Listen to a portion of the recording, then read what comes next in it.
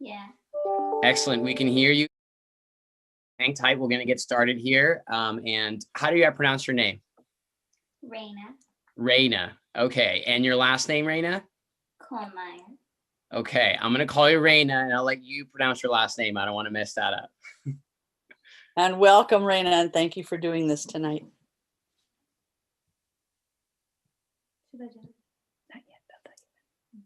Do we have everybody else?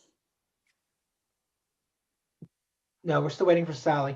Yeah, that's what I see.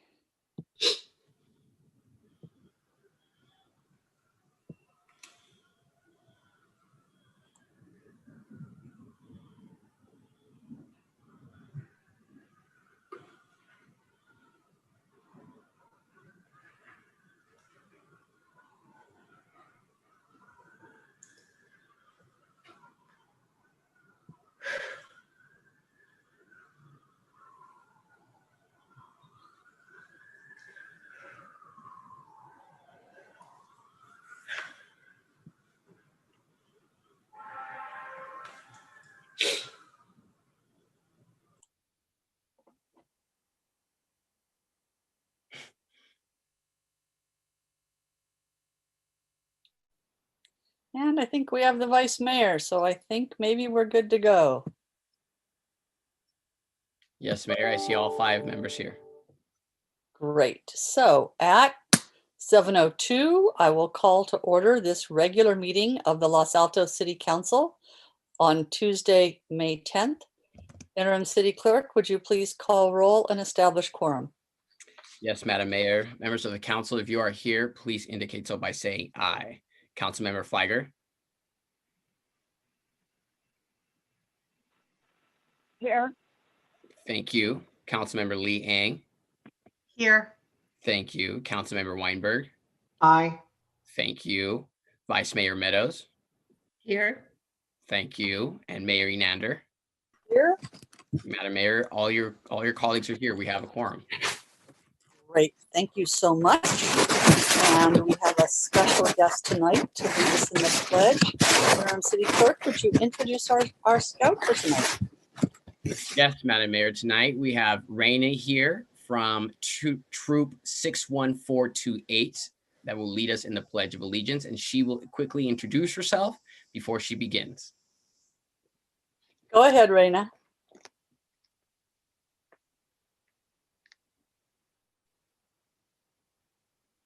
Oh, sorry, Raina, we're not hearing any audio coming through at this time. Yep, something happened to the audio. My name's Raina. I'm 10 years old and I go to Santa Rita. Great, Raina. Thank you so much for coming this evening. And would everyone please join Raina in the Pledge of Allegiance? I pledge allegiance to the flag of the United States of America and to the republic for which it stands, one nation, under God, indivisible, with liberty and justice for all. Thank you, Raina. And how long have you been a scout? 2 years? 2 years? Good. And are you having fun? Yeah. Good. And thank you for coming tonight. We wish you the best, and we know you're probably looking forward to summer coming pretty soon. Thank you. Thank you so much for joining us. Thank you. Bye. All right, and we have a couple special items this evening. The first, I'm going to turn to Mr. Maginot.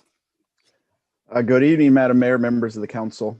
It is my pleasure and honor this evening to introduce to you and the community Nick Zorns, who is, I'm sure, looking for the video button right now. Nick is in day 2 as the city's new development services director. And so we are very happy and excited to have Nick on board. He's coming to us from Southern California, where he most recently was with the County of Riverside, has a lot of experience with development and planning, including developing housing elements, which the city is currently in the middle of. And so with that, I'll just turn it over to Nick to say hello, and you will be getting to know him very well very soon. Good evening, Council. Definitely looking forward to getting started here at the City of Los Altos and looking forward to working with each of you as well as our entire community moving forward. Welcome, and I see you're already installed in the office with the most important maps on the wall behind you. Yes, exactly. Welcome to Northern California. Thank you. All right, and so next I want to report that we did have a closed session this evening, and we have no items, no decisions taken as a result of that session, so we have nothing to report. Next, I'd like to ask if there are any changes to the agenda that any of my colleagues would like to propose. Seeing none. Before we go to public comments, Councilmember Lee Eng asked if she could make a comment. She has her hand raised. So Councilmember, go ahead. Thank you, Mayor. At the last regular meeting on April 26th, I incorrectly stated during the discussion of 376 First Street that the Planning Commission had not voted unanimously to recommend approval. My recollection was incorrect, and the Planning Commission had voted unanimously to recommend approval. I apologize for any confusion that may have caused. Thank you.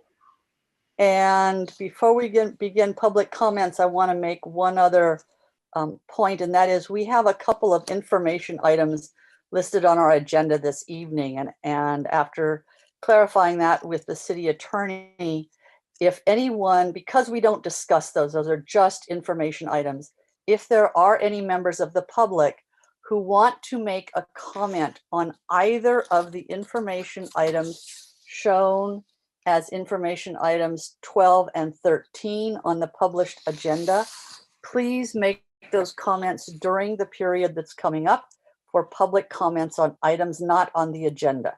I know that seems a little weird because they're on the agenda, but they're not on the agenda as discussion items. So with that, we'll now turn it over to the interim city clerk to see whether we have any members of the public who've raised their hands and want to speak on items not on the agenda. Thank you, Madam Mayor. Members of the public, please use the raise hand feature to indicate your willingness to speak on items not on the agenda, as the mayor has stated.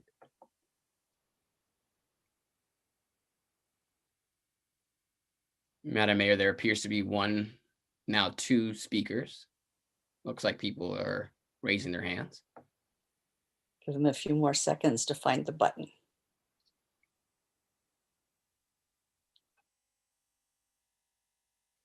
Madam Mayor, I still see only two people with their hands raised. Okay, City Clerk, let's proceed and let's give people up to 3 minutes if they need it. Thank you.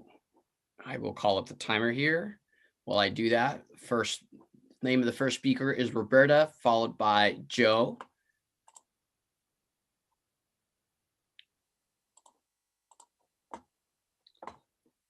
Roberta, can you unmute yourself?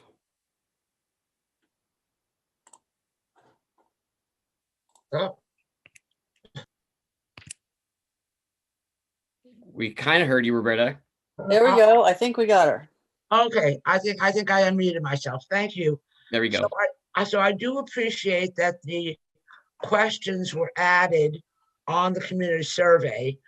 I would ask for you to agendize this item, sometime soon, because we really are missing the quantitative data for each question and the demographics and how much a bond measure would be put on for, how much it would cost the residents.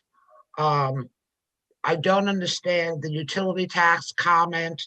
I know they said they'll bring it to 7%, but I don't know where the utility tax is now.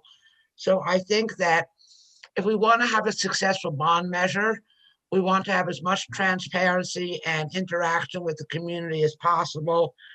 I know that Measure A failed because people felt that they were not engaged and that all the information was not available.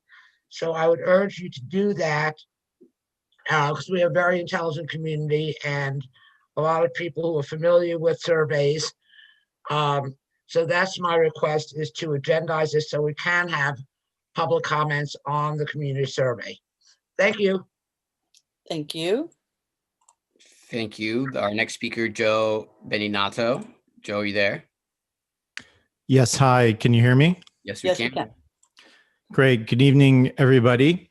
I wanted to share some thoughts about the housing element and housing in general in Los Altos as a result of a conversation I had this afternoon with a young woman who works in Los Altos, grew up here, and is pretty despondent over the state of housing for somebody in their 20s or 30s who doesn't have $3 to $10 million laying around. She was completely unaware of some of the possibilities coming up in the future, whether it's housing on El Camino or on First Street or on San Antonio or wherever. And, you know, I kind of encouraged her to hold on as long as she could before she had to move out of the area and find employment and housing elsewhere. And it's just, you know, this is someone I've gotten to know as a service provider over the last couple of years and a real asset for our community. And I know there are 100 or 1,000 or more stories like this in this area, people who are being priced out of living in the place that they grew up. You hear from Salim regularly, who falls into that category. So, you know, I think one of the things I want to encourage is there are probably 98 or 99% of the residents here who know nothing about the housing element, about what's happening, about what it is to begin with, why the state has dictated this, you know, just what's going on in general. And so I know others have asked for more community outreach, and I think trying to get to some of the working professionals in our town, whether they're service providers or waiters or, you know, whatever they might be, I think that would be really valuable for us to let them know. It's not that they're going to be, you know, tens of thousands of new units laying around, but a couple thousand could really have significant impact given how many housing units there are currently. So I really hope we can get there. And also just, I know the people who are tuned in are a little despondent over the state of the housing element and feeling like maybe their input isn't being heard. And, you know, just more guidance from council on what is the point in the process that we're at now, what's happening with Lisa Wise Consulting moving forward, and just glimmers of hope that their requests are being heard, and you know, we're going to end up with a housing element that actually is accepted by HCD in the state eventually. So just two things. I know it's not on the agenda tonight, but want to make sure that you know, I know it's top of mind for all of you probably, but for most of the community, they're unaware, and we need more education. Thank you very much. Thank you. And thank you to our public commenters. Now we move to the consent calendar. Is there anything that anyone would like to remove from the consent calendar?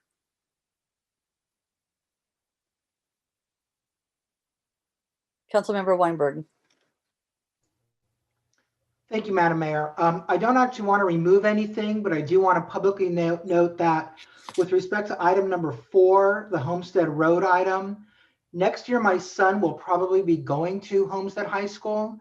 I did check with the city attorney to see whether or not that presented any kind of a conflict for me. And I was informed that because this has to do with street repair and that there's no particular benefit that my property would receive, as opposed to the other communities that would benefit from the project, that I do not need to recuse myself from this item. Thank you very much for that proactive request for clarification to the city attorney. And with that, I'll take a motion for the consent calendar.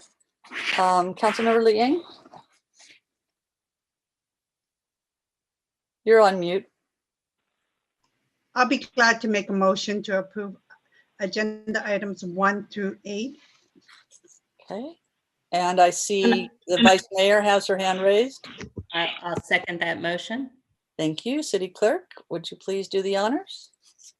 Yes, members of the council, if you agree to accept the calendar as presented, please indicate so by saying aye. Councilmember Fliger, Yes. Councilmember Lee Ang, Aye. Councilmember Weinberg, Aye. Vice Mayor Meadows, Aye.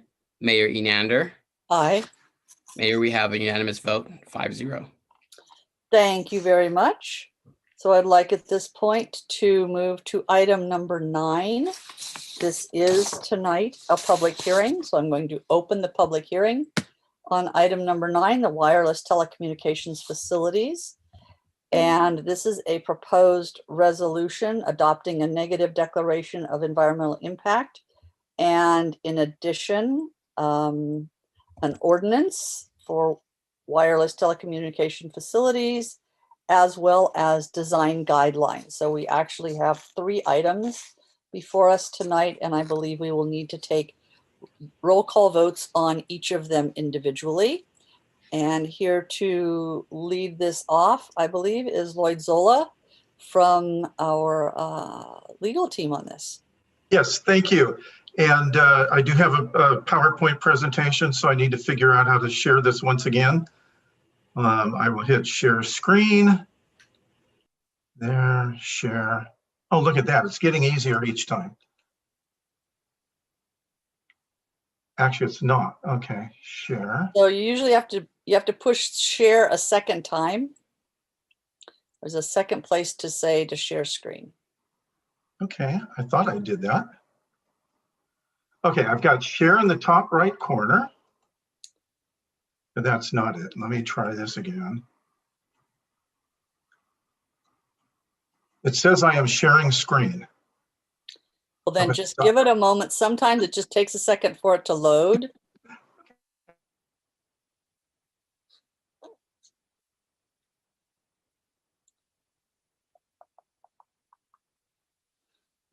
It's not wanting to load.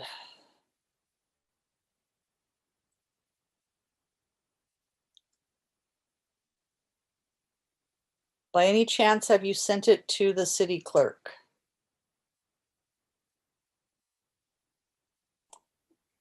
Madam Mayor, it looks like he has frozen himself entirely. Yeah, I think you're right. And I do not have his presentation. There you go. He's unfrozen now. Okay, is it sharing now? No, and you froze up, so you may be having some bandwidth issues. Yeah, I think I am because it's locking up. Yeah, have you by any chance sent this to the city clerk? No, did not. Lloyd, I could, pardon me, I could try and share my screen, Lloyd. Okay. Great. Great. Why don't you do that? Give me 1 second. So you'll need to stop screen sharing, Mr. Zola. Okay, I just hit stop share. And nothing is happening.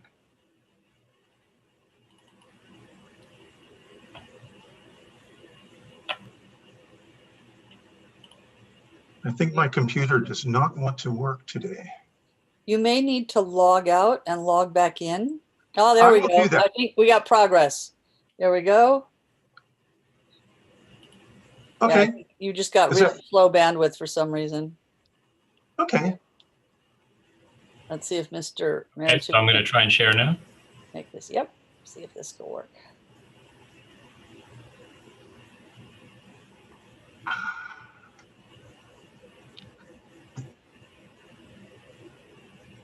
Okay, let's try this now. It is operating very slowly. Okay, does that show up now? No, I'm not seeing anything.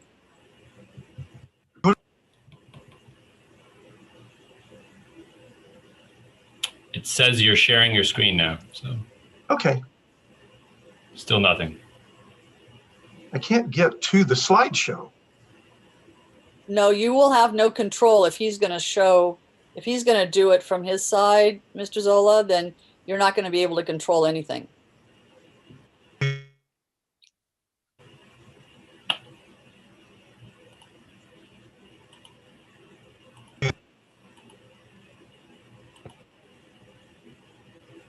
Okay, I'm assuming that's yours, David? Yes, that's mine. Okay, let's go to the second slide. Okay. Is anyone else seeing anything? I'm not seeing anything. Oh, Lloyd, you can see it or no? Yes, I see it. You know what? I think that's my slideshow now. And Madam Mayor, you're not able to see it. No, that's correct. I could email this to. You could email this to Mr. Rodriguez, our city clerk. Do you have his email address? Let's see, 1 second. I don't. Yes, I have his address. I'll send that.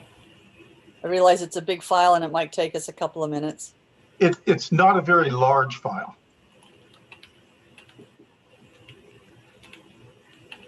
Okay. So I'm sending that in. And Mr. Zola, your bandwidth is sufficiently cranky that if you're freezing up even without that. We'll see how it goes. And if you freeze up, you may find that you need to disable your video and just talk with us. I will do that if I need to. Okay, it's sent. It might take, as the mayor said, a moment just to get through. Okay. Well, let me just get started without the presentation, without the PowerPoint. Following your April 12th meeting, what we did was look at or look back at the notes, at the discussion that council had. And essentially, there were two different types of comments that we looked at and categorized this way. One were comments that basically had consensus among the council, or at least a majority of the council, or a sense that there was a majority agreement to go in some particular direction. One of those issues was looking at the three-tier approach to land use, and the direction that we got was to look at a two-tier approach rather than the three-tier, to look at combining all of the residential that was in the less preferred category and the other areas in the least preferred category into a single less preferred set of uses or locations, all of those being the residential locations. And that is what we did. We eliminated essentially, oh, here we are. Okay, so let's go to the next slide. And so what we did with those, like the two-tier, three-tier approach, we incorporated those revisions into the ordinance and the guidelines, and those are reflected in the red line strikeout, the underlining and the strikeout in the ordinance and the resolution with the design guidelines.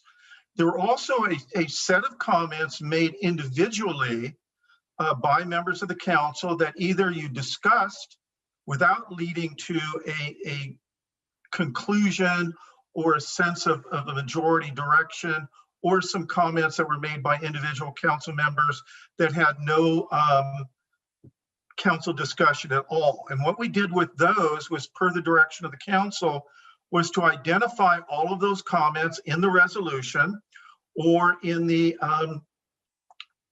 ordinance, and then make a staff recommendation. Either identify this comment was made, we're not changing it, or here is the wording. Now let's go to the next slide.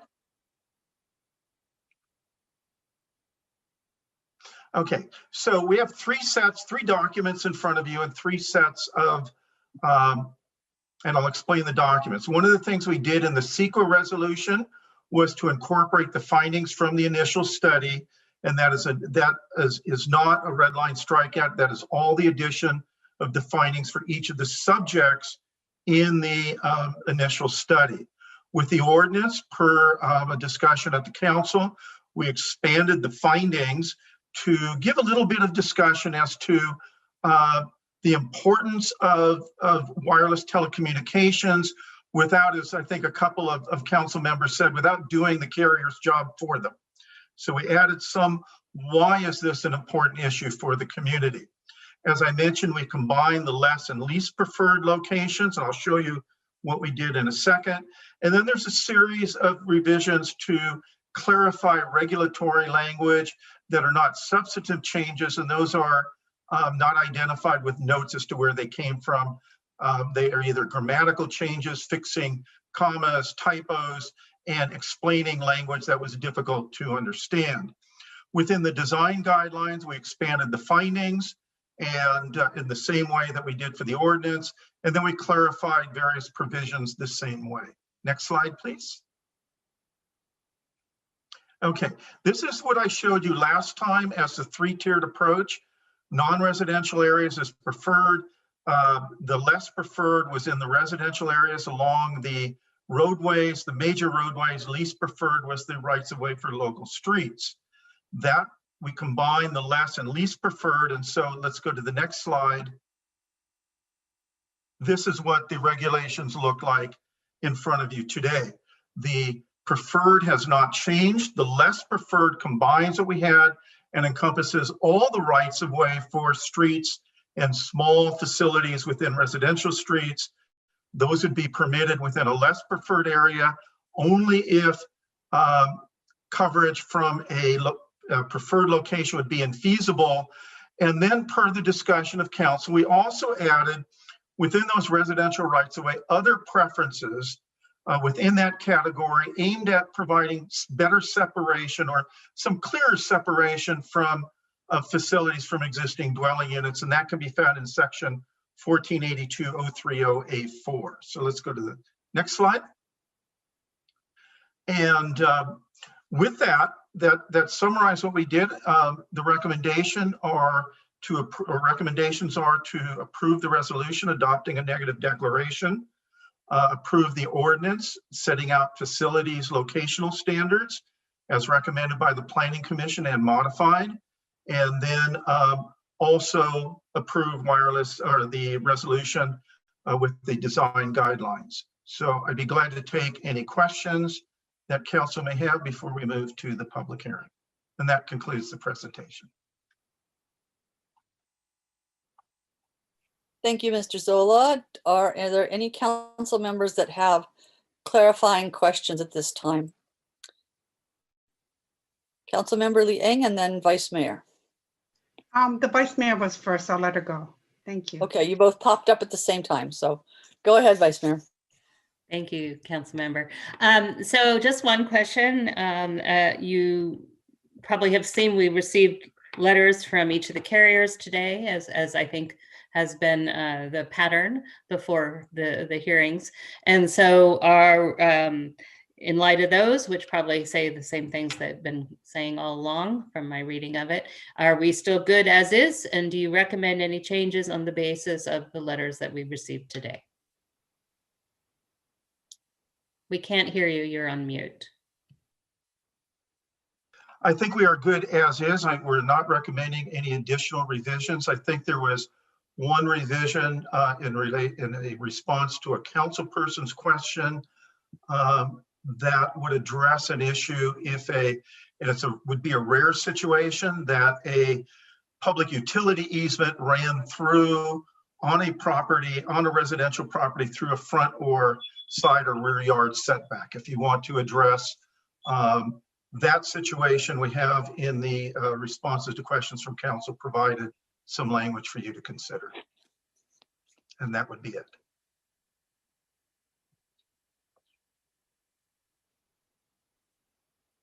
Councilmember Liang, I think Vice Mayor's finished. Okay, Mayor, how do we want to do this process? I'd like to either one, discuss or decide as well, and revisit whether or not we want the three-tier system or we want to collapse it back as presented. Because I believe we received a lot of comments from our residents regarding the three-tier system. I think that will And come up having it, in council discussion. So at this time, I'd Okay. prefer just to take clarifying questions to, okay, and then go to I public do- comment, and then we'll have discussion. okay. I do have a lot of questions regarding the negative declaration. At this time, would you like my questions for the negative declaration? Yes, please. Okay, so one of my question is it the staff's or is it the city's legal position that the city cannot consider the full range of potential environmental effects from the wireless facilities? This revised ordinance will facilitate for purposes of the CEQA initial analysis. I can take this and Go ahead. Councilmember Lee Ing, we are going to address the CEQA concerns and the CEQA comments that you submitted later on, and we will be giving the city's position on that, but later on, not at this point. So how do I know if my questions, because then I have further questions based on how that question is going to be So it answered. sounds like the city attorney wants to reserve this matter until there's council discussion. Okay, and then at that time, Okay. can I reserve that time to Absolutely. ask more questions, please? Absolutely. Yes, and are these in addition to the ones that you've already submitted? Yes, they're in addition based on, further researching and getting some additional readings. So that's why I have more questions. Otherwise, I would have submitted these as well earlier. But we'll be addressing the CEQA concerns for the council and for the public, but it will be later on when we're in the discussion area of the meeting, discussion part of the meeting. Okay, at that time, I'll ask my questions. Okay, any other, And go ahead. then I have my other questions I have asked, and then I guess we'll reserve that for when we have our discussions further.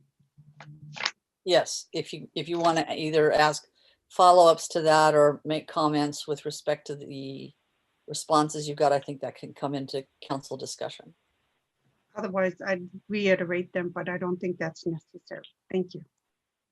Thank you. Anyone else have? Councilmember Flagger, go ahead. Thanks, Mayor, and thanks, Lloyd. Can you hear me? You can? Great, thank you. Just confirming, Deborah isn't with us this evening?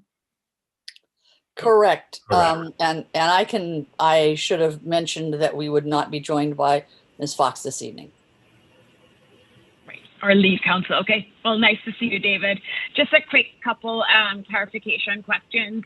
On the locational preferences, and Lloyd did an excellent job capturing what was discussed the last time and laying it out in the presentation. I just wanted to clarify whether we do have a preference for the public right-of-way over outside of the public right-of-way.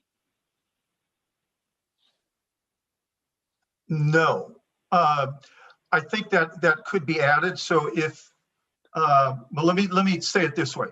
Within the residential areas, within the less preferred area, we have treated the public roadway right-of-way equal to the utility easements that would be outside of the road right-of-way. So we have not created preferences that way. Within the commercial categories, we have not created preferences between building mounted, which would be outside of the right-of-way, and within the right-of-way that would be pole mounted. So if that would be something the council would want, that certainly could be done. The way to do it. Thanks, Lloyd. Yeah, and the way to do that while maintaining the two-tier system that we have that's in front of you would be to create preferences within each tier. And it's already set up to be able to do that. It's not a very difficult thing to do if that is something important to you. Thank you, Lloyd. And then my next question relates to section 14.82.040 in the ordinance. I'm still not, it's drafted in a passive voice. And so I want to better understand who would have approval authority. I'm And sorry, I know Council there's member, would you repeat the section number? We lost your voice right at the critical moment. 14.82.040.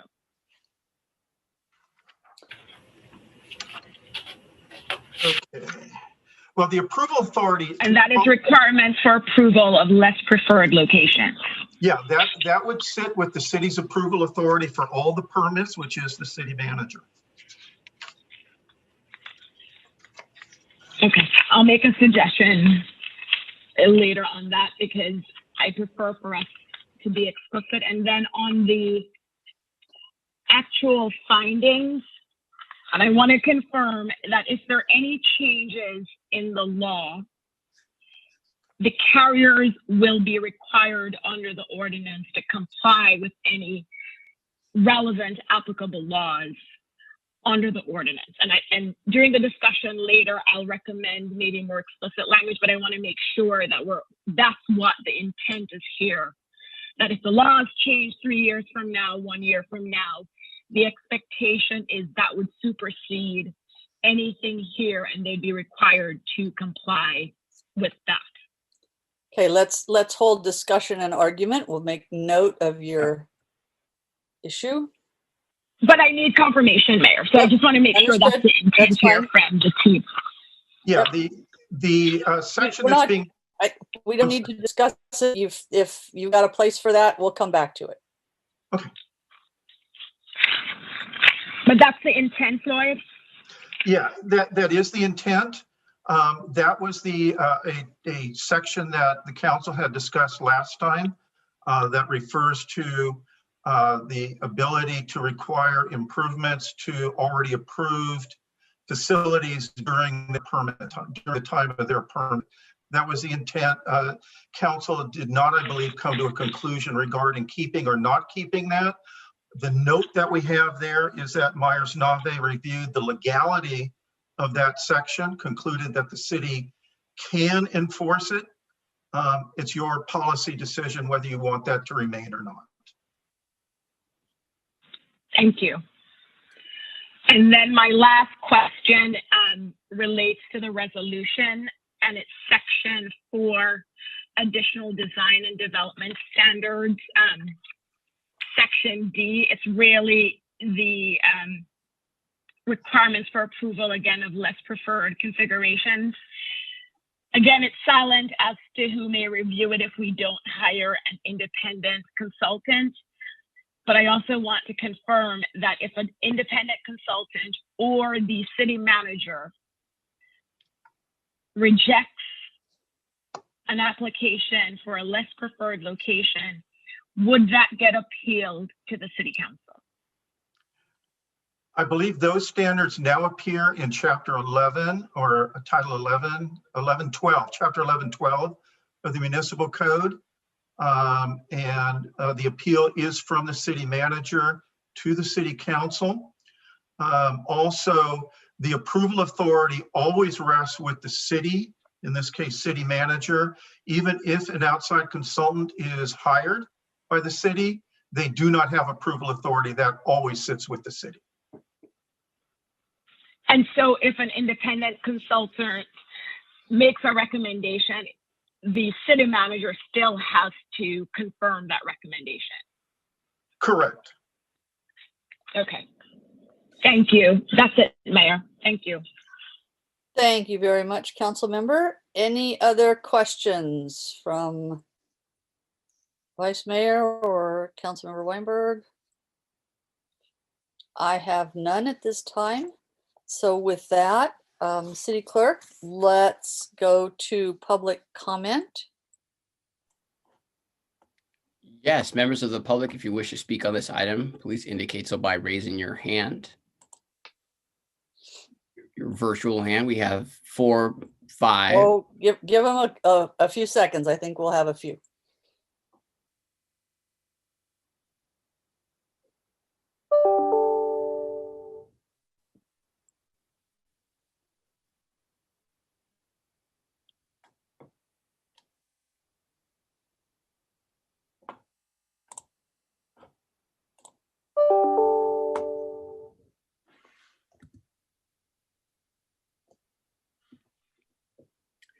Madam Mayor, I see 9 folks. I don't know if you want to wait a little Okay. longer. Let me see. 1, 2, 3, 4, 5, 6, 7, 8, 9. So do I. So we'll give everyone 3 minutes. Sounds good. First speaker, I have identified by the name of Melissa, and I am bringing up my timer as well. Madam Mayor, can you confirm you did say 3 minutes? Yes. Thank you. Melissa, can you try to unmute yourself? Yep, she did. Good evening. I'd like to cede my time to Scott McCullough. And I also have somebody here who would like to cede his time to Scott McCullough. Okay, can you tell us the name of the other person, or can you put that person on, please, so they could state their name? Hello, I'm Joshua. And I would like to cede my time to Scott McCullough too. Okay. In that case, I'm going to guess we'll skip Mr. McCullough. City Clerk, I suspect there will be others. Okay. We will allow Scott. Can you unmute yourself?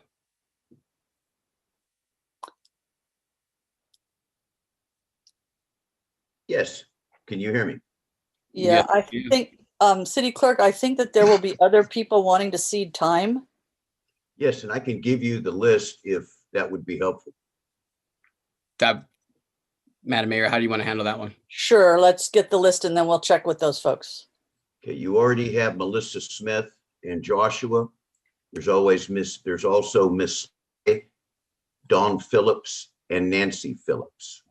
I'm sorry, I missed the first name before, the second, the one before Dawn and Nancy Phillips.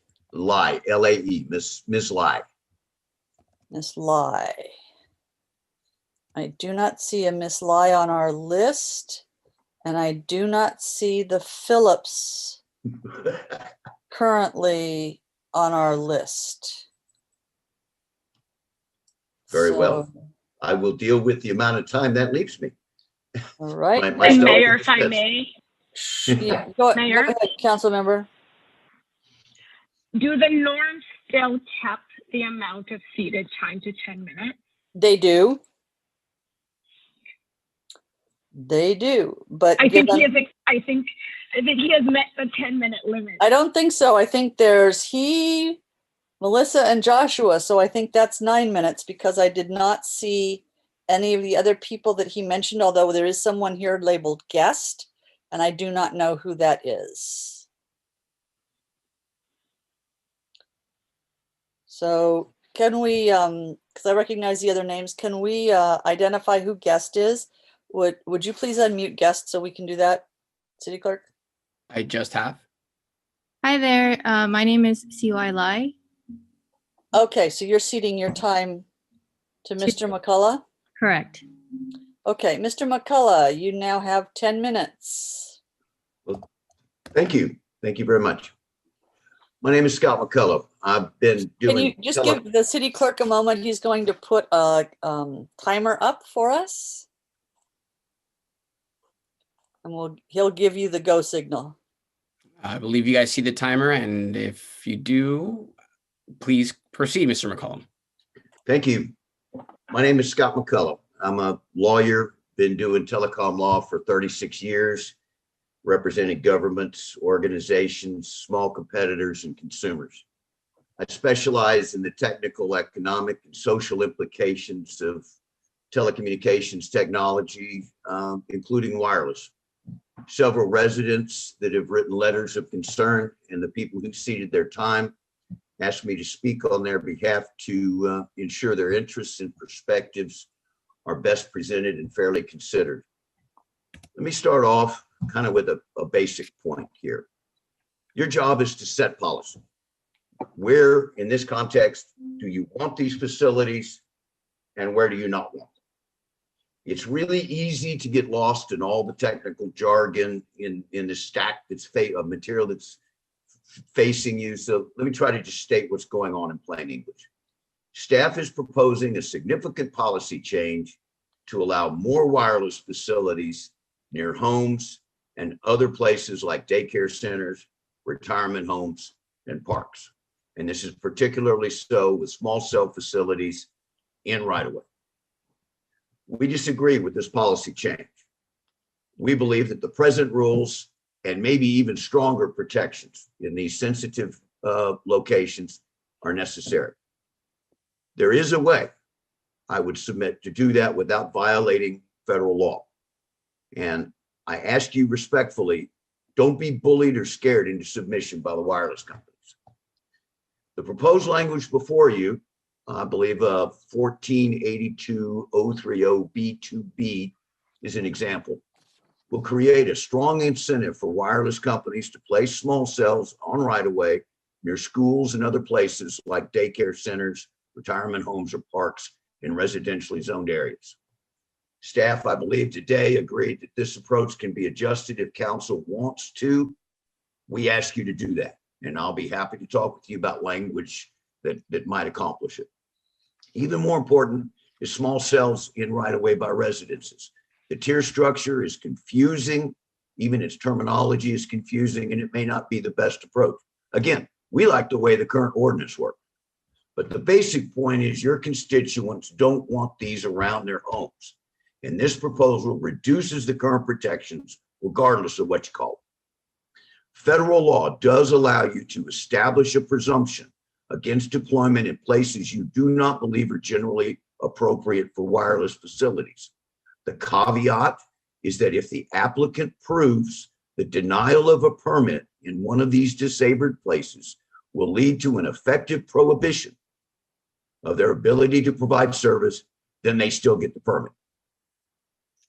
So what you need is a firm list of where we don't want this, and then a waiver process that allows them to nonetheless get the permit in that place if they can carry their burden of proof. The wireless carriers complain about this approach every time we talk about it, but let me tell you, having an express process that complies with federal law, this escape hatch obviously cannot violate federal law. Now, I've looked at the staff's approach and specifically the clear and convincing burden language, and I think that actually it does need to be tightened up. What's missing is that they have to talk about what the prohibition is. And specifically, you can speak in terms of prohibiting their ability to provide telecommunication service, or you can use the statutory language in 332 C7B little I Roman 2, which speaks to personal wireless service. But you need to also add what it is that it would prohibit. Let me now talk about fire and structural safety. Time restrictions prevent a full discussion of our proposed language additions. You've seen them, I hope, but I'll be happy to answer any questions if you have them. I need you to understand one important thing. These facilities involve extensive and powerful electronic components, far more so than just utility lines that go over rights of way. I disagree with staff's comparison there.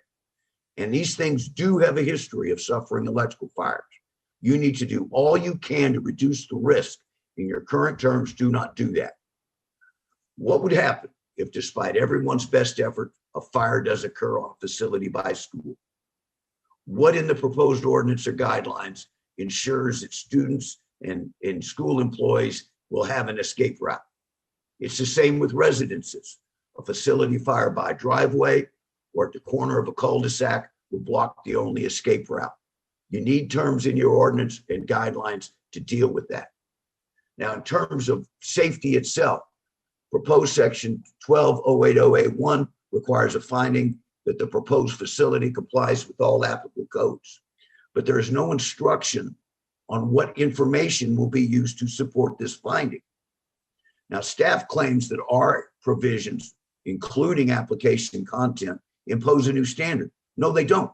What they do is require provision of the information you need to make the finding that everyone agrees needs to be made. Now, we did provide some design substance. The guidelines, for example, do not require structural integrity compliance with ANSI APCO Public Safety Guide, say, hardening requirements. These are specific standards developed by industry experts, directly applicable to telecommunications facilities, drafted specifically so that jurisdictions like you can use them. But it's not in your building code. Staff's position is that you don't need them. All you need is the building code, but that's just wrong. Do you want one of these things to fall over in a strong wind or when the earth shakes? If you don't, well, then you need to have the APCO standards. The proposed guidelines do require construction consistent with the ADA, but they don't address placement or operation. They don't address other civil rights requirements under state and federal law. You need to fix that too. Finally, the proposed amendments do not address insurance. Your existing code provisions do. We have proposed an additional sentence that merely requires that the carrier not have a pollution exclusion.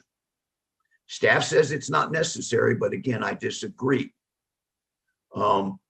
If there is a finding of liability, if there is a pollution problem and the carrier is found liable, without this kind of coverage, the city could be left on the hook because you might suffer joint or several liability.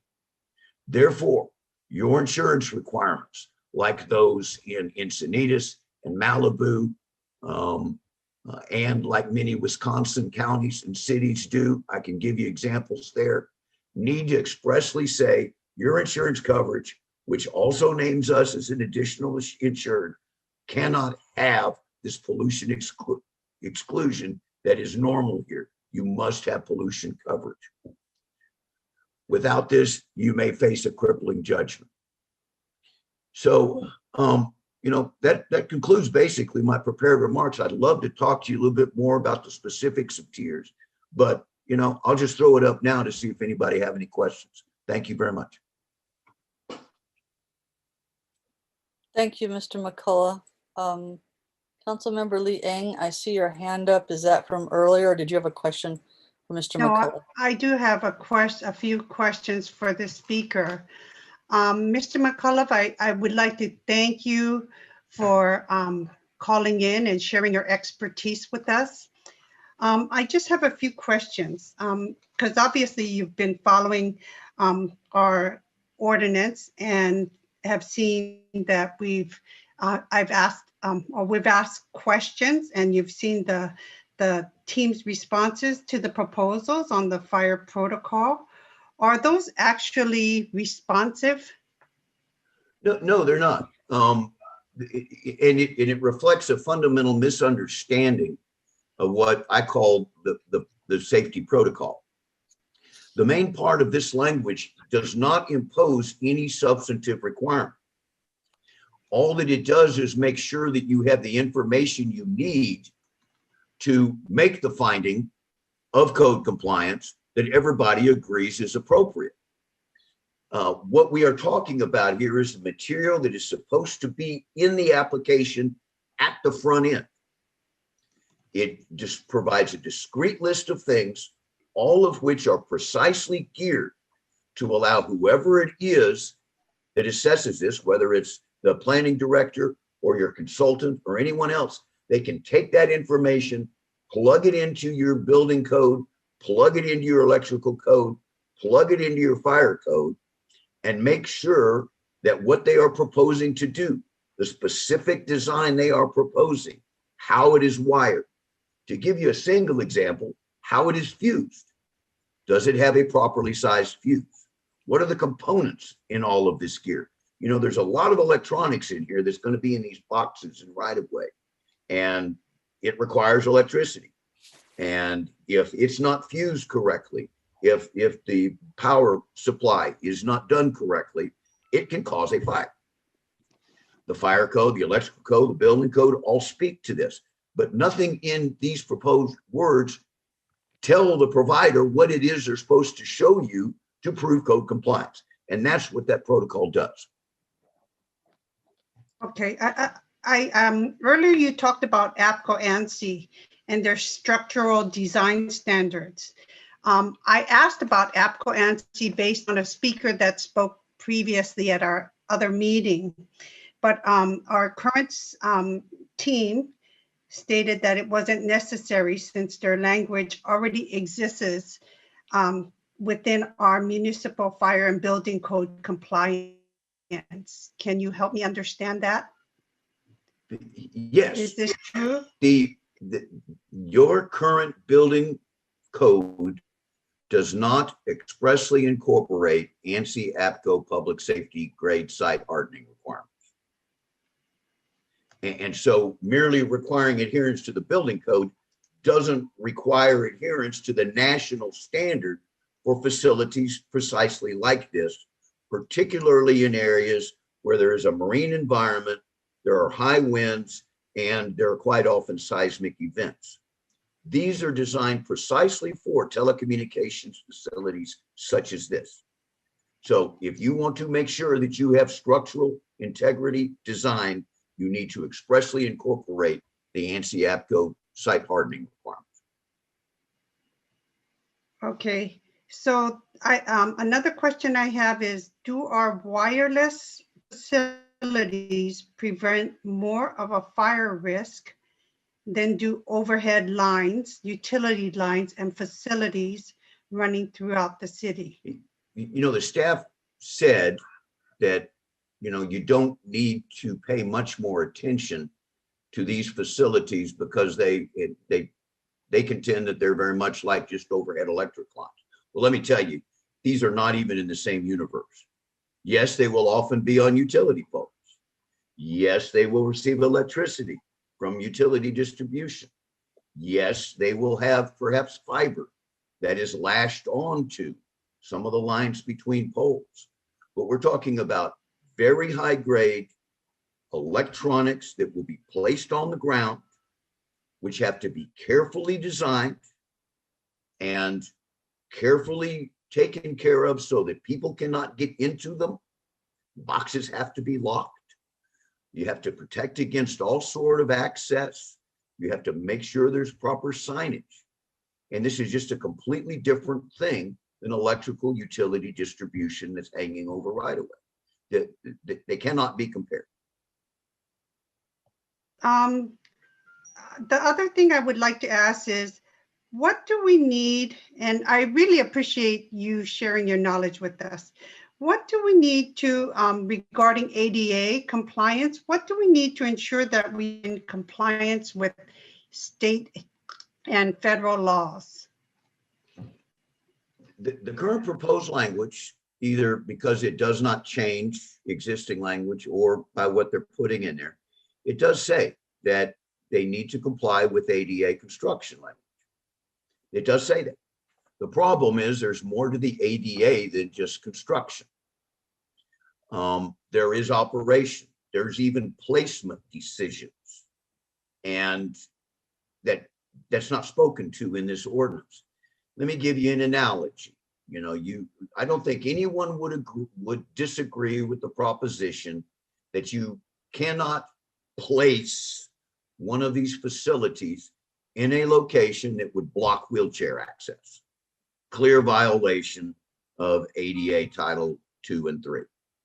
Clear violation. And since you oversee the streets and alleyways, these are public spaces, you are responsible for ADA compliance for these right-of-way based facilities.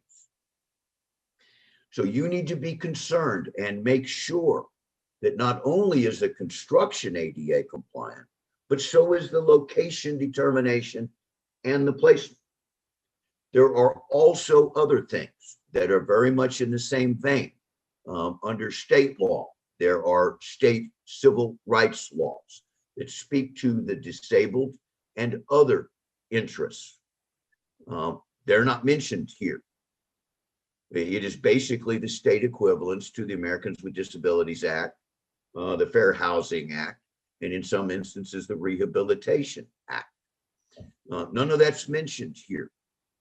There's also some specific requirements, which I do not believe, I am subject to correction, I do not believe they are adequately incorporated into your building code. You have a state level, what we call an access board, that is responsible for designing and ensuring reasonable access by the disabled to buildings. They have very precise specifications to make sure that when there is a building, it is accessible by the disabled. And there are rules and regulations. It's a state board. There's a national board, and this is the state board equivalent. As far as I can tell, that's not adopted by reference here either. We drafted some language that would take care of all of this. And, you know, I'm sorry, I disagree with staff position that it's not necessary. We believe it is. Councilmember Lee Eng, how many more questions do you have? Just one more. Okay. So I really appreciated you made an offer to provide some assistance to work with our city attorneys on language if needed. And I'd appreciate on how you would do that to add more protections for schools, daycares, retirement centers, and parks. If so, what other options are available? And once again, I appreciate your offer. And is that still open? It is open, and you know, I'm not going to go through the list, but I will tell you this is not my first rodeo when it comes to an ordinance. And so, you know, I've seen how it's been done in a lot of places. Let me kind of reemphasize what I said in my prepared remarks. What council really needs to do is tell us what your preferences are, what it is you want to accomplish. Do you want to protect certain areas?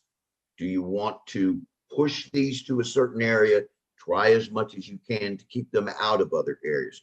Are there specific things you want to give special protection to? For example, on this tiering thing, I very much understand the desire to collapse the two tiers because I quite often represent residents, and sometimes it has been residents who are on or near a major thoroughfare. The folks who are in what I think is tier 2 under the 3-tiered approach. I would like for them to get some protection too. And I think these are residentials. They belong, they deserve similar treatment as much as we can have. It does present some problems, however, because if you try to push these facilities into commercial areas, these are the folks that are right next to those commercial areas. So you sometimes have to get a little creative with how you address the problem. But that's what your staff is for, you know, and I'll be happy to work with them to try to come up with some creative ways to implement the policy choices that you make. You know, I can tell you what the residents want that I'm talking for, but really you have to decide what outcomes you want, and then we can implement the work. Mr. McCullough, I want to thank you for your time. I want to thank Councilmember Lee Eng for the questions, and we are going to move on to our next public commenter. Yes, Roberta, you are up next. Hi, this is Roberta Phillips, and I want to cede my time to Susan Foster. And also my husband, Wally Palmer, is here, and he's just going to say into the computer that he wants to cede his time.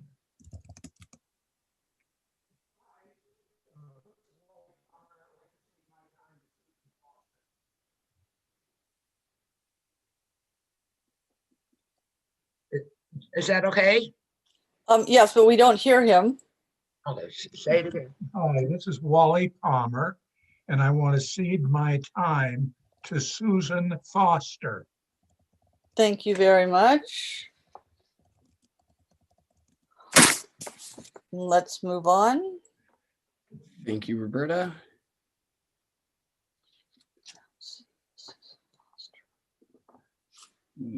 Madam Mayor, I don't see Susan Foster. I don't either, but let's just put that in abeyance and go on through our list. Okay, our next speaker on our list is Jonathan W. Shores. Jonathan, can you unmute yourself, please? I was slow with the mouse. Thank you. Thank you, council members. I don't have a whole lot to say that probably hasn't been said, but just my own input. The line of sight dictum regarding 5G lacks clarity to me. You know, a full duplex works both ways, as I understand it, and would not, as a question, impediments work both ways. So I'm kind of confused about, you know, what grid density is required, which leads to my second statement that I know in myself that I don't have sufficient data that are necessary to make an informed decision on small wireless facilities placement. How can we be reasonably certain that we have achieved the best result possible in the placement? And finally, just one more. The prescient issue really requires a precautionary principle in science be rigorously applied to this new technology, which 5G is 5G, of course, but I mean, what's involved with it? There's not much information out there. This is really what we're being, you know, what we're looking at. And lastly, just one more, 4G, as I understand it, can handle 4,000 connections per square kilometer. So I try to do the little, you know, visual spatial thing in my mind. I think 4G covers most of what our needs are. So is there some real pressing reason to have 5G? Thank you very much. And also, I'm sorry. Don't unplug me yet. My wife and I are sharing a computer, and she has written up a statement, and she would like to have what's left of my time and then her time. No, just, I don't if that's all right. I don't think they Would she please identify herself for the record? Yes. Jane Osborne. Go ahead, Ms. Osborne. Thank you. Honorable Mayor and Council, since the FCC has never produced adequate scientific evidence that these newer wireless technologies are safe, I urge the Council to err on the side of caution, since residents' health and well-being may be negatively impacted. In particular, I would like to ask the Council not to allow these facilities to be placed as close together as one every 200 feet. Okay, please stick to the original proposal for a 1,000-foot distance between facilities, including facilities from multiple carriers. No one residential block or street or neighborhood should have to endure or be inflicted with this high of a density, basically one in front of every 3 houses. My husband and I and many other residents feel that no residents should have to serve as lab rats and be enrolled in an experiment involuntarily without their consent in order for cell carriers to make even more billions in profit every year. I agree with Dr. Cindy Russell's assertion that the carriers have created a manufactured sense of need for the newer 5G technology. As a psychologist, I have recognized some of their tactics, such as using fear-based emotional manipulation to get people to think they absolutely have to have this latest technology or they will be left behind. I urge you to please take all the time you need to make these decisions. Once these facilities are placed, residents will have to suffer the negative consequences for several years, including possible negative effects on their health, safety, and well-being. I would like to read a statement from Joel Moskowitz, PhD, director at the UC Berkeley School of Public Health. Dr. Moskowitz stated, "We are guinea pigs in a massive technological experiment that threatens our health. Our government needs to determine what constitutes a safe level of long-term exposure to wireless radiation and strengthen the FCC's radio frequency exposure guidelines. In the meantime, the government should impose a moratorium on technologies that increase our exposure to wireless radiation, especially new forms of wireless radiation like 5G cell phone radiation." These were Dr. Moskowitz's concluding remarks in a presentation he gave discussing the apparent negative biological and health effects of wireless radiation. Thank you. Thank you. Very good. Madam Mayor, our next speaker is Terry Couture. Terry, can you unmute yourself? Hi, it's Terry Couture. Can you hear me? Yes, we can. I'm speaking today as a resident of Los Altos, not as a commission member at the generous advice from the City Council. Thank you very much for hearing us today. We are all concerned about our health. We've gone through 2 years of unknown stress and unknown causes and effects of very different kinds of information that has come through. It doesn't seem right that because the FCC wants to put another burden on the taxpayers, that we should have to suffer yet another health issue that none of you can confirm with us that we won't get sick. Please do your homework. Please try to listen to us. We're trying to help you understand where we're coming from. We don't think you're listening. Thank you. Thank you, Ms. Couture. Our next speaker I have labeled here as T. Morris. Good evening. Yes, this is Teresa Morris. I serve on the Park and Rec Commission, but I am not speaking as a Park and Rec Commissioner this evening. I have a few points that I'd like to make, but I've also my understanding that Susan Foster, who I was going to cede my time to, is unable to sign on to the meeting. So she's having some technical difficulty, and I will send an email regarding the difficulty of signing on to these meetings. Something's not right with the sign on now. There are people who have spoken that are far more educated in this topic than I am. But as someone who is sensitive to noise, extremely sensitive to noise, I feel that we ought to be able to decide if these devices are going to be, these cell phone devices are going to be, cell nodes are going to be by our homes or not by our homes. I also have a grave concern about the fires.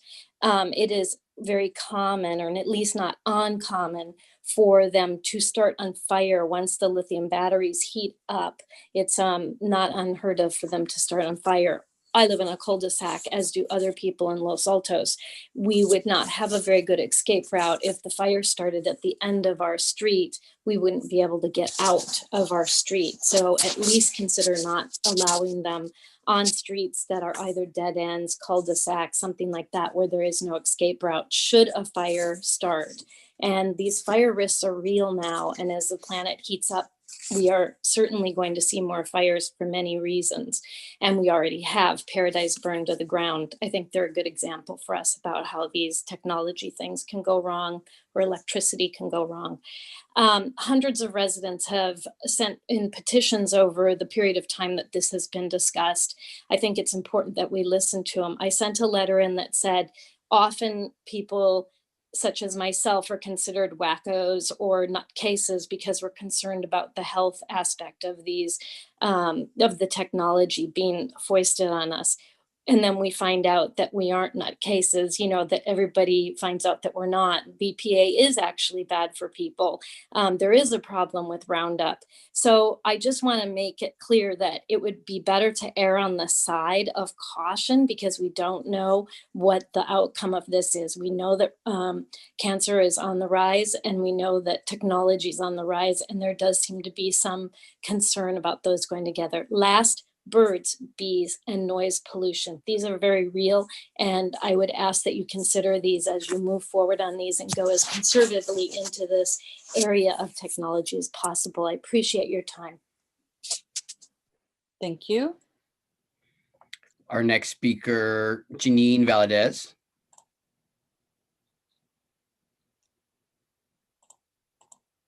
Sorry, Janine. Hello, your unmute button just showed up. Okay. Thank you. Can everybody hear me? Yes, we can. Yes, pardon my voice, and if I have to cough, it's because I have COVID right now, but I may have to cough away, but my comment will be brief, and it has to do with, in the ordinance, the locational criteria and paragraph 4C, where it talks about the minimum of 25 feet from a residential dwelling unit, but then the proviso, any portion, shan't be within 10 feet. I don't understand the logic of that, but I'm alarmed at the 10 feet. I'm disappointed in the 25 feet. When I think of these facilities, I think of the noise, and I think of fire risk. And to have a unit 10 feet, which is half the distance between my window as I sit right here and the end of my carport, that is not I wouldn't want anything between me and that end. And so I don't understand. Number one, I don't understand the logic of this sentence, of this clause. Somebody needs to actually explain the conditions under which you have a standard of 25 feet, but all of a sudden they can be 10 feet. And then also how they believe that 10 feet is adequate should something amiss happen with the unit. How that would somehow keep the nearby dwelling unit safe from harm as a result of that failure. Thank you. Thank you. Madam Mayor, our last speaker is Joe Beninato. Hi, can you hear me? Yes, we can. Again. Hi, it's Joe Beninato. I can't believe what I just witnessed.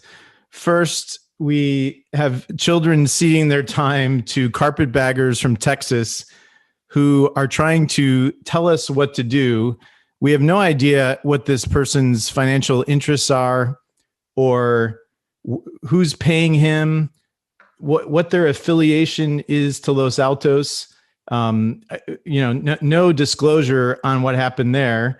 And then, it's the general practice of the council not to respond to public speakers. But it seemed like Council Member Liang knew he was going to be calling in and had a series of questions for him so he could increase his time from 10 minutes to 20 minutes of our meeting. I just submitted a public records request to get to the bottom of who this guy is and how he was hired or paid or whatever to influence what's happening in our city. I'm wondering if someone's being compensated for the sales pitch he just gave to potentially help the city with more legal fees or whatever else. So, then you have another resident ceding time to a woman also from out of town who isn't even here. And I'm sure someone tried to call her and, get her on the line. We don't need carpetbaggers interfering in Mr. our... Beninato, I'm going to interrupt you. We have a standard that we prefer that our residents be respectful in their comments. And I think that those kinds of terminologies are not helpful. I would ask you to rethink some of what you're saying and the terms you're using while you continue with your comments. I'm really upset you just interrupted me after you gave this person 20 minutes who doesn't even live here, but I will continue on respectfully. We live in the heart of Silicon Valley, and we can't send text messages from downtown Los Altos. There are people who are citing health concerns, which by federal law, you're not able to address those health concerns. That is a federal law that a local jurisdiction cannot interfere in. Paradise burned to the ground because of PG&E. So are we going to ban electricity in Los Altos next? This makes no sense. We need to fix our wireless issues in town. I totally understand people who don't want a small node 10 feet from their bedroom window, which I think is just a typo in the ordinance, and we can fix those things. But we need to have residents who have access to cellular so they can reach their kids, they can reach their parents, whatever it might be, and not have people from out of town interfering in our local situation. Thank you. Thank you. Madam Mayor, I see no one else with their hand raised. Okay, then I'm going to close public comment and bring it back to council. I don't know whether our staff would like to make any comments before council takes up our discussion, but I'm going to give the staff an opportunity to say anything if you want to do so at this point. No, I think we're, unless the attorneys do, I think we're fine. Okay, and the attorney is shaking her head, so I'll go to comment from council. Lynette, did you have, Councilmember Lee Ing, did you have your hand up new, or is this from before? It's from before, sorry. Okay, so Councilmember Weinberg, then you're up next. Thank you, Mayor. That was really an extraordinary public comments period that we just experienced. Putting aside all the commentary about it, and I can add my own, but it wouldn't be helpful. Mr. McCullough and others gave a lot of very detailed information. And I did try to take notes as much as I could, but if it is my colleagues' intent that we are going to incorporate some very complex issues that were brought up during public comment, I simply do not have the ability to do that tonight. I have to, frankly, I would need to see a report. I would have to understand exactly where all these suggestions are coming from, how they're going to fit into the ordinance. If this is information that my colleagues think that I should have in order to make an informed decision, I'm okay with that. That's fine. But I'm not, I know who Lloyd Zola is. I know who Myers-Nave is. These are the experts that the city has retained. And I don't agree with everything that they say, but I understand and accept their credentials and the role that they are playing in helping us put together a new ordinance if that's where we ultimately end up. But if the information that was just presented is intended to be influential in our discussions in putting together this ordinance or amending the proposed ordinance, I'm going to need a lot more time. I'm either going to need to watch those comments another 7 times, or I'm going to need a written report that really gets into the weeds so I understand the details of what's being asked. And for that matter, what I just said, I don't want limited just to the public comment. Someone, and I understand now that it was Councilmember Liang, wrote a very long, complex comment about CEQA and how CEQA should apply to the neg deck declaration that has been presented to us. I know that the city attorney plans on addressing it, but when I saw that, I saw a very long analysis of CEQA. She clearly understands CEQA a lot better than I do. Now, back in my office, I have CEQA hornbooks, I could look it up. But getting information like that at the very last minute, and then getting a 72-page report from, not a report, but a 72-page summary of responses to council questions, I cannot process all of that tonight. So if the information about CEQA and the information presented by the public commenters and the 72 pages of council questions are supposed to be incorporated into our deliberations tonight.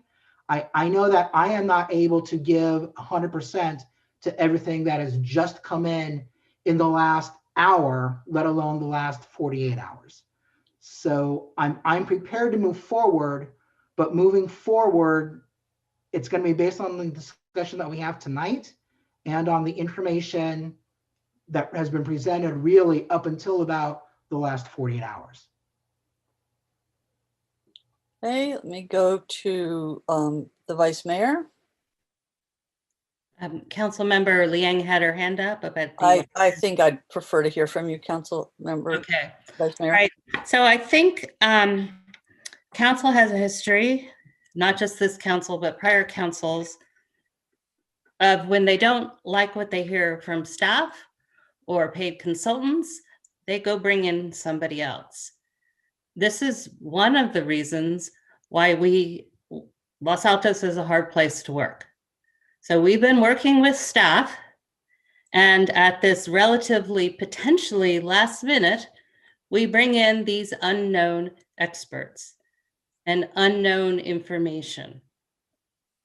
What we haven't focused on is the people who we've been paying for, I think it's longer than I've been on council. So let's say over 2 years now, to help us in our lawsuits with the carriers and in coming forward with an ordinance that will serve our community better. And what do? We throw it all, or I think some are proposing we throw it all under the bus, ignore the recommendations of our staff and our attorneys, and open it up to whoever chose to talk tonight.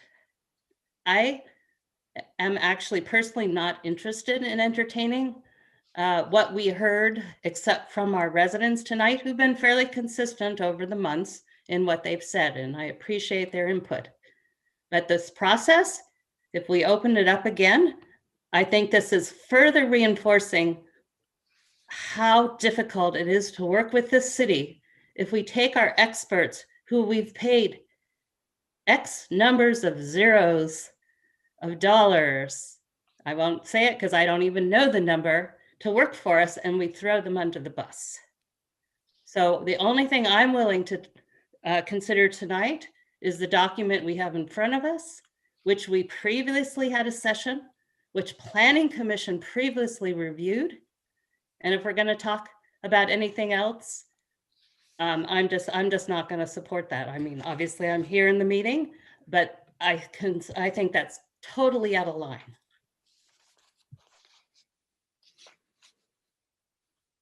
Do you wish to say anything substantive about any of the changes that are in the document? Yeah, so if you want, yes, I gave my editorial comment. Thank you for letting me do that. In terms of the document, I did want to remind members of the public and ourselves actually that this isn't a 5G ordinance. It's a wireless telecommunications ordinance. I've said this before, but it allows for 4G. And in fact, the 13 applications that we turned down that we have our lawsuits on for are for 4G technology. Not to say that this wouldn't accommodate 5G, it can accommodate 5G, 6G, 25G. I mean, it's our ordinance, but it doesn't mean, it doesn't even allow 4G technology, our current ordinance. The reason we asked to have an ordinance is because actually the existing ordinance, yes, it's more restrictive, but it doesn't protect us. It doesn't protect us because if we go in lawsuits and we base it on safety concerns like the public is talking about that the FTC or FCC doesn't allow, then we lose those lawsuits and we have absolutely no control over where these cellular facilities will go. This ordinance is our best efforts to put in place an ordinance that does give us some control. And so the main thing in terms of content, because I actually thank you, Mr. Zola and Mr. Meritu and everyone else involved for incorporating what I think we did here in terms of consensus last time. The main question I would have, and I think I know the explanation, but we've heard enough questions about it in the public, was in the wireless ordinance number 4, the bit about a minimum of 25 feet, but, you know, in no case, however, shall be closer than within 10 feet. So I think an explanation of what that is meaning would be helpful, because there's been enough confusion about that. But as far as the rest of it, I don't really have a lot of editorial comments. I know my colleagues will have a lot to say. But anyway, that's, so maybe Mr. Zola would like to talk about the 25 feet versus 10 feet, which is 4C, page 8. Thank you. Yeah, one of the things I was very conscious about was, and you did not hear the same comments tonight from the public as we heard last time, which was a lot of comments about inequities between siting standards in different zones. And the 25 feet and the 10 feet is intended to deal with that, because one of the suggestions that we got from a council member was to look at 50 feet as the preferred and 40 feet as a minimum. The problem with that is that when you consider your zoning standards and the front yard and side yard setbacks, minimum setbacks for each of the zones, there are a number of zones, your single family zones, as well as the downtown mixed use, that require a 20-foot front yard setback. And if we assume that the right of way is outside of that setback area, adjacent to the street, a pole would be 5 feet away. That's how I get to 25 feet. And anything larger than that would start actually prohibiting these facilities in certain zones, which I thought was one of the directions that we're, not to create that inequity. The 10 feet, that is small. But if you also look at your downtown mixed use zone, the CDR3, the side yard setback is 2.5 feet. Now, I could not bring myself to say that's, you can put a pole 5 feet into the right of way, 7.5 feet from that facility. And so that is the reason for the 10 feet. It's all about not knocking out individual zones. If we would go with 50 feet and 40 feet, as was suggested as the minimum setback, the R140 zone would be the only place in the city where rights of way would consistently provide for these facilities as a preferred use. And only 2 of the multifamily zones, the R3, and I can't remember which ones, R3.3 and I think R3 3.5, would become permitted. Those would be the only places throughout the city where they'd be consistently permitted. So that's the reason for the 25 and 10. It's really intended to address situations where the setback of a house is there not meeting a minimum setback. But here's the reality. In the R140 zone, which has a, I believe, 40 or 50 foot front yard setback, to go in the right of way, you're going to be 55 feet from the house. Within other zones having 40-foot setbacks, you're going to be 45 feet from the house.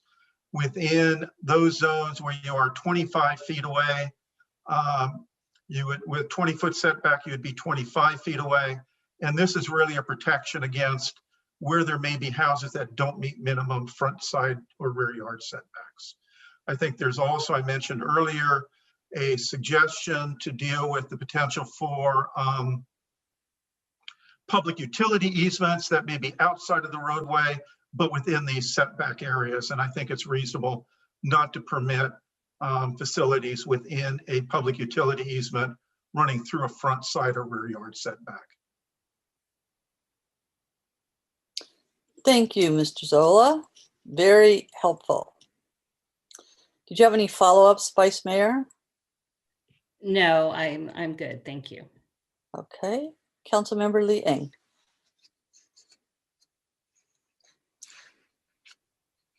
I wanted to address some comments made. I am aware that the individual who was speaking was very active in some of and drafted the ordinance that I studied. So I am aware of his work. And so I was honored that the person chose to speak. I am also pleased that an expert like Susan Foster, who's a renowned fire expert, would choose to also participate and share her knowledge with the city of Los Altos. So I did want to state that. Okay. Did you want to say something, Ms. Hughes? We're in the discussion portion, so. I am, but everyone else was allowed to make comments and make a statement. So I would like to do that too. So the other thing is that I did submit all my changes early. And for some reason, our process is very different now. I did want council to see the amendments that I presented. I know that Councilmember Weinberg is saying, I need time to study this. I was hoping to provide more time to allow council to make these amendments. And then it allows us a proper discussion. I would hope that as we continue this process, you will still have an open mind and listen to what other recommendations, because we're all here to make a better ordinance to protect the residents.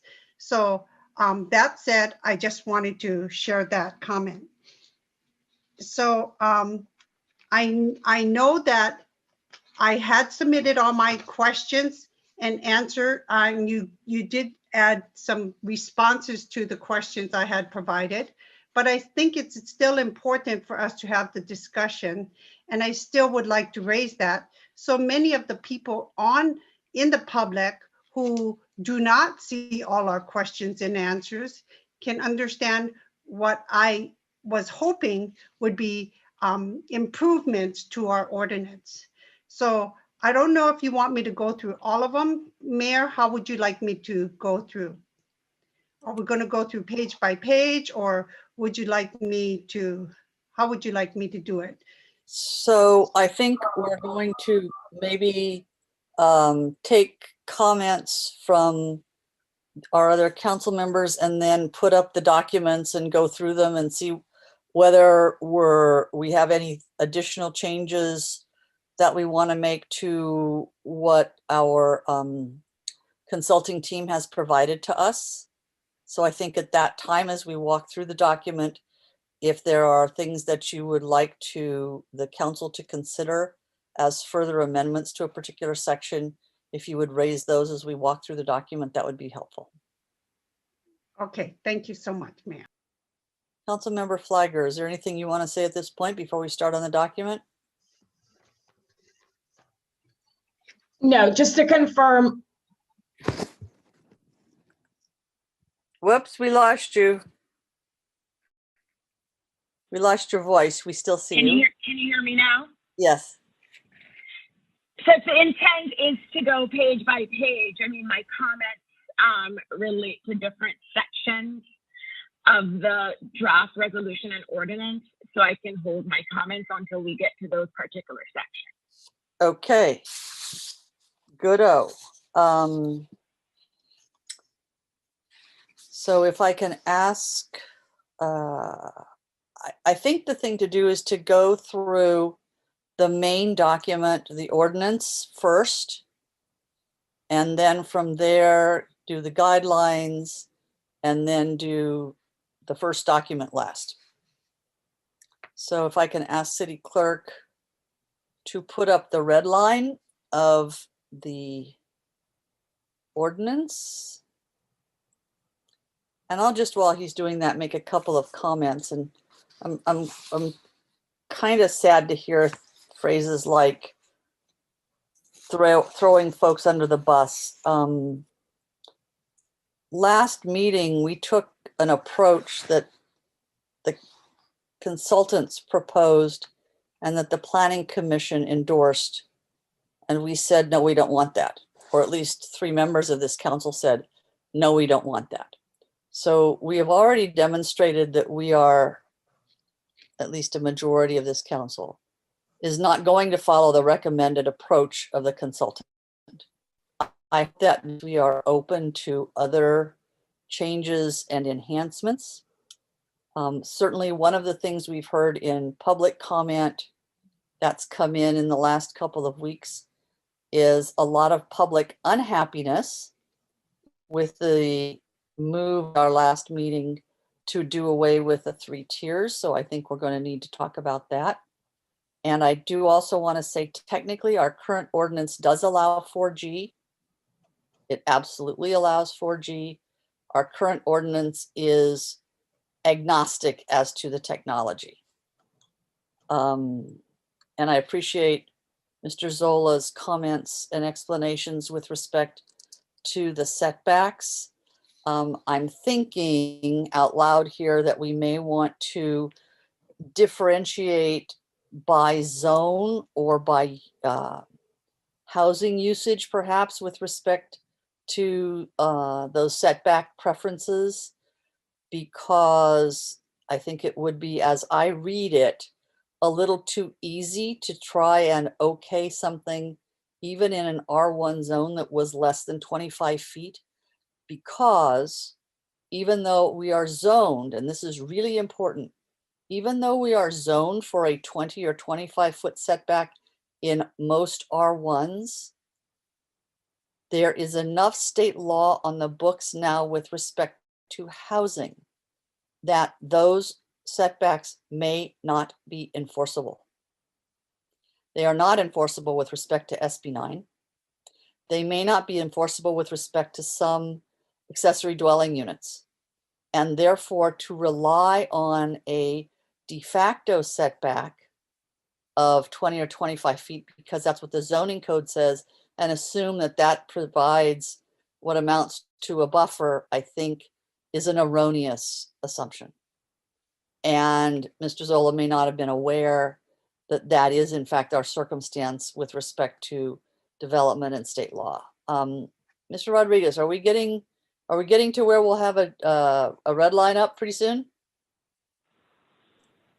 Yes, I am almost And there. Mayor, if I may. Okay, sure, thank you. Yes, go ahead, Councilmember Flagger. Thank you, Mayor. I just wanted to respond to the first part of your comment relating to taking the recommendation from the Planning Commission. I think we took a lot of the recommendations from the Planning Commission, the 3-tier structure that came forward. You're correct. That majority, if not all of us, indicated at the last meeting that we wanted to move to a 2-tier structure. And I do want to commend or team again for the excellent work they did. They really showed they listened and incorporated what we requested. And, you know, we should show them the appreciation that they deserve. The emails from the public that have come in that are proposing a 3-tier structure, that is a different 3-tier structure from what we considered the last time. And so I want to make sure it's not misleading to say there are members of the public who want to go back to the 3-tier structure that we had last time. It is a completely different structure model that's being proposed. And my concern, and I would look to our experts that we know are experts, to provide guidance on whether or not there's justification to move to that tier based on the reasons we're hearing. You know, members of the public want to move to that 3-tier structure. So I just wanted to clarify what happened the last time and where we are today. Thank you. I have no doubt that they will be able to comment about that. I hope that some of the public, if not all the public comment, was made available to them prior to tonight's meeting. Madam Mayor, is this the document in question? Well, that one will do. I was actually hoping for one that just had the red line without the comments. I don't have a version of that. I just have what Okay. you see here. All So right. Mayor, Yes. Mayor, I would like to really get some clarity on record. So I'd like to, because I really appreciated the 3-tier system that was proposed by the team. And I'd like to put forward a motion so people understand which council members are moving towards the 2-tier. So if I would like to motion that we stick with the 3-tier as proposed by the legal team as prior, and we can get some on record who's voting to change it and who's voting to that would have preferred the three-tier, original I three-tier. would ask that you hold any motions until we've worked our way through the document. There would Okay. be an appropriate time. I think one of the questions that will come up is there a majority interested in going back to the prior three-tier? Is there a majority interested in introducing a third tier perhaps in line or some modification with what we've heard from the public? Or is it the sense of a majority to retain the two tiers as presented by the consultant in this document? And we will get to that shortly as we get through the document. I'm going to try now. Mayor, while you're looking. Yeah, I'm trying to get a view on my own screen so that I can read this thing. Oh, okay. I was going to say our two-tier system, the second tier really does have two tiers. We talked about it last time. So the second tier is tiered. So I just want to point out that we do, in effect, have three tiers in this draft. Okay. Mr. Rodriguez, can you scroll down? Okay. Are there any changes to B where there are changes? Is everybody okay with that? Mayor, I think we should say has a population of approximately. Population of, in the third line, after the word of, add the word approximately. And I don't know whether Mr. Rodriguez is in a position, if this is a Word document where he can do that, or if we can rely on Mr. Zola to take notes. Madam Mayor, this is a PDF document right off the council QA. I do not have an ability to make notes. Okay, so then we're going to rely on Mr. Zola to take notes. A combination of notes and the taping of the meeting. Yes, you'll have the tape as backup. Yes. Great, thank you. Okay. Madam Mayor, a Word version of this was circulated. I could put up a Word version if you want me to do that. Yeah, it may be easier to look at the Word version. It'll be bigger. I know there were lots of versions of things flying around, and it was a little tricky to figure out which one to work with. And I know you're a wizard at doing this, Mr. Weinberg, because I've seen you do it. Making changes on the fly, that is. Yeah, give me a second to get it.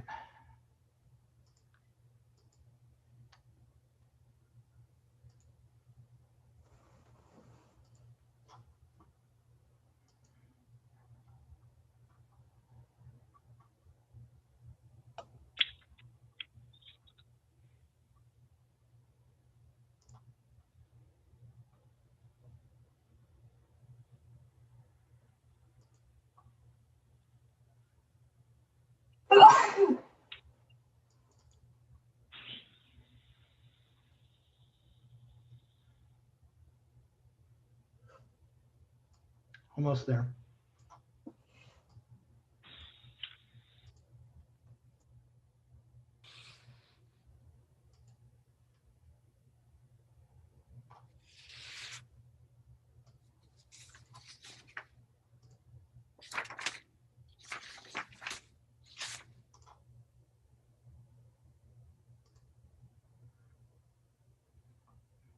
Are you seeing it? We are. Congratulations.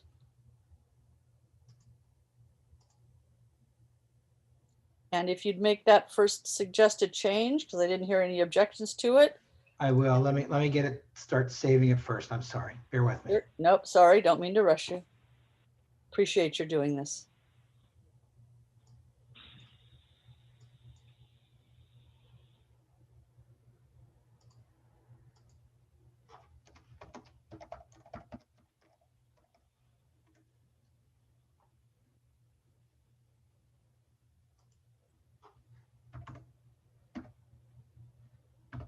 We want the word approximately, Sorry. lowercase. Thank you. And if you'd scroll down, please. Any other changes to B from anyone? And would you please just speak up, because it's not possible for me to see all of you and be looking at this document at the same time. I have a change on C, Mayor. Okay, go ahead. It was, what sentence? In keeping, it's not on this page. Yeah, it starts at the very bottom of the page. I see in keeping with these goals. Yeah. So it should be, I would just add the word, the city has revised, the next sentence. Is there, I mean, the next line of that sentence. Right. Encourage the location of wireless facilities within and adjacent to non-residential uses and providing for separation of, I wanted to add the word all in front of, and providing for separation of such facilities from all residential dwelling units. So it goes further down. It's in the second line right there. The rest, is there any objection from anyone to adding the word all?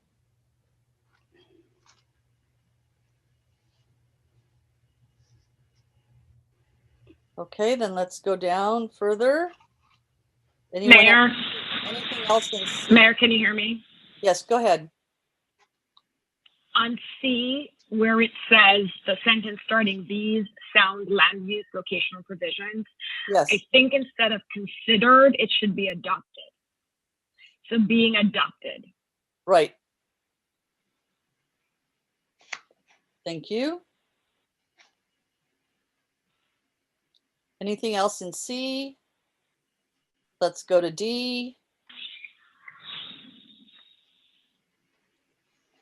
Anybody have anything in D? Let's go to E. Anything in E? Anything in F? The beginning of F? Going through F to G. Okay, stop please. Anything in G?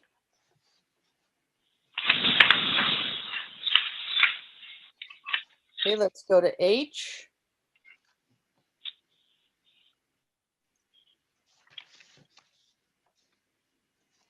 I.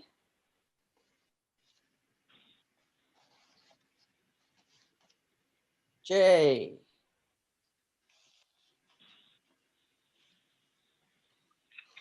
And go to K and please put it on and then stop. Let's see. On K, Mayor, Yes. I wanted to add a sentence. Potential. Small, that K. Yeah, these same concerns. Oh, did they change a bit on that? Findings, section 1. Wait, I'm trying to find my page. Okay, it was after the bullets. Okay. Down on K. So after the bullets, so anybody have anything on the bullets before we get past all the bullets? Okay, after the bullets, is this in the paragraph just above L? Yes, Mayor. Where I had Loyola, after Loyola Corners, I wanted to add another sentence. And it would read, further recent incidents in California and elsewhere have shown that wireless telecommunications facilities must be properly designed to minimize fire risk, S on the risk, and for structural integrity.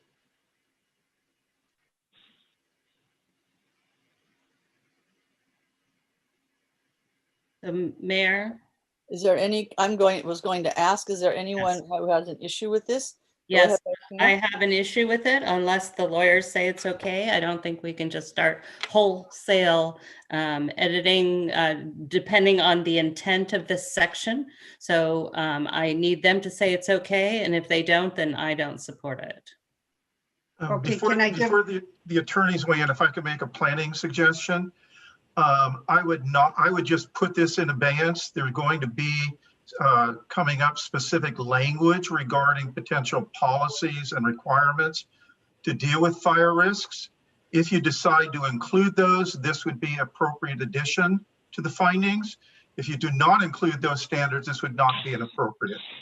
So I would just say hold this in abeyance till you get to the specific standards. So make a note pending, maybe you can make a parenthetical note. And I'm not sure we actually have evidence in the record to support that, so. Could I also provide some comment to this? If everybody's providing comment and my reasoning for adding this? Go ahead. All electrical equipment, yes, carries potential fire risk that can cause damage. I agree with the comments made, but the National Fire Protection Association states that all electrical work must be done by a qualified electrician. And by putting this in, I think we will ensure that we can argue that that we can make sure that the installers will be fully qualified. There is that was the reason. Okay, I think the comment that's consistent with what the city attorney said, which was, or what Mr. Zola said, pardon me, that if we make some other changes later on that are that kind of follow from this, then we would leave this in, otherwise it would come out. Okay, thank you. Okay, moving forward.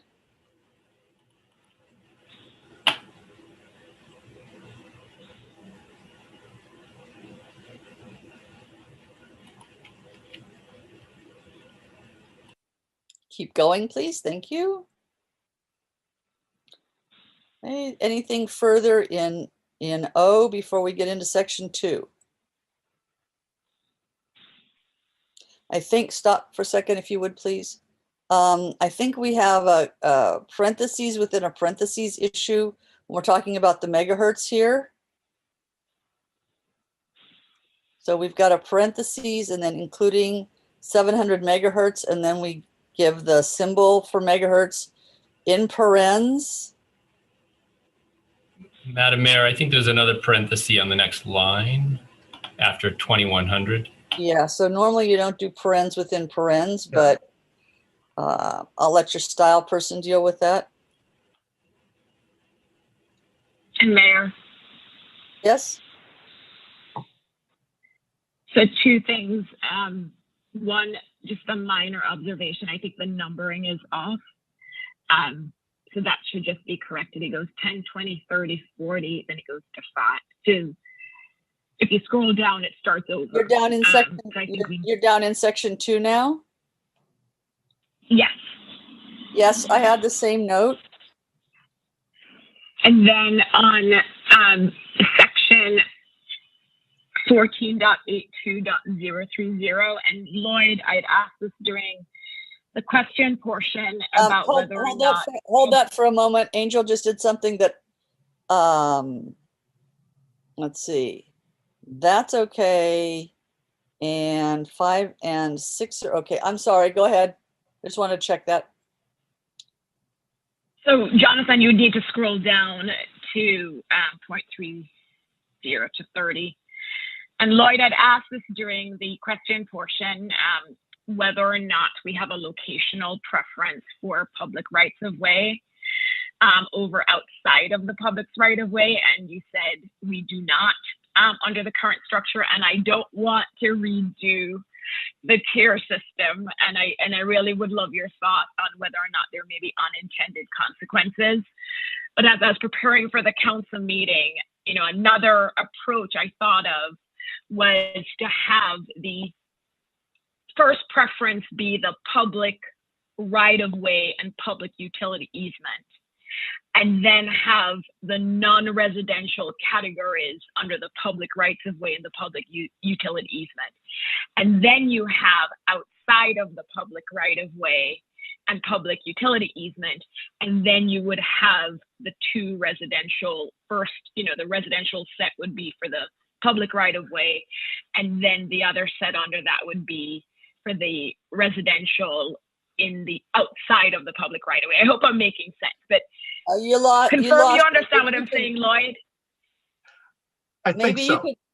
Maybe you could say it one more time, council member. So under public rights-of-way for A, we would have number 2. So we would have A2 there, but then we would move up B1.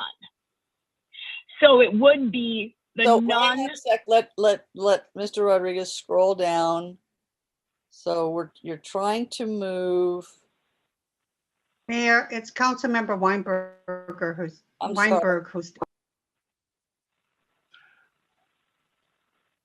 Let me ask a basic question of what you're trying to achieve here.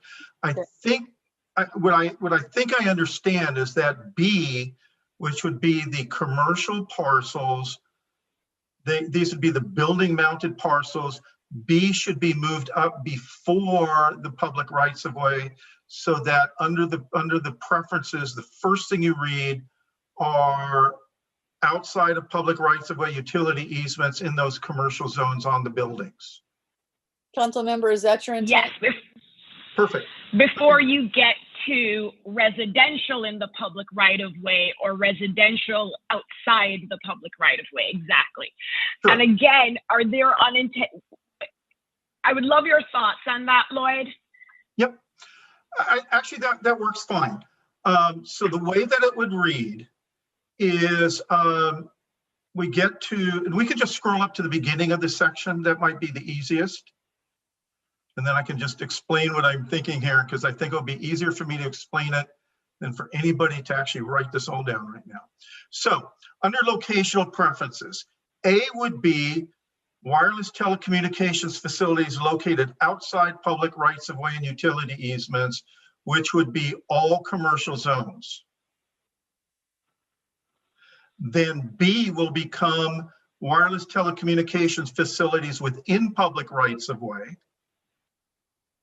And those would then be separated first with the commercial zones, then the residential zones. So that would be our two tiers would be within the, essentially within the public rights of way. I think that's all doable.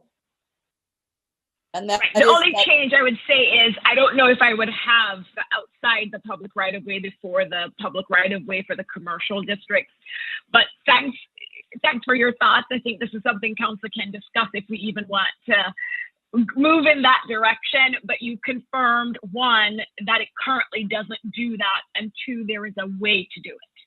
Yes. The only reason I would suggest doing B first is because if you, the building mounted facilities are the ones that are truly invisible or can be truly invisible to the public. I get it. So it really doesn't matter, unless the council would want to say that within the right of way or outside of the right of way, either one is preferred one over the other. That is a policy choice for council to make. Thanks, Lloyd. Mayor, I have an edit.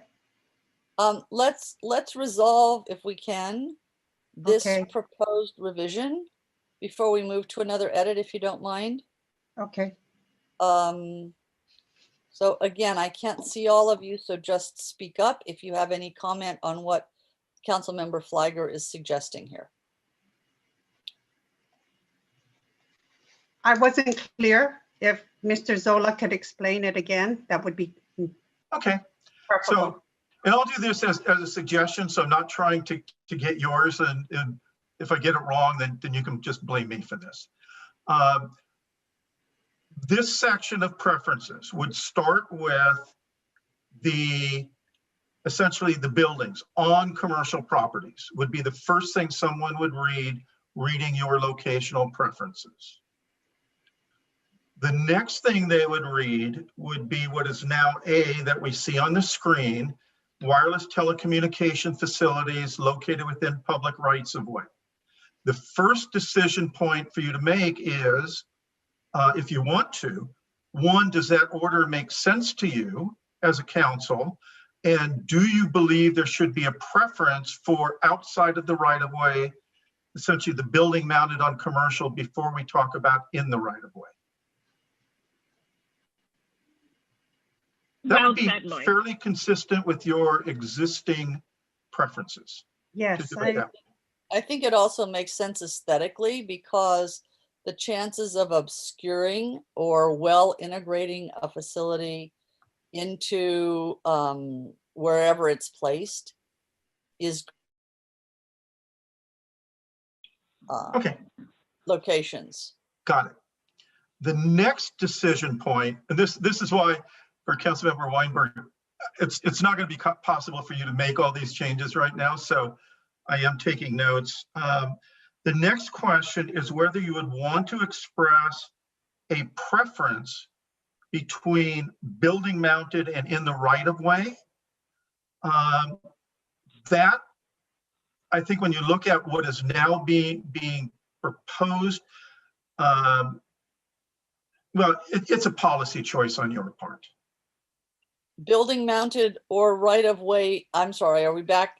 Yeah, whether you want to establish a preference of the outside of the right of way, which are basically on the commercial properties, as opposed to anything within a right of way. Well, I think that's what we were just saying. And I was saying yes. And I think the Councilmember Flagger was saying yes. Does anybody else want to weigh in?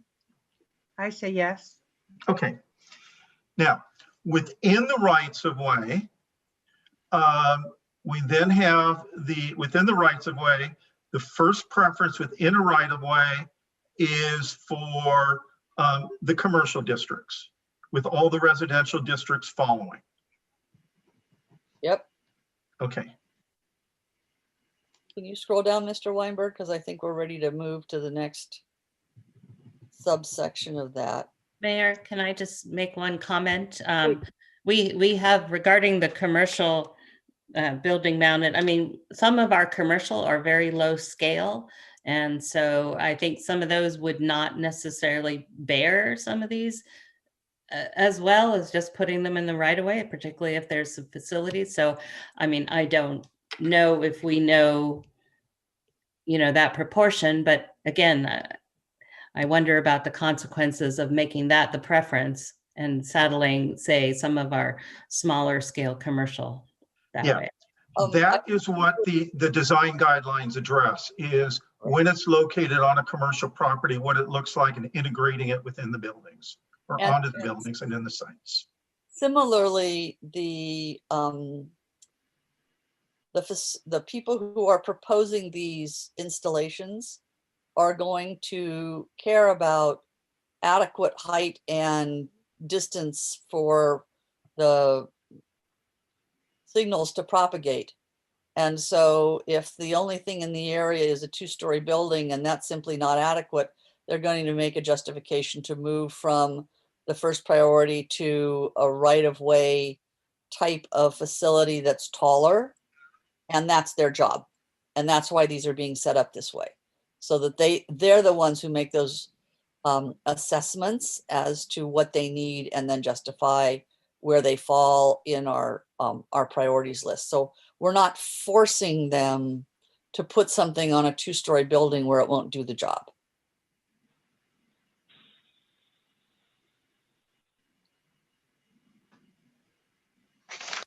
Okay.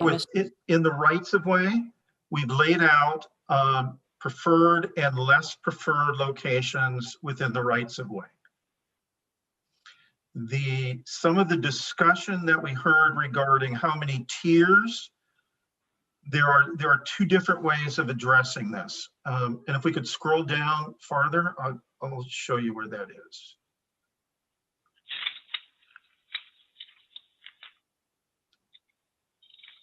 Right here. Okay, you can scroll up a little bit. Okay, here's where we start saying what preferences there exist within the residential rights of way. So within a median where there's one, where there's no residential unit present, we talked about the 25 feet. Let's come back to that in a second. Then we talked about the way that it's done. Here is where we've heard some of the ideas about, well, we need to create a third tier related to schools, daycare, so on. If that were something important to the council majority, this would be where to put that. So we would say, for example, permitted wireless telecommunication facilities within a median where no residential dwelling unit is present, and then any other locational things you want. So with that, I will leave this to, I think it was Councilmember Liang that had suggested that this would be the appropriate place for you to make that recommendation. But I still have a change up above. Okay. Okay, can we scroll back then? Where do you want to go back to, Councilman? You know where Nisa added, so the A kind of became a B? Yes, and then well, the B became A, yeah. Yeah. And then so what Councilmember Flygore suggested became A.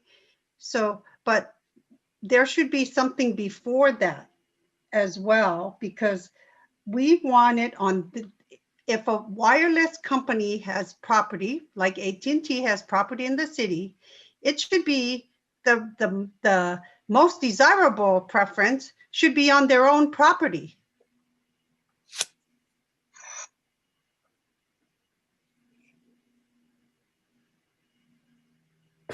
That makes sense to me. I don't know how extensive that is and how applicable that is. Mr. Zola, do you have a comment? One, we don't know how many properties they actually own. I think if that were important, the way to do that would be within both sets, public facilities within rights of way.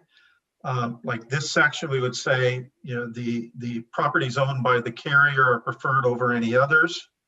And we do the same on buildings. If you own a building, we prefer it on your building before anybody else's building. Madam Mayor? Yes. What if a carrier buys a house in the middle of a neighborhood?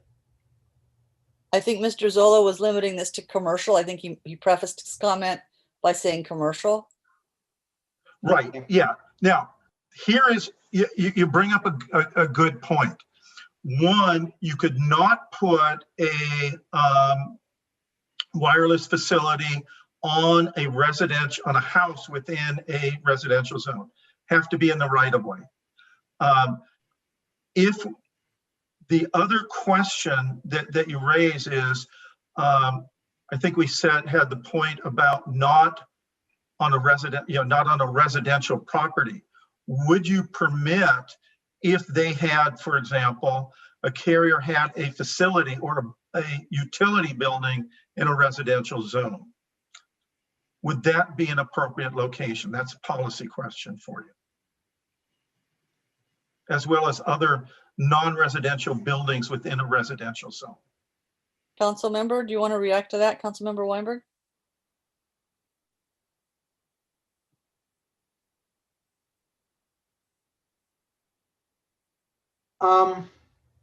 I think Mr. Zola identified the problem that I saw. In theory, it makes sense that if there is going to be if a company wants to create a burden, the burden should be on their own property. But if what we're trying to do is get small cell facilities farther away from homes, it may be that putting a small cell on a pole in a median is preferable to them putting it on some other property that they own, which is immediately adjacent to a home. in that case, why don't we just say no buildings within a residential zone? Because we've heard both for and against having churches, other non-residential uses, placing it, for example, on high school, on the lights in the ball field. So the question is, would you want those kinds of uses on a property within a residential zone, or just none on a building? What are your preferences? So can I ask a clarifying question? Go ahead. To that? So like, you know how we have the water tower properties and they're within near residential zones, but they're on big properties. And I notice in other cities, they have placed it there. So I do see some advantages to it being on, unless we put, if it's in a residential zone, it has to be, we can put a safety zone or setback from residential zones, from the residents. I think that one you just described would be city-owned properties within a residential zone. Yes. No, they're owned by our water utility or water utility. Or city, well, you could say city or utility-owned properties, or utility-owned facilities. That would prevent buying a property just to put something on it.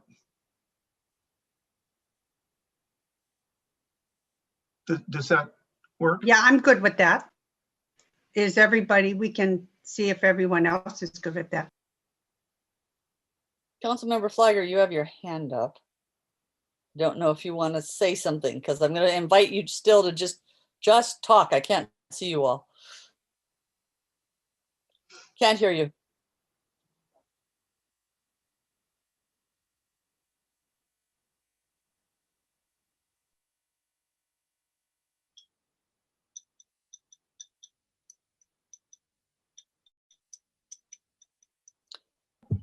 Can you hear me?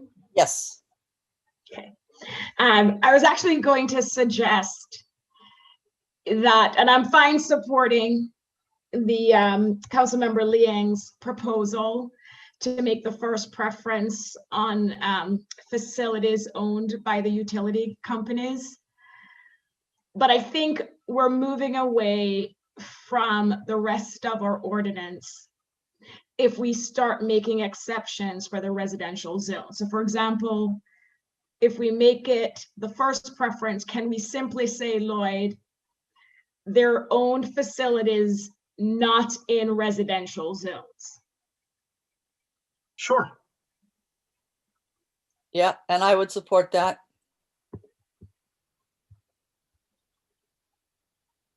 Okay. Okay, can we scroll down, because this would be B under the new system. Whoa, stop. Hang Mayor, on. based on the time, can you Yes. hear me? Yes. You ready for a break?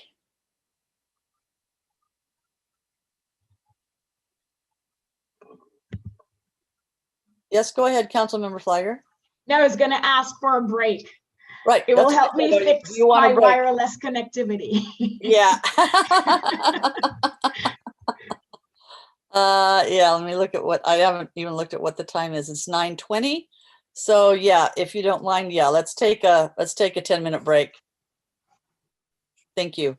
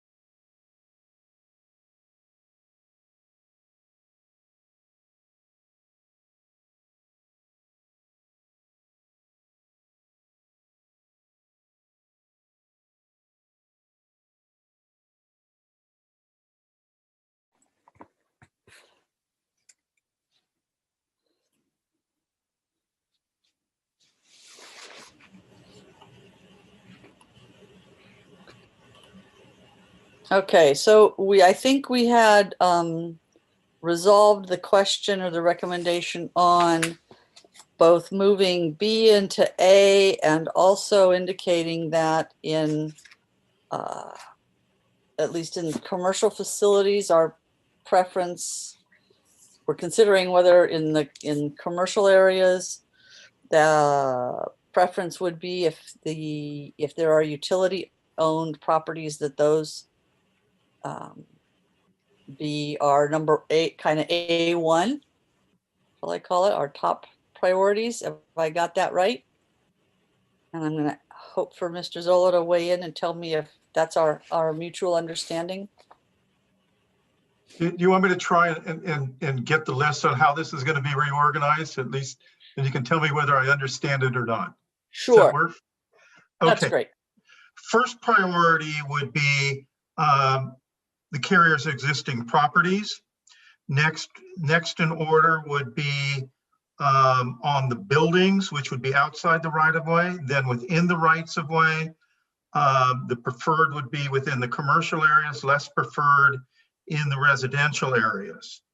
And I think the only modification to that is at the very beginning in the carrier's own facilities, if they are in commercial zones or in other than residential zones. Okay. Got it. Okay. Okay, and then I'm going to ask the council member Weinberg, who always does a great job with this, to please scroll back a couple of pages. I want to verify maybe an oops, a little bit more right there. I think if my note is correct, that what's shown here as 1482.050, the additional locational preferences, was actually removed.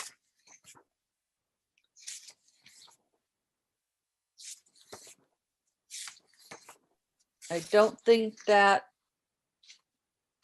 or that is shown, let's see, that's less professional, that's on 14. Yes, additional locational preferences was eliminated on, I believe it's page 16 of the document. So I think we've got a different numbering problem than we thought we had. The direction from council should be, when we are all done laying this out, renumber the whole thing. Yes, to make sure we've got the numbering correct. I will do that. Okay, but that one I would make note of, that's deleted. And so just make a note, some additional renumbering verification needs to happen. And then with my apologies, please go back to our discussions about preferences. Mayor, I had a question at number 3 on less preferred locations.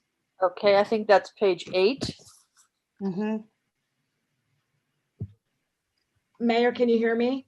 I can. I'm sorry, I don't want to go back. Lloyd, just a quick clarification question. On the wireless communication facilities definition, so we defined, I think, small cell facilities. But throughout the documents, we say wireless communication facilities. I want to make sure that we are talking about, if we are, I think it needs to be clear. Are we only talking about the small cell facilities or all wireless communication facilities? Okay. When we are within rights of way and public utility easements, they are only small facilities. So maybe as part of your cleanup, just make sure that it's consistent where we use wireless communication facilities. We really aren't solely referring to small cell facilities because that's what's defined in the definition section, but then we use wireless communication facilities, which is a broader term throughout the document. Okay, I think, why don't we use this convention? Wireless telecommunication facilities will include the large ones and the small ones. And then when we're in the rights of way and we're dealing only with the small facilities, I'll refer always to small wireless facilities. Okay. And now, Councilmember Liang, you had a comment in number 3 here. So, Mr. Zola, can you help me understand? Because you were stating how our goal was to not put this in the single-family residential district as and make it. So why is the single-family district like the top one in this whole list? Because they're ordered in the order that they appear in your ordinance. This is not a preference one to the other. This is simply, they are listed in Municipal Code Section 1404.010 in this order, and I just maintain that order. That's all this is. So maybe we should list the preference order in which we would say less preferred in the following order. And then it should go from W down. Okay, and that's a policy decision for the council. And what you would then be engaged in doing would be establishing preferences for the location of facilities in some people's zoning districts as opposed to other people's districts, which I thought from the direction last time we were trying to avoid. Well, then it contradicts what we said earlier. So I just needed clarification because I know earlier you were saying that you were trying to minimize it in the single family residential districts. Okay, I'll take a look at that wording. Or maybe, because I understand the logic of how this goes. At the end of the introductory clause at 3, are those fronting or within one of the zoning districts identified in the following subsections of Muni Code, blah, blah, blah, parens, not shown in preferential order? Yeah. Yeah, okay. And then my question would be, when we get to this section, if there is sentiment for trying to exclude parks and or schools, those both fall under sub S or the, and so I'd like to test whether there is in fact sentiment on trying to exclude parks and schools, and whether, and if there is this the right place to do that?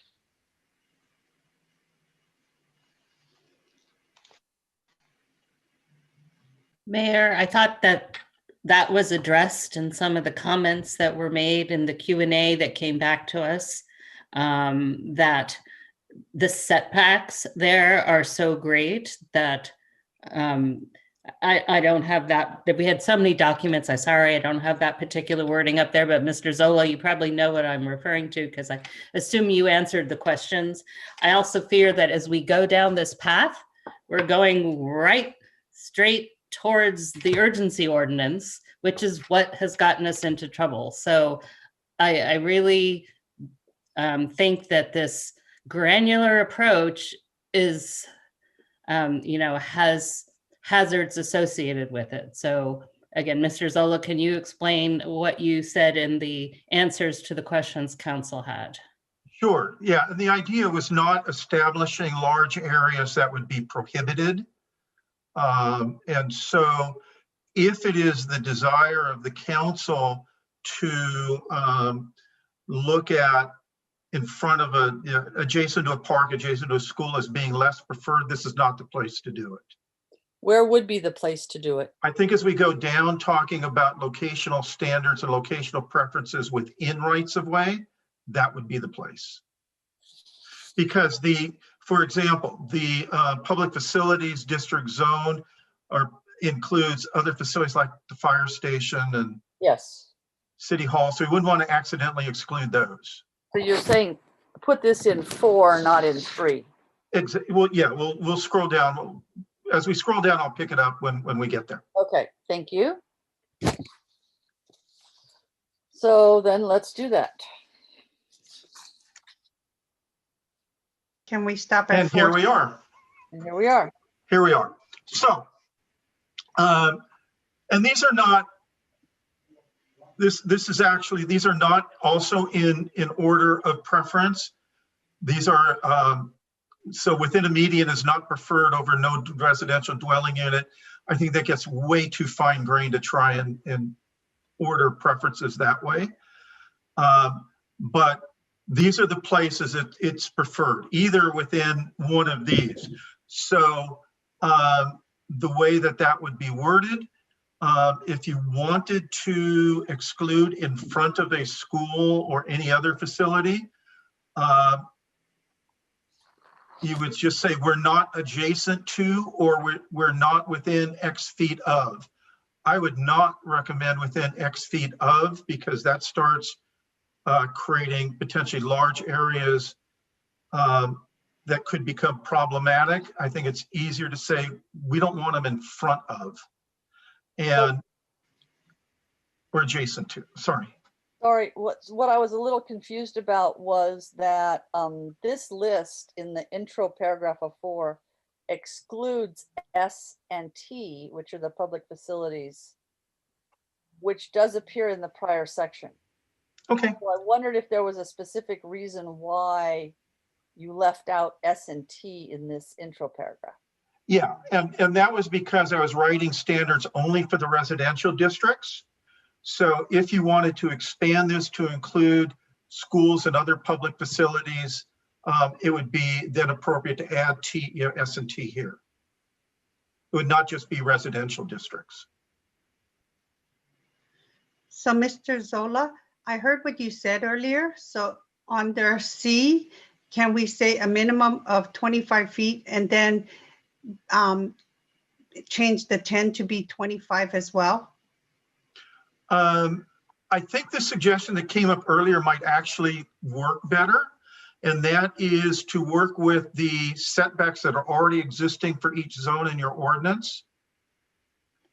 And then set a minimum, particularly within the CD R3 zone, so we aren't right up on top of the buildings.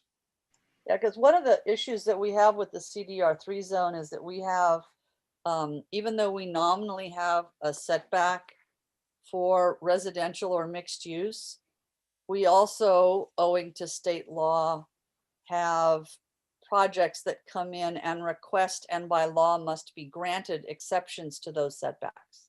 Mm-hmm. So that we don't always have 10 feet there. Right. And all we can deal with in terms of separation from a residential unit, we have two ways of dealing with it.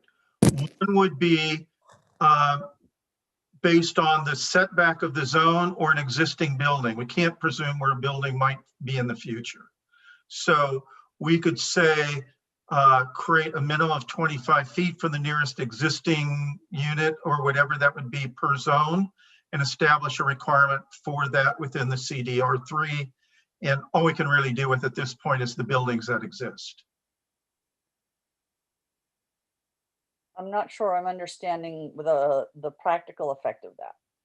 Practical effect would be that we would not be separating, that a future building could end up closer than whatever our setback is in this in C, because a future building was put in a place that was put in what is otherwise a setback. So if we have a setback in a CD zone on the front that says 20 feet, we'd establish a 25-foot setback. And if the building were put in front of that, that's set less than 20 feet from the street, we're kind of stuck. So then we would not be able to enforce our 25 foot. Is that what you're saying?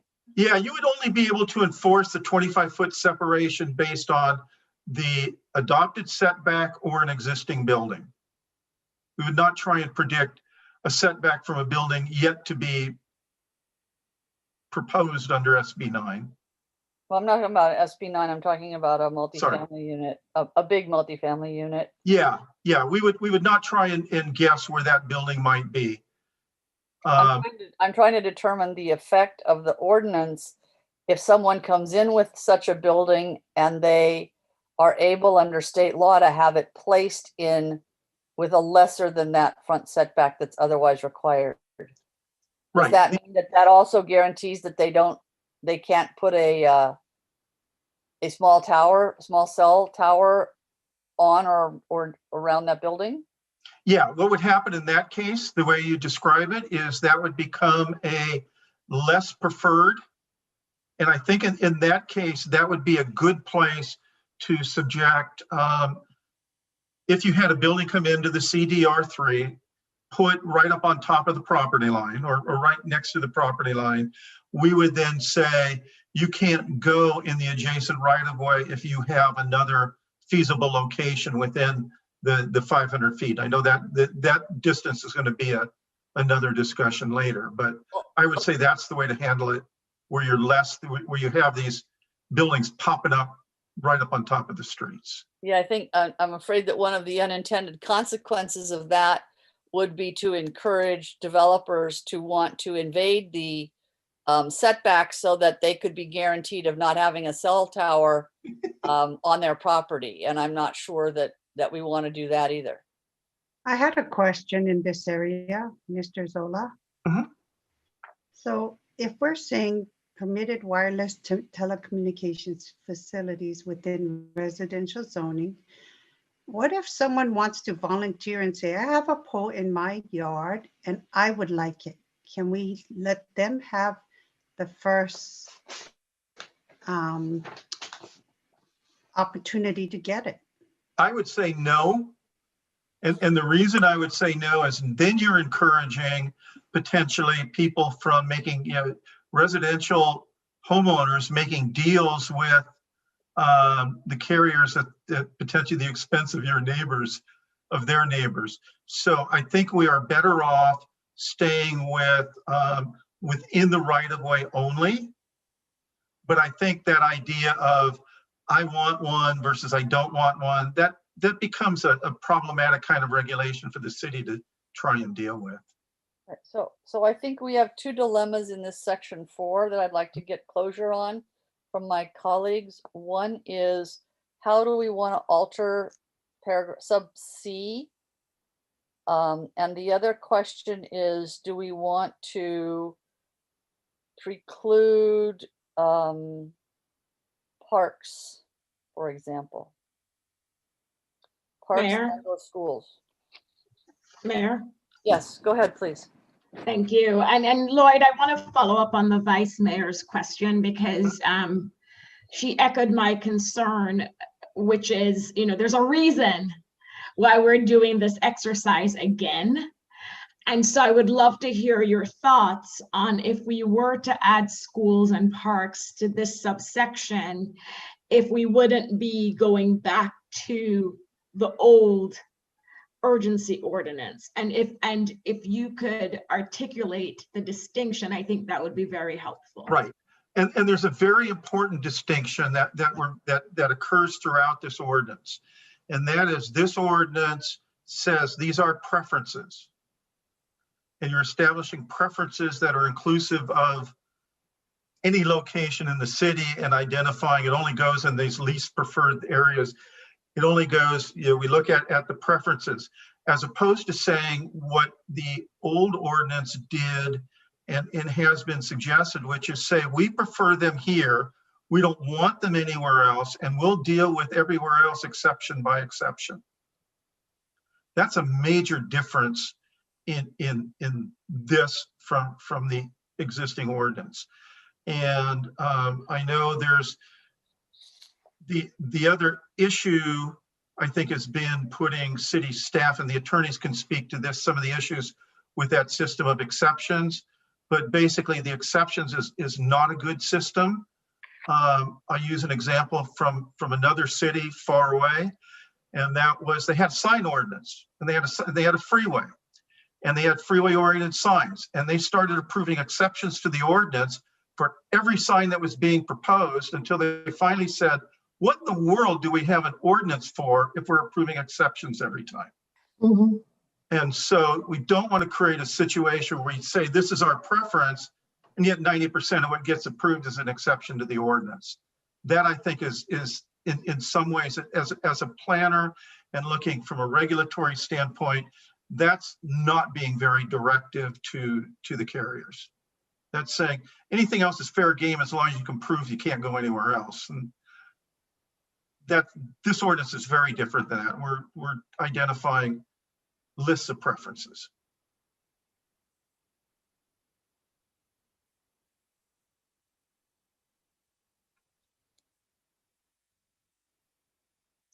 So is there anyone else who wants to exclude or place as an absolute least preference parks and schools? I do. And he provided some language earlier on how we could do that. I would Anybody else? appreciate. Otherwise, if there are only two of us who want to do that,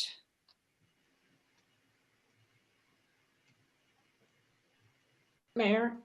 yes, go ahead. I mean, based on Lloyd's explanation, I am fine putting it in this section. You know, if the attorneys agree, I know Lloyd isn't an attorney.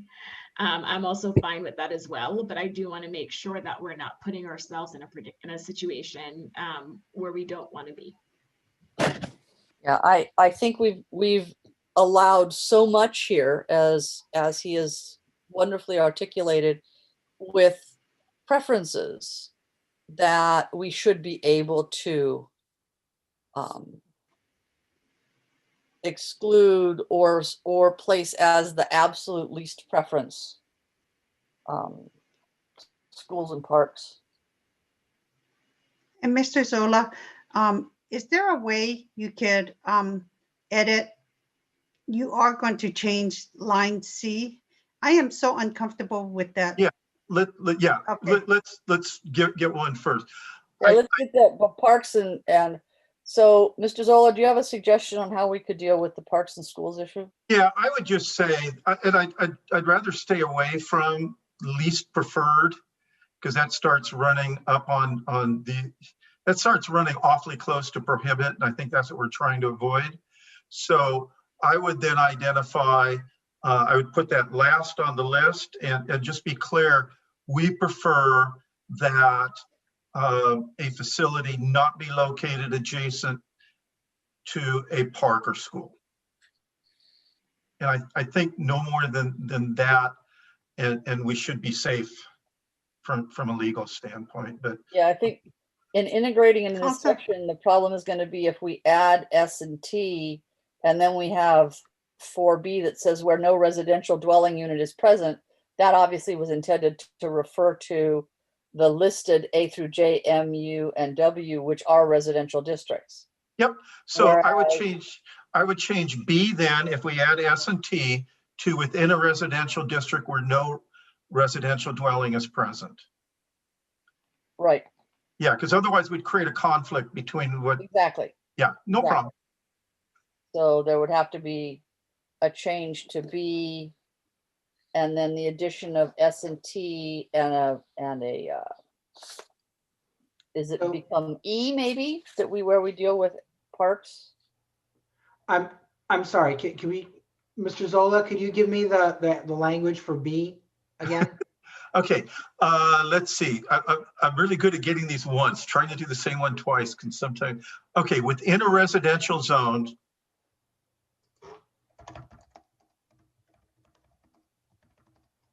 Where no rest and the rest stays the same. Yeah. And then adding an E, and I would just reference, no, go back, it would be, yep, it's after it's right before the diagram, council member. It looks like the diagram is a part of D3. Yeah, the diagram is part of D. Yes, I'm sorry, it's above 5. Right. Yep, right there. Thank you. Yeah. I'd have to think of the wording. What we want to say here, let's for now just say not adjacent to a school or park. So, Mayor, I apologize. You had asked us just to speak up. I know you can't see the hands. On these changes, we would appreciate the chance just to confer with legal counsel and come back and make sure that that they're okay with the changes we're making live right now. Understood. Yeah, thank you. I would very much appreciate that also.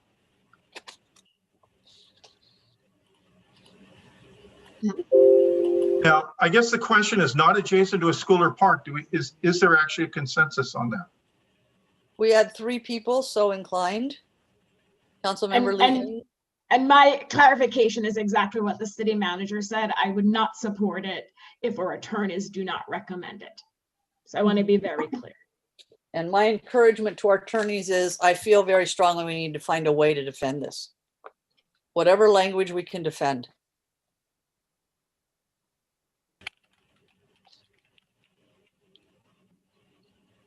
Okay, shall we move on? I'm sorry, I'll wait for Councilmember Weinberg, who's annotating. Sorry. And Mr. Zola was going to change the language in 4C. The next he was going to go back. Yeah. Yep. Okay, and this, yeah, and C, I think earlier somebody had said to modify this rather than a single number for every zone, that we would base it on individual zones, because in some cases, I think we'd want to acknowledge that the right-of-way is actually going to be farther than this, if that makes sense to council. So this would be our minimum where the setbacks are the smallest, and we would then identify the areas where our the existing setbacks and existing zones are larger. So we aren't basically saying you could actually be closer than a setback would normally allow. Right. The problem is going to be with the multifamily. That's easy to do with all the single family zones. The challenge is doing it in multifamily or mixed use areas. And that I'll need to confer with legal counsel to what we can do in those zones.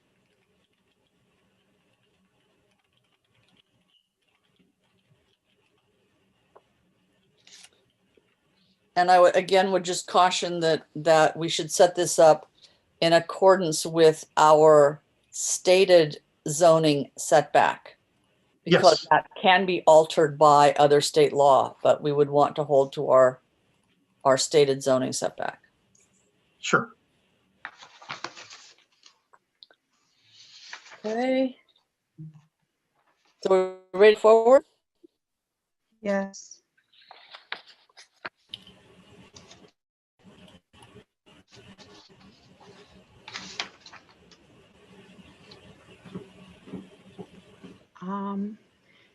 I have something for 6.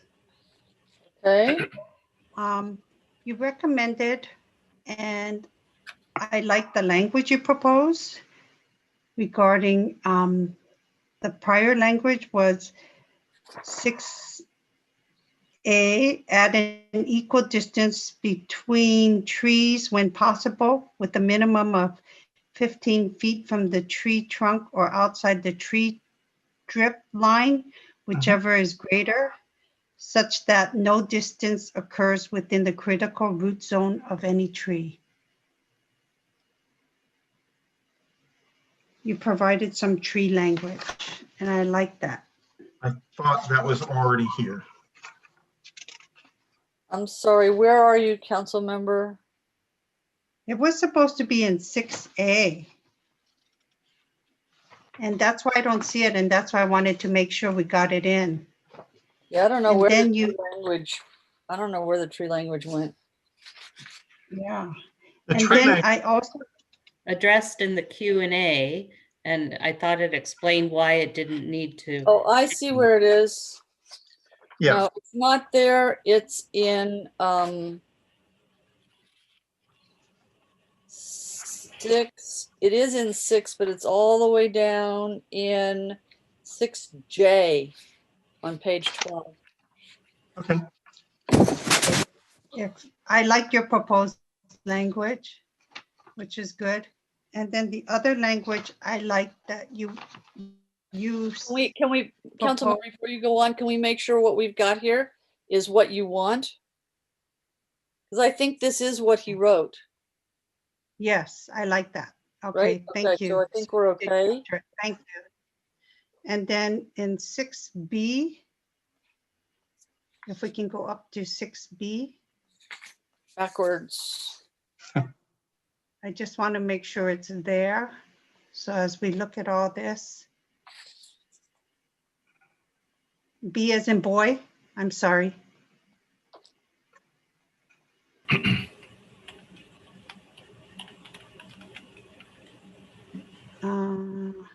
Okay, stop. Fine. I think what's missing was the other language that you had proposed, and I don't see it here, where it says no small wireless facility permitted within a public utility easement across a required front, side, or rear yard setback. I don't see it here, and that wouldn't go here. Yeah, the issue that's being brought up is the potentially rare circumstance where a public utility easement runs across a property outside a right-of-way, outside a street right-of-way. Right. And so that is because we focus so much on the street right-of-way. A public utility easement across somebody's backyard or across their front yard is a possibility. And we just want to make sure that nobody's putting facilities in somebody's front yard because there happens to be a public utility easement across the front yard. Yes. So which I do want to see that. Which subsection was that in? Because I'm not seeing it either. No, it wouldn't go here. We need to find the right place for it. But it would be, if you scroll up, please. I think we would do that with the what we just talked about with the setbacks. I would do it as part of C, or maybe right after C. We talk about within the right of way, and then add, and obviously this depends. No small wireless facility may be permitted within a public utility easement across a required front, side, or rear yard setback.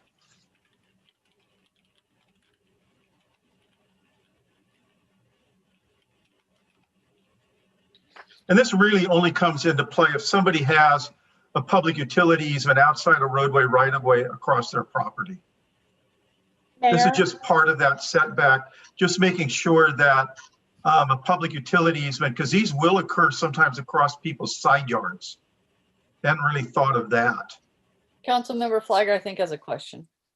I do, Lloyd, and this language gives me pause because it could read as a prohibition, and it fits within the list, but the way it's worded, and unless that's the intent, it reads as if we're saying it shall not be permitted, or it may not be permitted at all, as opposed to it is on or low preference list. So I just want to make sure that that's what we're saying here, and this reflects that. Yeah, and this really needs to be discussed with counsel. Yes. With legal counsel. Yeah, I'll just let the council know we're going to have to review all of these and make sure that our findings support some of these reasons, especially the lower preference for parks and near schools. So make sure we have findings to support this. Yeah, we'll need to make some modification. Whatever is the outcome here may require some modifications to findings. Yeah, because we don't, yeah. Because we're not hearing any language about they're not in parks and near parks and schools because of aesthetics at this point. So we. Well, parks and aesthetics, that one's easy. in my view, but shall we go on? Are we ready to move to the next section? Yes.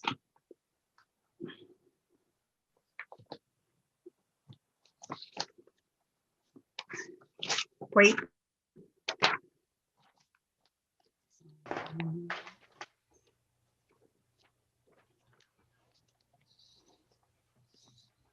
Okay, we got that.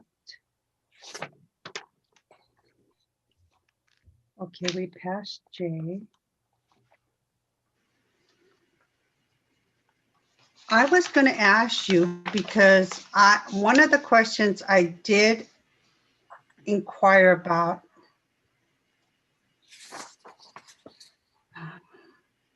was I have some concerns about cul-de-sacs. And so I was just wondering about a comment that was made earlier as well. I wanted to make sure that if we say that wireless telecommunications shall be limited to when it comes to the front or rear easement of a property within a cul-de-sac or the properties at the, because I'm concerned that if someone has ADA abilities and they need to get away, how are they going to get out of their cul-de-sac if there's a fire in the front? Because they wouldn't be able to climb or escape out of their rear or side yards. So that's my concern. Oh, okay, you do have that here on number J3. Okay. Yeah, 3 has a strong, there's a strong preference so there. you did address it. Okay, thank you. Right. 3 is just, it's a preference for a through street rather than a cul-de-sac, because I think we have a problem. And there's a problem if we start saying, if you happen to live on a cul-de-sac, you don't get one of these in your front yard. We'll protect you. But if you live on a through street, so I was trying hard not to create those kinds of situations. And this is as far as I think it's reasonable to go. Okay, that sounds good. Thank you. Okay, moving forward to B, which is going to become A. Yeah, these are the ones that would be building mounted or within a flagpole on a commercial site and those kinds of things. Right. Okay. Anybody holler if there's something you want to see changed or you don't like the change shown? My next change is 482040.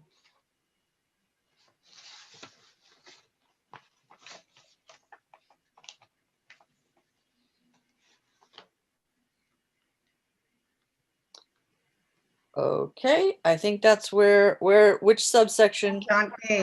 On A. Info, that info.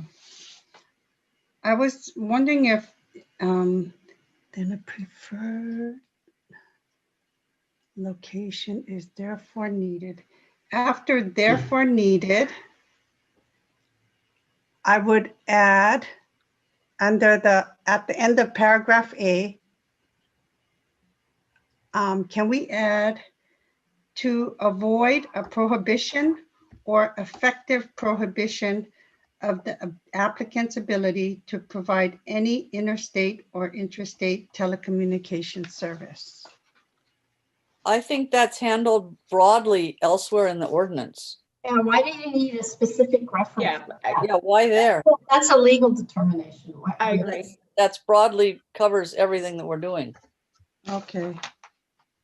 Mayor, I have a comment, if I Yes, may. go ahead, Vice Mayor.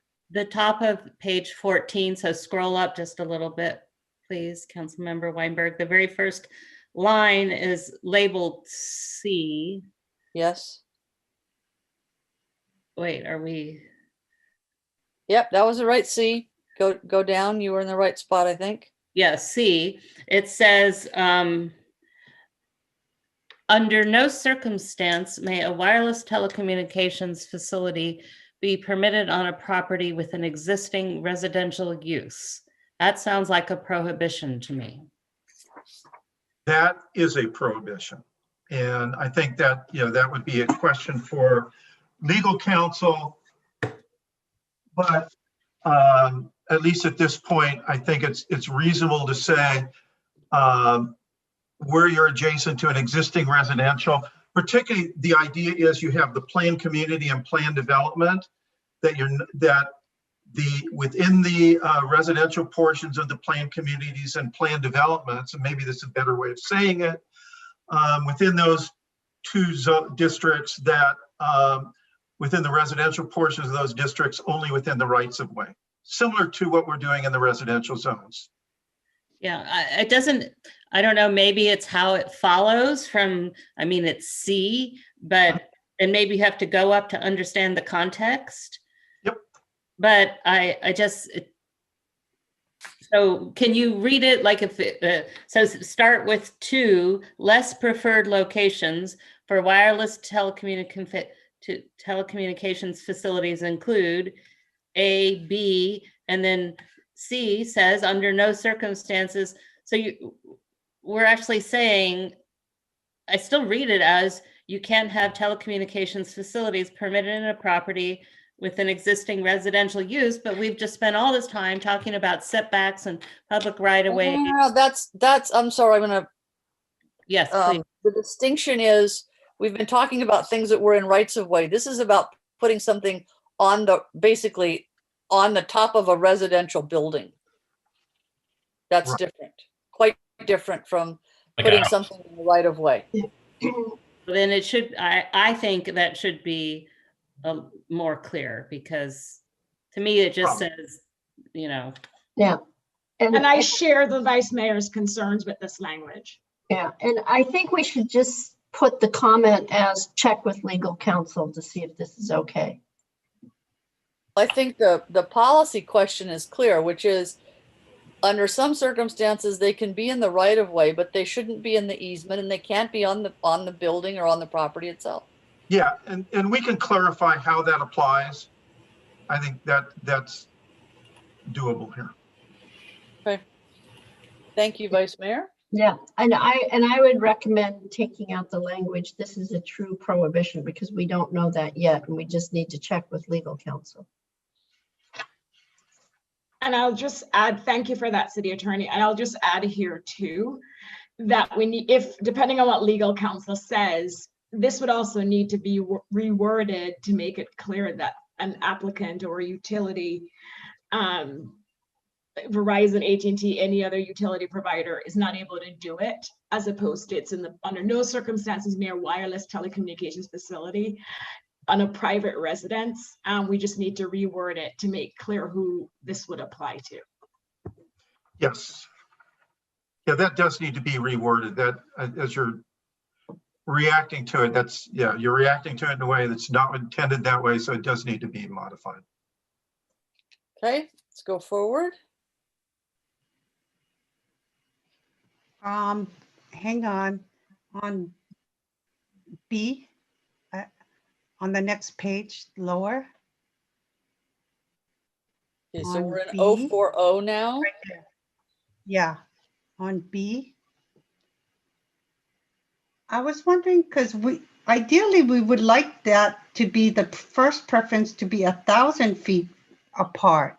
So can we change that to 1,000 feet apart? And then if they need to prove that they needed 500 feet from the site, then they can prove and make a request, and we can provide waiver. But can we, ideally, we would like it 1,000 feet? Well, this isn't setting a locational requirement. Basically, what this is saying is that if you're proposing a less preferred location, you need to look at a radius of 500 feet from that site to determine, is there a preferred location that's feasible? That's what this is after. The reason it's 500 feet is given that the range of a small facility, somewhere around 1,000 feet. As soon as you start moving up more than 500 feet, you're off into some other service areas. So I think we can create some unintended consequences and some unintended problems by looking at more than a 500-foot radius. 500-foot Okay. radius is 1,000 feet side to side, which is about what one of these can cover. That's the reason for 500.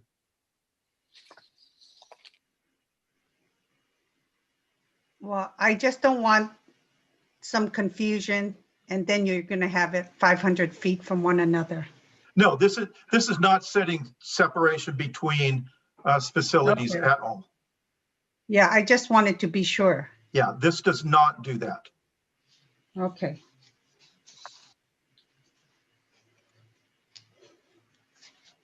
Mayor, if we're scrolling down on section D, Keep going then, please. I'd like to make it clear that it's the city manager who has authority to review these requests, and the city manager may also hire an independent consultant. So maybe reword D to say the city manager or designee shall have authority to review requests for a less preferred location and may hire an independent consultant to help with that review. But I do want it to be very clear who's reviewing these requests. And I think that needs to also be looked at by the city attorney, because there may be a legal reason to retain it as the city's authority in the ordinance without specifying the city manager. But I think we ought to toss that to the city attorney. Yeah, because that would effectively put an administrative decision in ordinance. Yeah. Who at the city approves? That may not be the best place to put it in an ordinance. So are you saying that these requests could come directly to council? I'm just trying to understand Oh, what no, that process. no. Okay. I Chapter, want to make sure. yeah, chapter 1112 deals with the processing and who approves and who takes applications. So this is not the place to deal with that. No, and it follows our standard practice that it's the city manager or his or her designee. So, I mean, at some point it could be the public works director or the community development director at a certain point. And then if there's a denial or some, they could be appealed to council, but they don't go straight to council. And we purposely structured it that way. And Yeah, that was I just remember having a discussion with a former city manager about the importance of retaining the city's authority as stated in an ordinance and not designating it directly to a specific person. no, because the person may leave or the title can change. And so, you know, the zone's full of plan director, planning division manager. And so, yeah, city manager or designee is the safest. As long as that's clear, I'm fine. So thank you.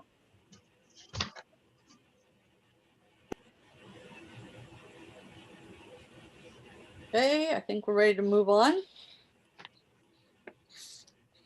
Howard?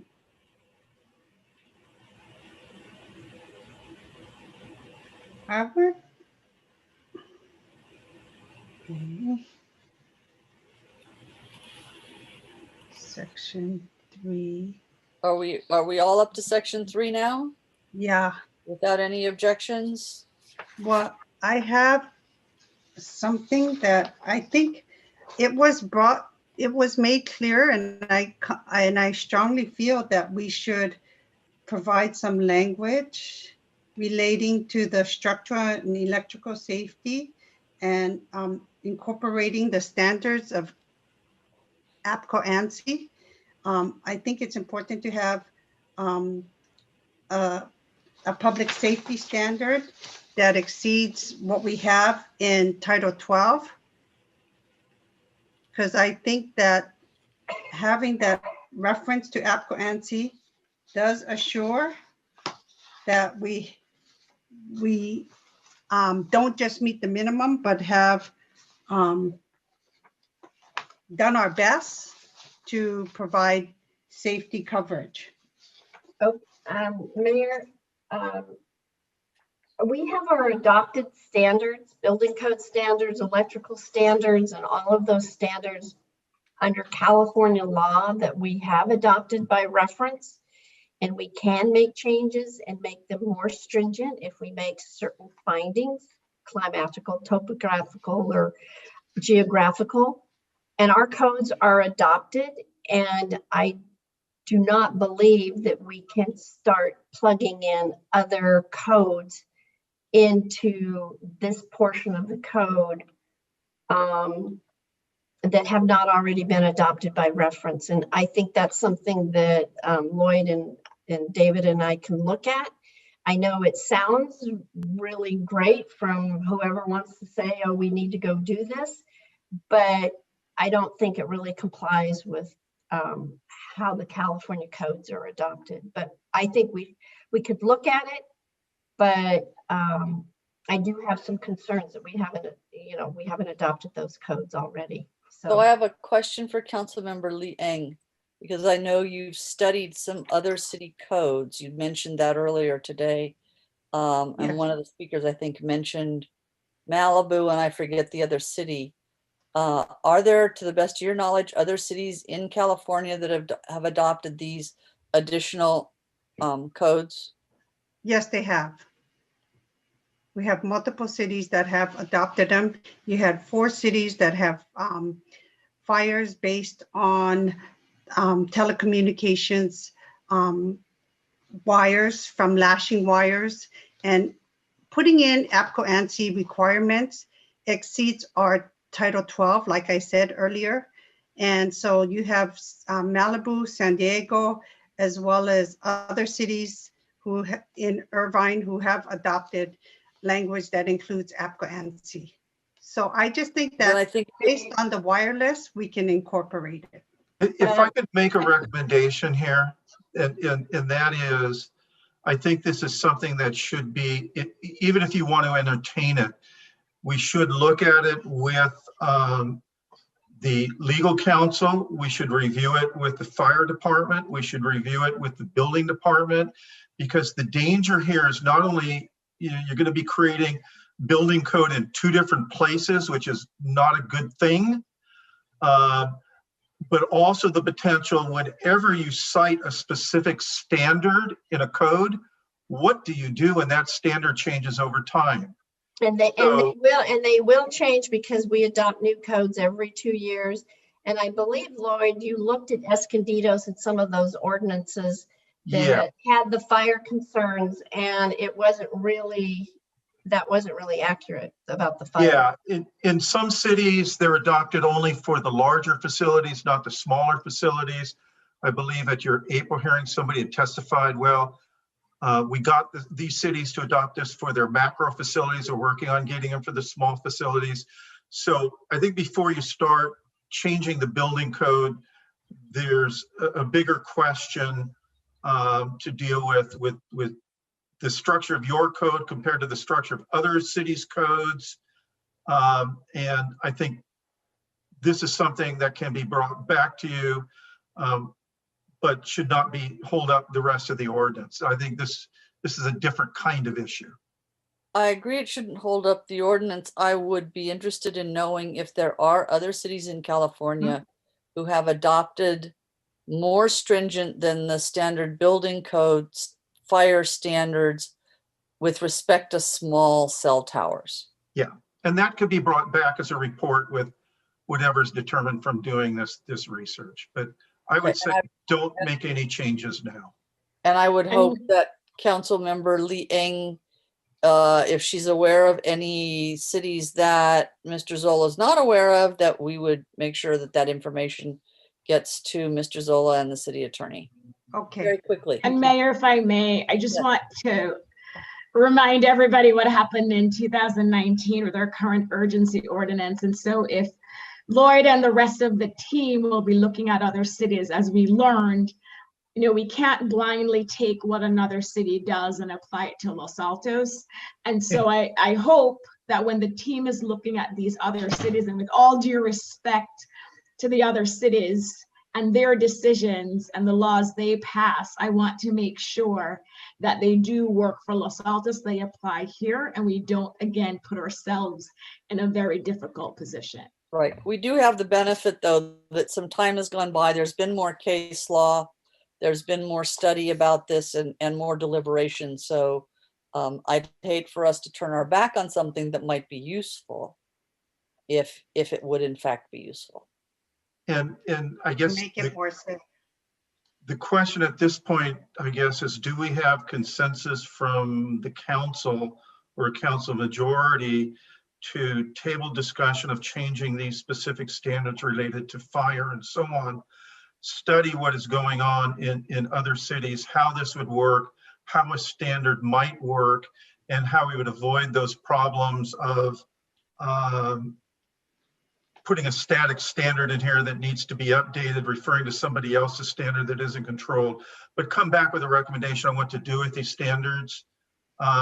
Because we would also need to make findings based on something more stringent than the building code, as the city attorney said, coming back with findings that support the more stringent standards in the building code. So I think with concurrence of legal counsel, I just wanted to make sure that you are all comfortable with staff coming back and consultant team coming back with a recommendation on all of these standards related to fire safety design, who reviews what plans, how it relates to the building code.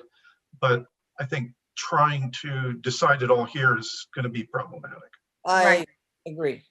I agree. Can I clarify, since he's looking for direction from council? Go ahead. Yeah. So when you say table it, Lloyd, are you saying we move forward with adopting an ordinance or resolution if there's support, and then subsequently amend it after you've done that research? Or are you saying table it until we get, okay. No. So if it's the former, then I support that as well. No, definitely the former.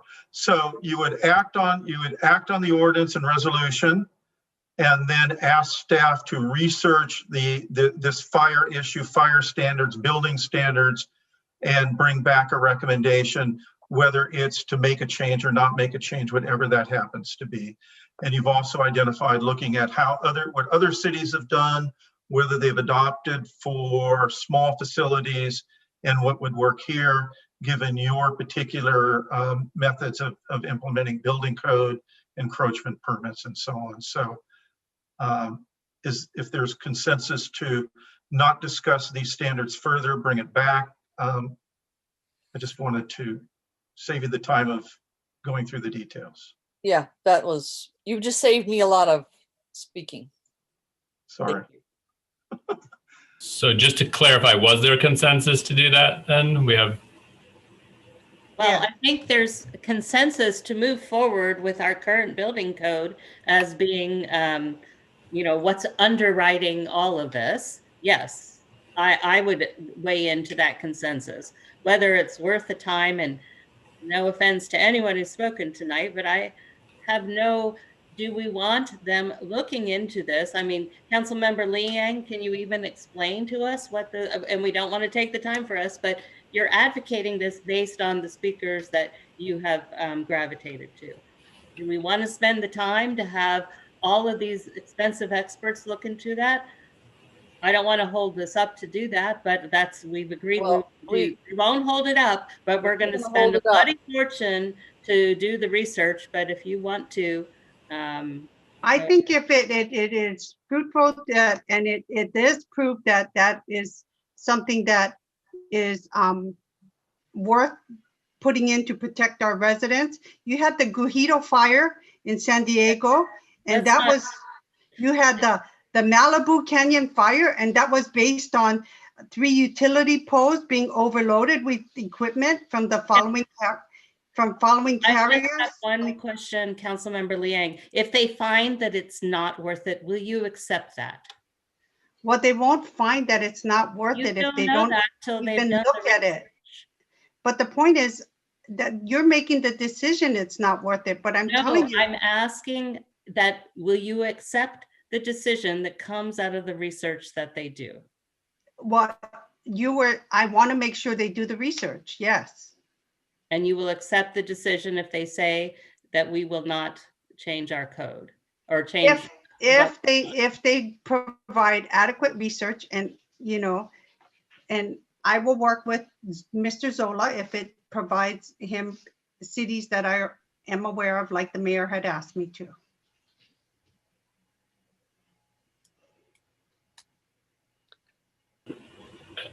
Okay, it's clear that we have consensus to move forward without further amending fire-related information or elements of this.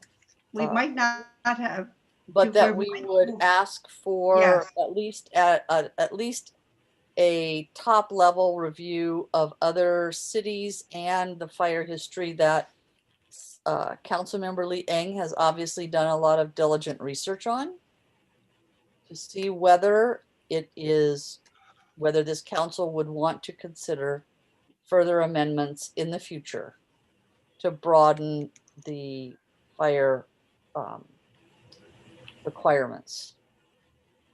And Madam Mayor, just to confirm, that wouldn't be something that would hold up necessarily review of the current ordinance, I've or said that multiple times, yes. Yeah. Yes. That would not hold up the current ordinance. We would not make further, that's what I started with. We would not make further changes to this ordinance at this time. Thank you. With respect to the fire issues. Okay, can we go forward? Mayor, I see that there's a numbering error here. What, Yes. what is item 3 should actually not exist. So the line section 11.12.050A9 intentionally omitted. Whoops, can you scroll to where you're talking about? Sorry. Okay, do you see where I've just highlighted a line? Yes. Okay, that should not be section 3. That should be, well, it's not doing it right, but the language I'm highlighting ought to be all the way flush left, because that is the new language that is replacing what used to be. Got it. Well, I don't, so I'm glad you do. Yeah. Because normally you say intentionally omitted to leave a hole. Yeah. But Up below here that we is have, not plugging that hole. So up here we say section 11.12.40A is repealed and replaced with this, right, which is flush left. Here we're saying 11.12.50A9 is repealed and is replaced with this, which should also be flush left. It should not have been numbered.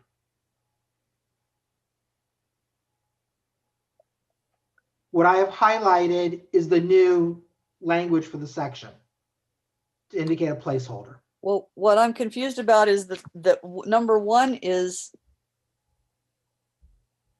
well, let's see. Let me take a try at this. Number 1 is section 11.12.040A is repealed and replaced with that whole paragraph.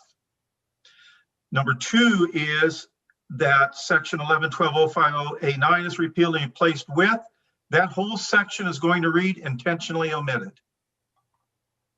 And so it would be formatted exactly the same as number 1 and the sections below it. Right, you wouldn't be repeating the section number. No. No, we have not put section numbers in there for the new wording of the section, and so it should not be there for that intentionally omitted either. I still don't think it goes flush left. I think it is subordinate number, or it doesn't become a 3 at flush left. It's just flush left text. Correct. The 3 has to be deleted. Yeah. And I hate automatic numbering because then you end up with those things and you go, how do I get rid of them?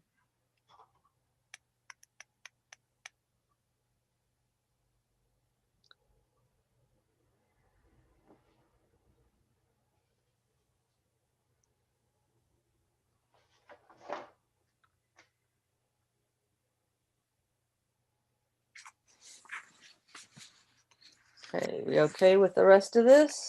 Madam Mayor, no, I have a problem with item 5. Okay. Government Code Section 65964, and I'm paraphrasing, says that a permit to a utility has to be for a reasonable period of time, and any period of time that is less than 10 years is considered to be unreasonable.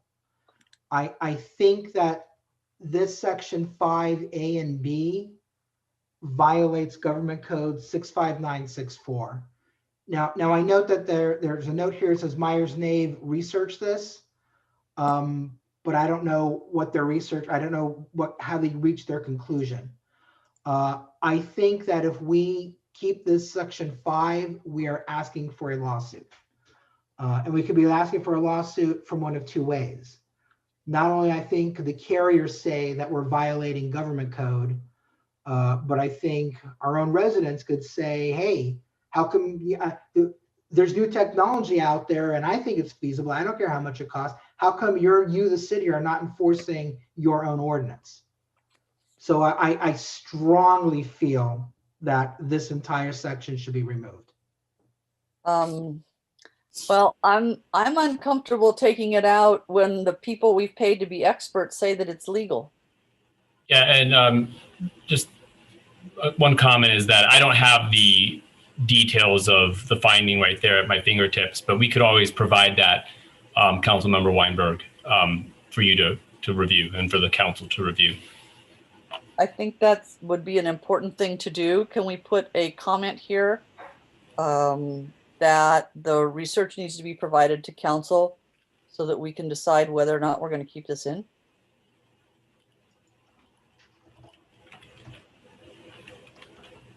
The code section that Councilmember Weinberg's talking to is the permit,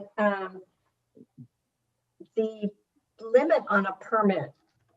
We can't limit the permit to something for less than 10 years, but I think where we can require when new technology, if comes into play, we can require them to upgrade it. If you're, Julie, if you're permitting something, and of course you can only permit based upon existing technology, but if you're permitting it, you're permitting it. To then say, well, technology has changed down the line, but it hasn't been 10 years yet, we're still going to force you to change what we've already permitted, that seems beyond problematic to me. No, I think that would be triggered when they would come in for a co-location or an upgrade to their permit. David, isn't that correct? When we wouldn't go back and try to divest them of their permit, but if they came in for co-location or an upgrade to their permit, we would say, oh, you've got these 1960 technology, we want you to bring it up to the 2000 technology. But we'll look into that, but we would not go with that. I'm okay with that, but I don't feel like I can vote for this ordinance if this language is there. Now, if the intent of 5 was to apply each time there is a renewal application, that I'm okay with. That seems wise to me. But to simply say we're feasible as it becomes as technology becomes available, the permittee shall yada yada yada. I think a plain reading of that sentence is as soon as that technology is available and feasible, they have to change what has already been permitted. Well, yeah, we can look into that, but that would go contrary to just normal permit requirements, that once you have a permit but if you go in to change it, you may be required to bring it up to new standards, but we'll look into that. Yeah, I think it's better. I don't think we're going to do it justice right now, so we should include, since we're going to be reviewing kind of the totality of some of these changes, we will add that in, Mayor and Councilmember Weinberg, to address that concern. That's fine. Are we planning on taking a vote on this tonight? Because if we are, I'm just wanting it out there. Oh. We are not. I'm seeing a head shake by the mayor. Okay. No. All right.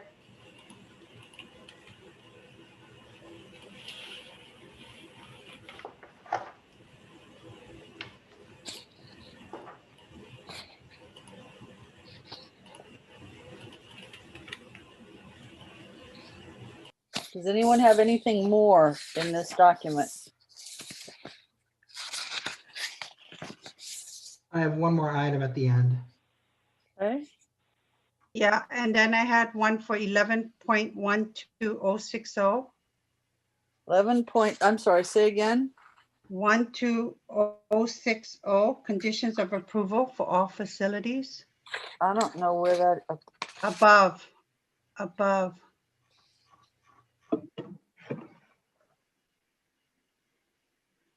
I think when we. Wait, can we please find it first? Right. 1, 2. Right there. 060, okay. Correct. And I then think what subsection? the subsection would be in part of A.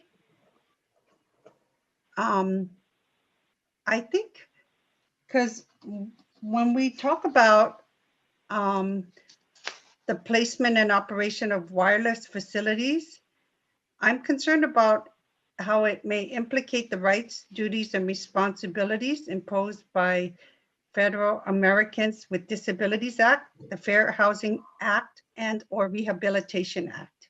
I think we don't address all the acts, and I somehow feel we need to address all the acts in this ordinance. And Mayor, can I ask Councilmember Liang to explain that? I don't understand how this, if you can explain and give some examples, because I don't understand how this wireless ordinance or the placement of cell facilities. I can see the sidewalks and if there's boxes that are blocking access on the sidewalks, but can you explain some of these other? Because like, I think I gave an example earlier, like if someone has, who's handicapped or ADA issues, and you put it in front of their house, that's their only means of exiting. They can't exit from the backyard, side yard, they have to come out of the front of their house. And so we have to comply with the ADA Act or the Fair Housing or, you know, the Rehabilitation Act. They cannot block. So that's, you know, making sure that they can't block ingress and egress anyway. No, you can't even put a news rack in a sidewalk that's going to block access. Right. But I don't understand. I don't understand the Fair Housing Act, and I don't understand some of these other ones. So if we're going to review that, I would like to better understand that. Just so Lloyd and David and I it was. I wrote that down when the attorney stated that today. So I just got those 3 acts down because I took notes when he talked about it. So which attorney? You know, the attorney that spoke in the public comment. Okay. And he made those statements and I wrote it down, and I'm saying that if we're going to address ADA, then perhaps we should include the Fair Housing Act and the Rehabilitation Act as well. Yeah. If I can make a recommendation here, I think with any approval subject to your municipal code, compliance with the law is a requirement. And the city can approve any permit that is not in compliance with state and federal law. And I think we run into danger sometimes when we start listing, you've got to follow these laws in this way, because never do we manage to catch every law that you got to find in every way. Yep. And then it becomes messy. So I think at most, a statement, comply with the law, but that sounds really silly because that's a requirement anyhow. So complying with all the aspects of the ADA requirements, complying with not doing anything that would create a fair housing issue. We already talked about issues related to affordable housing, or any other law is a given for any permit the city is issuing. I'm going to move on. Councilmember Weinberg, you said you had one more thing near the end. I did. One more question for Mr. Zola. Mr. Zola, on 11/12/060, it was mentioned that we should address insurance. And I don't think we have adequately done that. I think the insurance requirement is not something that I would recommend trying to deal with tonight.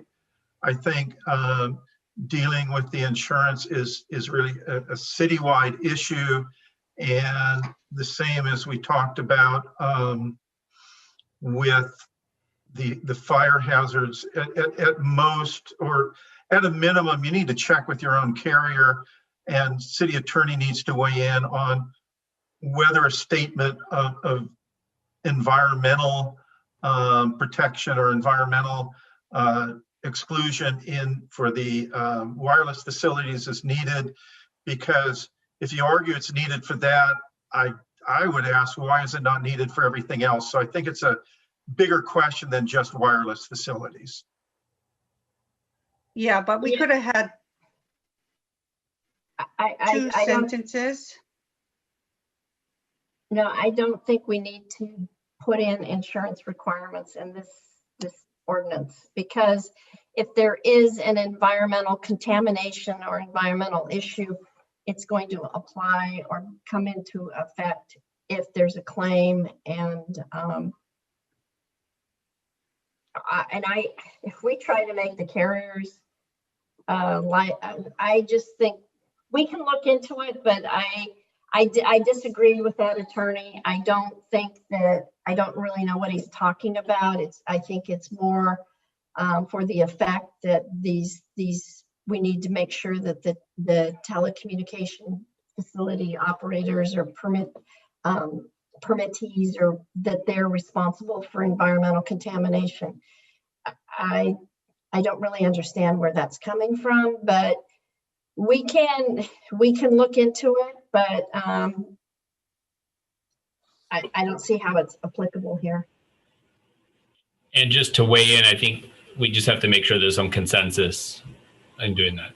Yeah.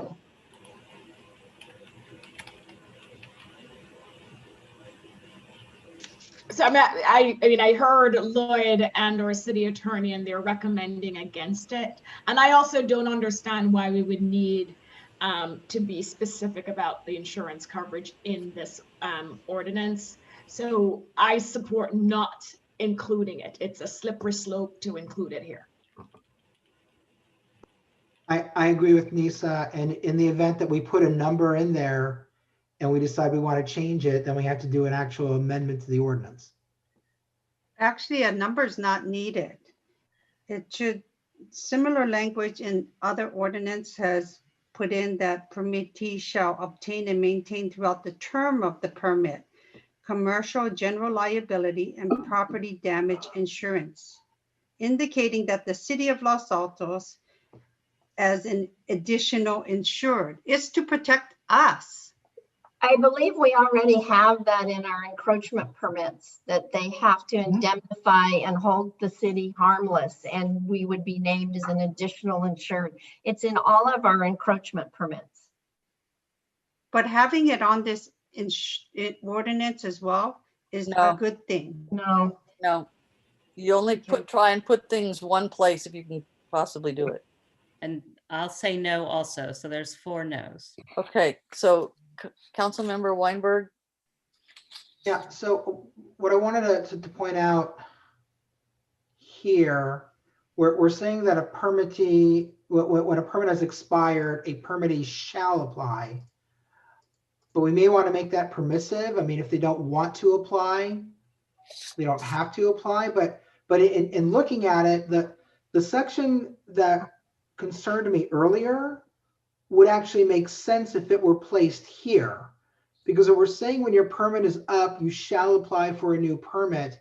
And then you have the language in there, and your new permit has to take advantage of the new technology that's available and feasible. That makes sense when we're talking about renewing a permit. It seemed problematic to me when it was just kind of floating by itself.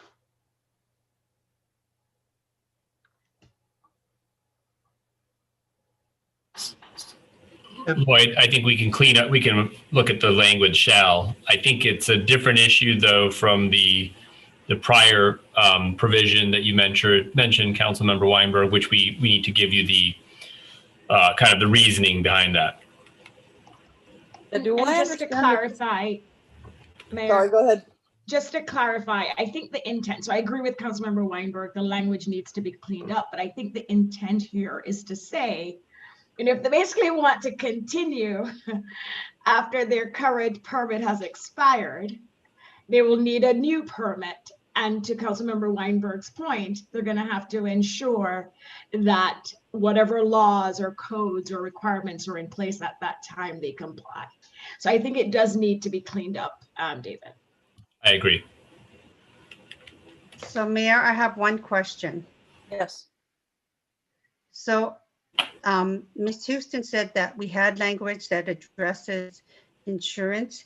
Can I make sure that she checks that language and make sure that it doesn't have pollution exclusion in their policy? I just think that when we have a policy, it should be focused on our wireless ordinance and it should not have pollution exclusion. Well, I think a review of our standard language for permits to see whether it adequately protects the city from what's involved with these specific installations is a sound thing to do.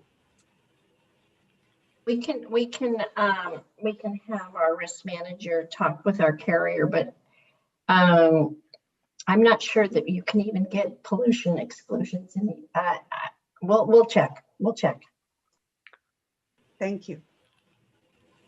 But the only other time I know that things like that happen are, or at least for the obvious one, is explosions of transformers.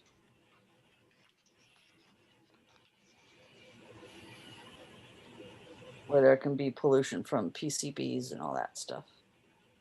So I think we're done with this document. Yes. Great, thanks to Councilmember Weinberg.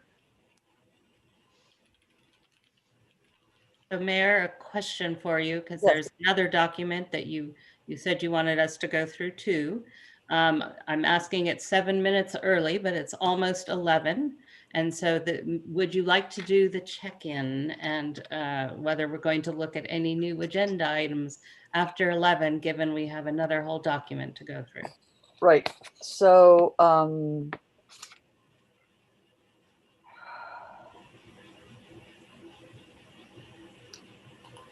given that number 11 was going to be just a brief report on our conversation and a commitment that we're coming back later with some more information, I think we can defer that one easily.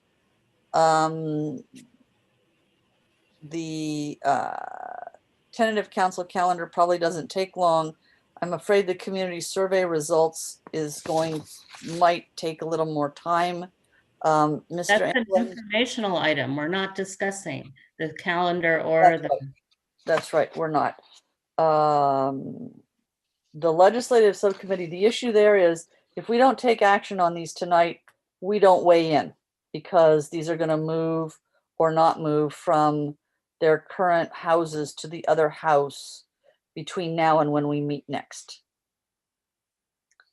So that was why I wanted to move on those letters. If I think the legislative subcommittee one is important and we can table or continue the others. Okay, that's what we'll do. We'll table 11. I have a question for the city attorney. Is this a continuance of the first reading?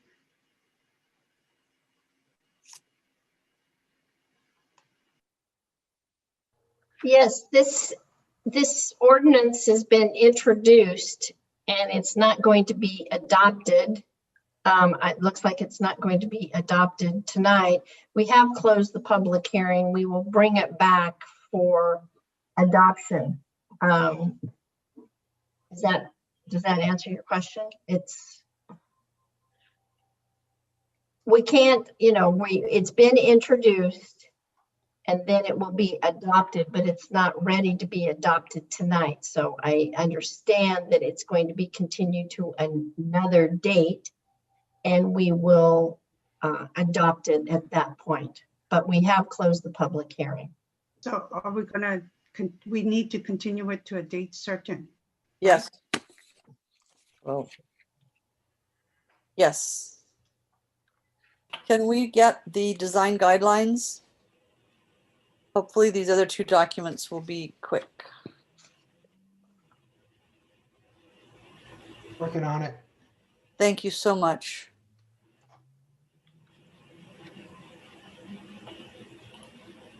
Jonathan, it's really amazing that you can do this on the fly. I could not do it. Yeah, I'm in awe of him doing this.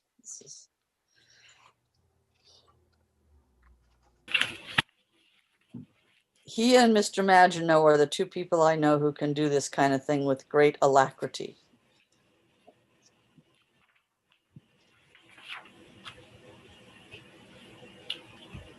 Okay. There's a number of just editorial changes in here. Does there anybody have anything on this part? Not, let's scroll down. The findings are pretty established.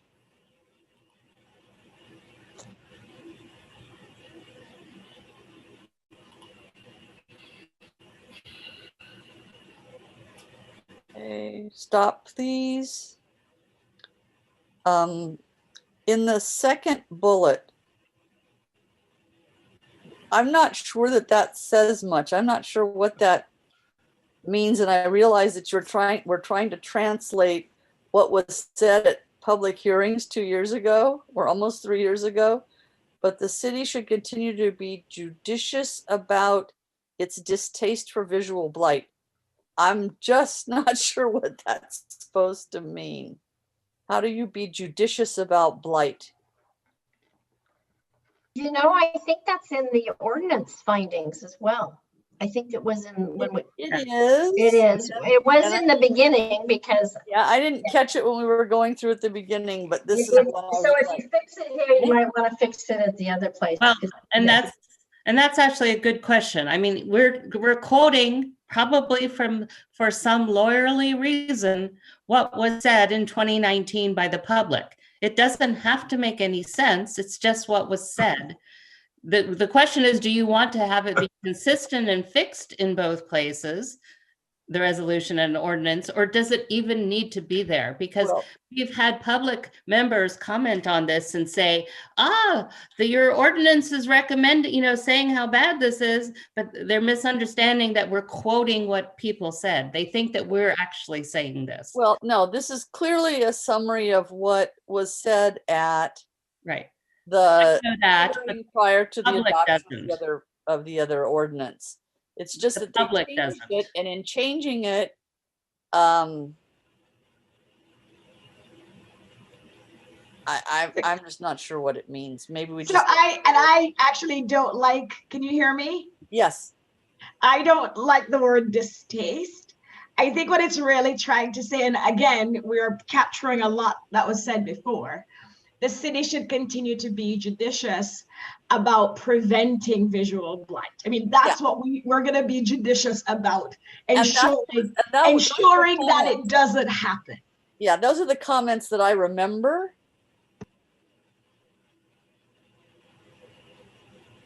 So we need to. Perfect. We'll have to go back and change the findings in the ordinance as well on that.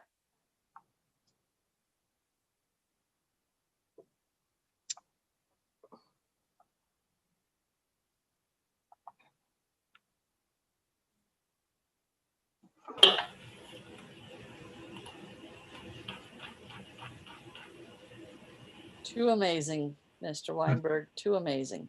Do this thing again.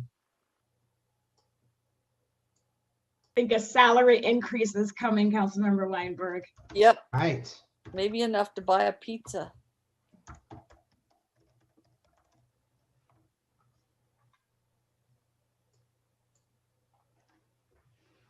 Okay.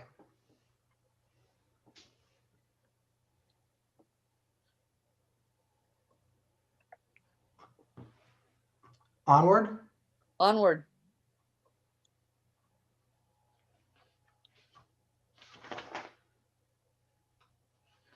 I Onward. did want to make an addition to section 2. Okay. And The I end of pro- section 2. Yeah. What is your proposal? My proposal was to add some fire and structural safety language. I think it's important to have information about power shutoff, because it's going to address how we get support our fire department. I'm and sure, to have are you sure you want section 2? That's Section the 2 is repeal about- of a prior. sorry, not section 2. I wanted a new section 2. So I don't know, it becomes number 2, then push what's number 2 down. So If I you could want if I could jump in here for a second, I thought council direction during the ordinance was to not discuss any of the fire-related things. Staff would come back with a recommendation. Okay. You'll Yeah, take a that- look at it. That And should then apply in the guidelines also. Yes. Okay. I'll have you take a look at it and you're gonna provide that. And then you have my language. Thank you. So scrolling down.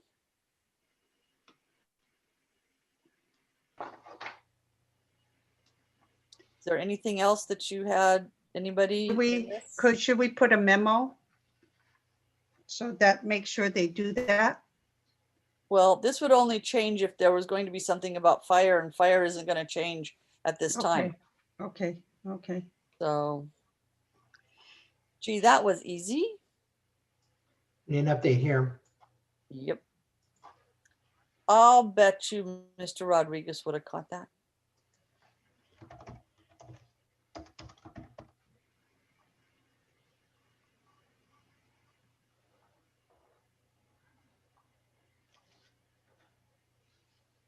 Okay, we're in definitions. Where's Councilmember Fliger? She's usually awake on definitions.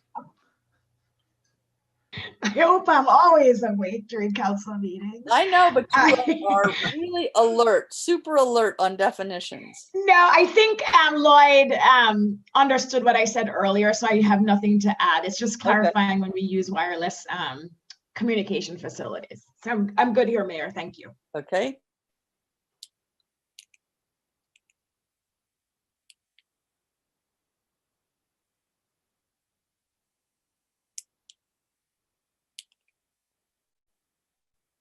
Anything else?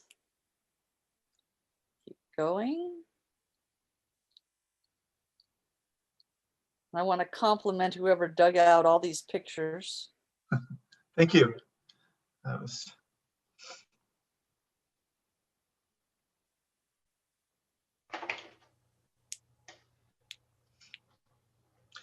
It was a lot easier finding bad examples than good ones, though. That's usually the case.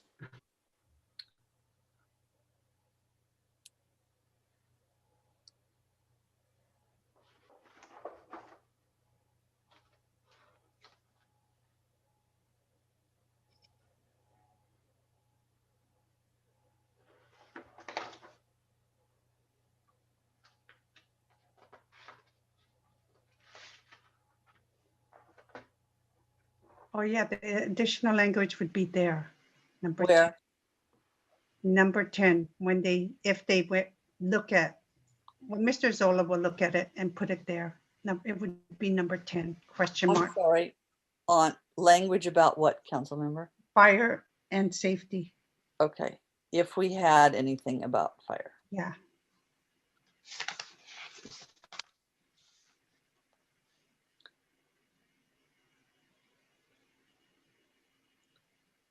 But we wouldn't put it here, Councilmember Weinberg, because this version will not have anything about, this is second edition. So I don't think you should put that there. I'm not sure I would put anything here, because if we do fire, we know we need to put it in all 3 documents. Yeah. If anything is done regarding fire safety, it will come back as an amendment to whatever it is you approve. But it would not be in this version. Right.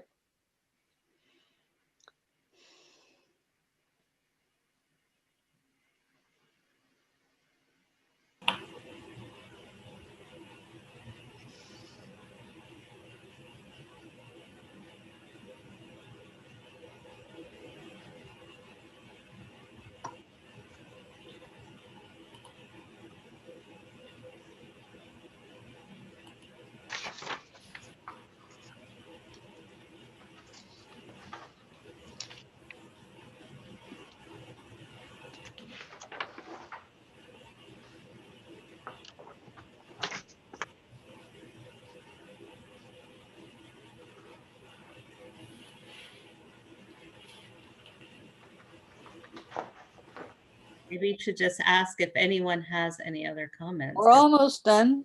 Yeah.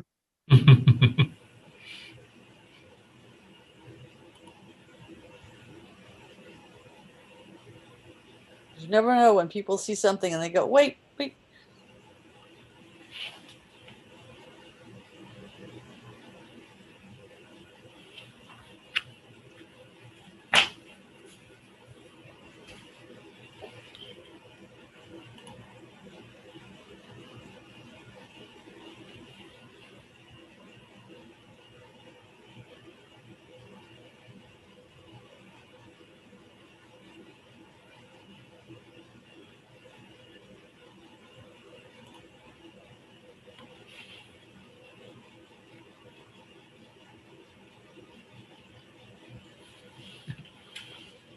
And I think that's it. That is it. All right, then I think we're good on those. Does anyone have anything before we pull them up? Does anyone have anything on the resolutions?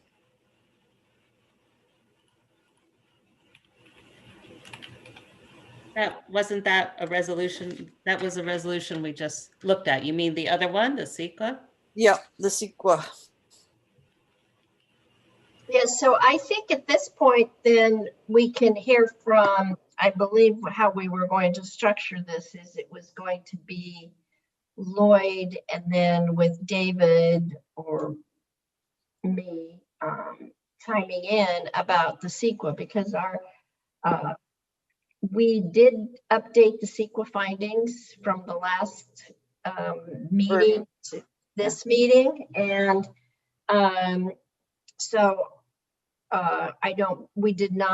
we're not recommending updating the CEQA resolution, and I'll turn it over to Lloyd because we are addressing the concerns that Councilmember Lee Ng and whomever else made CEQA comments. And we believe our resolution right now is sufficient. So Lloyd, can you comment on that? Could I make a comment, please, Mayor? Well, could I please at least let Lloyd and our attorneys and the consultant, our consultant address the comments that were placed into the record, because we do want to address them on the record. So I would like to at least have Lloyd be able to respond to your comments first. Okay. And go ahead. I was just trying to make it easier. Councilmember Lee Ng, he would like to put it on the record. City attorney has asked that we put this on the record, please. Okay.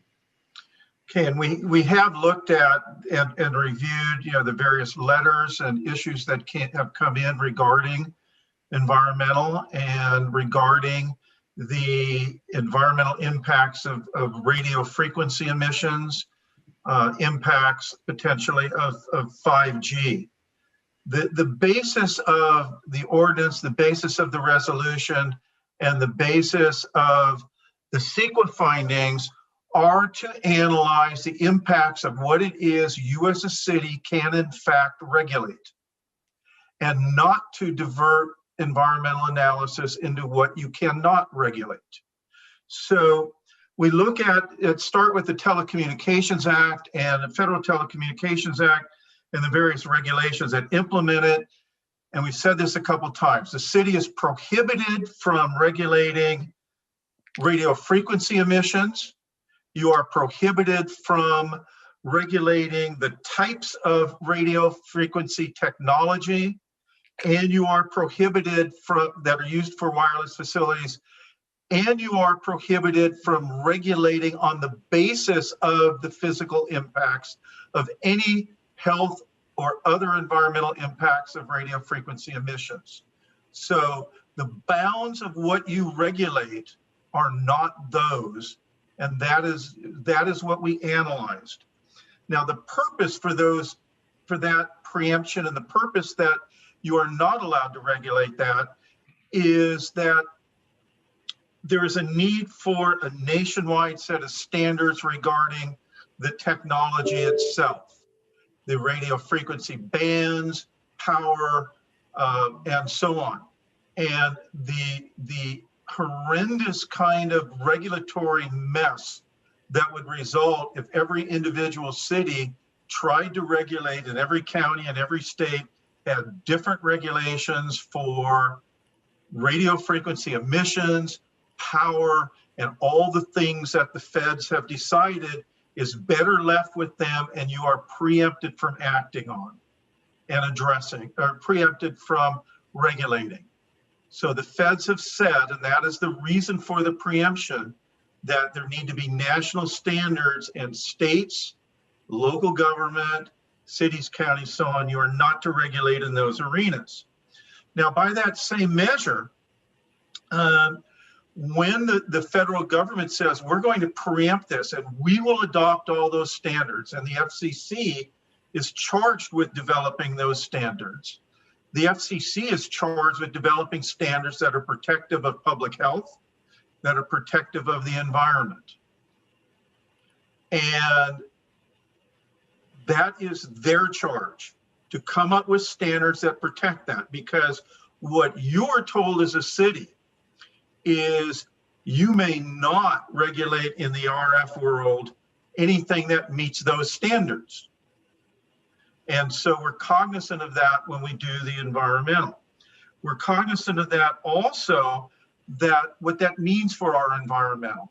Just like when we look at standards for remediation of a contaminated site, the state has standards for that remediation. They have standards for the health risk that would be acceptable.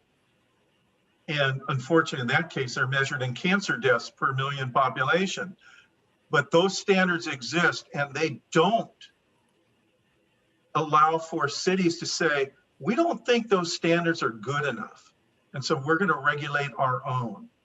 And we are in a similar situation where cities, we have to presume, you're in the position, you must assume that the standard that was adopted by the FCC, when they told you, they being the federal government, you may not regulate this arena, you must use our standard, that standard is in fact protective of the environment.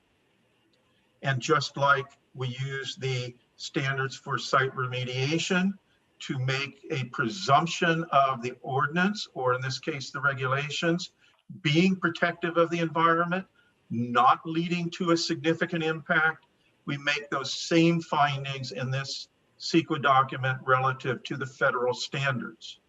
And so there is a presumption that meeting those standards is in fact protective of the environment. Now, you also have, in other words, the locality, you as a city are not in the position, and you are not essentially authorized to, and I'll use the phrase, and this is my phrase, and probably the attorneys have a different one, you are not allowed to go second guess the feds and their standards. And to say that it is the job of the city to look at the federal standards as they now would relate to 5G or technologies, or the burgeoning number of uses of cellular technology, and that it becomes the city's responsibility under a state environmental law to determine whether the federal standards are in fact adequate, is not what you are authorized to do. And so we have written the regulations, or written the CEQA findings along those lines, that we are not here to second guess the feds, and we're not here to determine what those standards would be. And imagine trying to do that. So a study is done, and whatever our finding is, we start the study. One, how in the world do we do, as the city of Los Altos, approximately 30,000 people, what the feds are already charged to do nationwide, that would work here? We would do that study knowing when we're all done doing the study, there is absolutely nothing that can be done about it, because you are precluded from regulating in this arena. And there's one other practical problem in doing this. You are only regulating cell towers, whether they are small towers or the large macro towers. You are not regulating the cell phones we each carry with us all day long, and take into our pockets. And so any analysis that you could not include, how do cell phones play into this whole thing, because you are not regulating them. So all that put together, this is a field that we believe you are preempted from acting in, that there is the presumption the feds have done their job. They are legally required to do their job, and you are not in the legal position to second guess whether they've done it right or not. So with that, I'll turn it over to the attorneys. David, did you want to explain any more? I think that there are a couple of good cases or case law, like the Tracy First case, that would be an example of this sort of preemption, where it is seen in CEQA that we can't, we're required to defer to other agencies. Yeah, thank you, City Attorney Houston. So I concur in what Mr. Zola said. I want to just emphasize one point a little bit further. I think Mr. Zola covered it, but just to say that the local governments such as the city are, again, legally entitled to presume that the federal government has adequately recognized and comprehensively addressed environmental, health, and safety concerns with the adoption of federal RF emission standards and technology regulations, so that the ordinance will not have a significant impact, environmental impact, as to RF emissions and RF technology, because any facilities that are going to be permitted under the ordinance will necessarily comply with those regulations. And so a city such as Los Altos is not required to undertake the analysis under CEQA of RF emissions and technological environmental impacts that has been exclusively entrusted to the FCC and whose resulting regulations have preemptive effect. So again, Mr. Zola covered all that, and I just wanted to emphasize those points.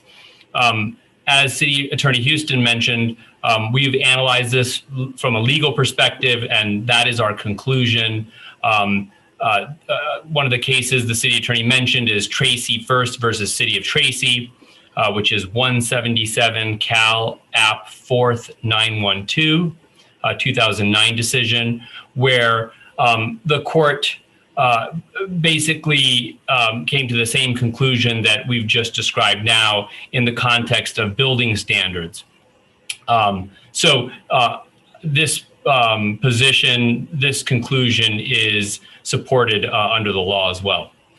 So we just wanted to make sure that was very clear. And City Attorney Houston, is there anything else that you wanted to say on that matter?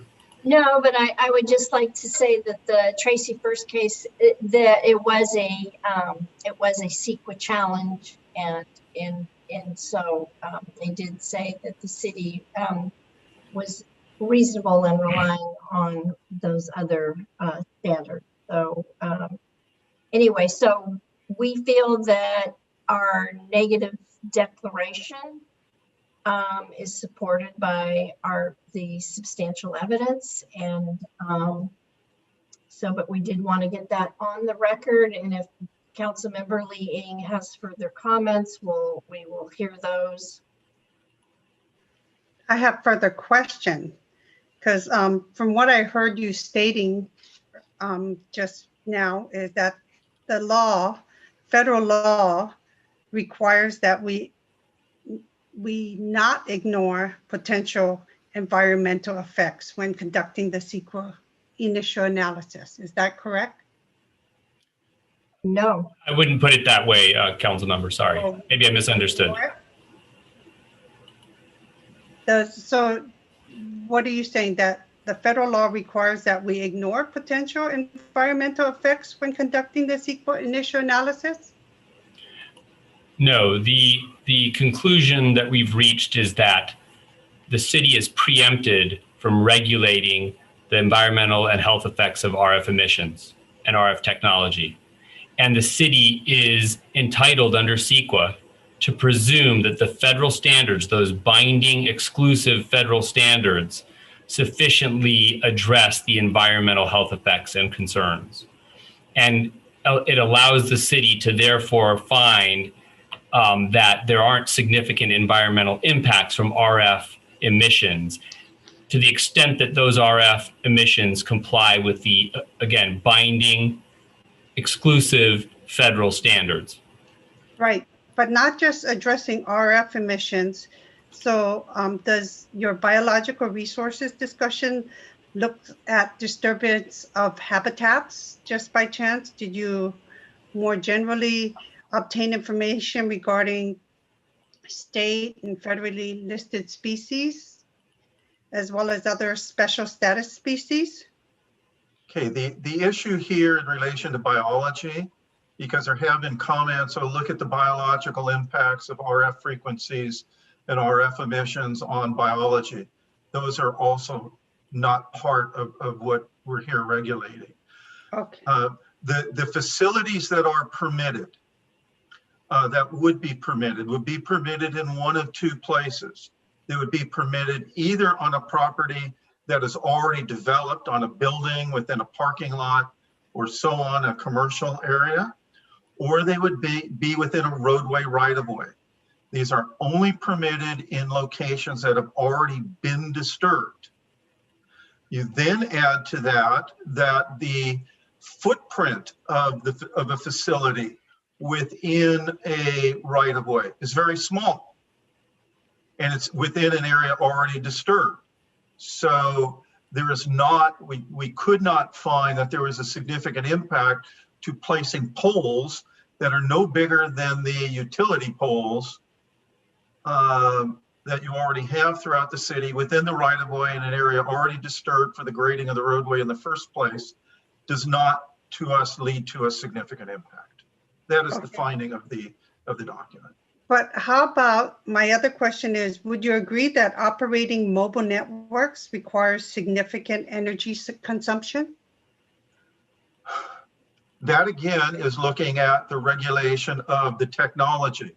The argument that's being made in relation to energy is that 5G is an energy hog, whereas 4G is not. And so does the city of Los Altos, and really what you're being asked to determine is the city of Los Altos should determine for the entirety of the country that 5G is a waste of energy. And the reality, I think, in terms of it's an issue of waste. And I think when we look at that issue of waste is what's being proposed by the city use energy in a wasteful manner as opposed to not doing an ordinance. And whether we adopt this ordinance or don't adopt this ordinance has zero effect on the rollout of 5G because we're not allowed to regulate that. And so that is, again, not a decision whether 5G is or is not a waste of energy. You city make in CEQA. Okay. The one thing that we're told is to look at everything with an environmental lens. So did we consider the extent to which the energy demands from the additional wireless facilities contemplated by this ordinance and resolution will further increase greenhouse gas emissions? I think you actually need to clarify that question because it is so broad. What do you mean by how did we look at this, especially about greenhouse gases? So that's a very broad sweeping question. So could you clarify that or help us? So what I want to know is like the associated energy consumption, will it translate into more greenhouse gas output? Okay, again, Then it would contribute to existing climate issues? Okay, the energy hog in the telecommunications world is a particular technology. And I think that's what these arguments start aiming towards. And the question starts aiming towards, is 5G an energy user to the point that the energy becomes the generation of greenhouse gas for the energy to run this has a significant effect. And that would require looking at the particular use of technologies, which cannot be regulated. Again, we're not in the business of determining the effects of the radio frequency emissions or the technology that they represent. So no, an issue was not run. A technical report for GHG was not run. I know of no one having done one anywhere on the GHG impacts of wireless telecommunications facilities. But the other thing that must also be realized, particularly in terms of GHG and looking at stationary source energy use, this state is clearly moving towards a 100% renewable energy grid. And if we look out forward 20 years in what we would normally look at as just looking at stationary source electrical use, we're going to find that that is a non-renewable energy. This is not like trying to figure out the GHG effects of mobile source, cars driving around. And if we want to pin it on the maintenance facility, the maintenance of Verizon coming out, a truck showing up once a month at a facility is not going to be a GHG impact compared to everybody in Los Altos driving to and from work and their daily traffic. So no, based on all of that, we don't find there's a significant GHG impact. It's not like a major hub distribution center that, so it's Yeah, this is very different than a main Verizon or AT&T facility from which everything is broadcast. This is not what we're talking about here.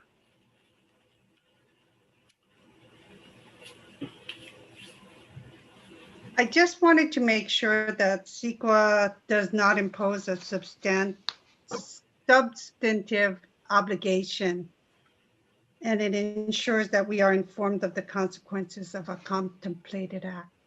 And so that's the reason why I'm just gathering information and making sure that we're addressing everything in this CEQA document. And Lloyd, can I just jump in and say David could say, yes, it's a substantial impact on the environment. That's what we need to review under CEQA, and I'll let David, it's not substantive, but it's substantial impact or a significant impact on the environment. And David, I'll let you respond more. Well, I was just going to say, I appreciate the question, Council Member Lee Eng, but I think that's too general for us for us to address. I don't know specifically what you're referring to because, CEQA is multifaceted. So I think Mr. Zola and I could address it if you could specify what you meant by that question.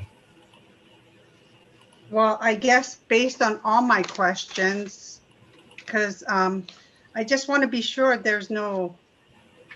if we're federally preempted from informing ourselves of the fact that wireless proliferation may destroy the environment, then doesn't that mean this topic is specifically excluded from the CEQA consideration? For example, a categorical exemption?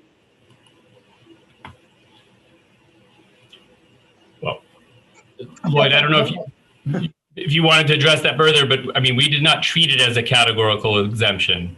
But the city is entitled to presume that there are no significant environmental impacts from RF radio frequency emissions due to compliance with the applicable and binding federal standards.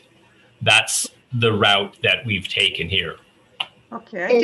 And David, wait, I think I can also add to this is because we're not doing CEQA review for the facilities. We're doing CEQA review because we're a local agency. This is a discretionary project under CEQA. An ordinance is a discretionary project. So therefore we need to do CEQA analysis. And we did the initial study and we determined that a negative declaration was adequate. And that's what, and we followed the CEQA process for the notice of an intent to adopt it.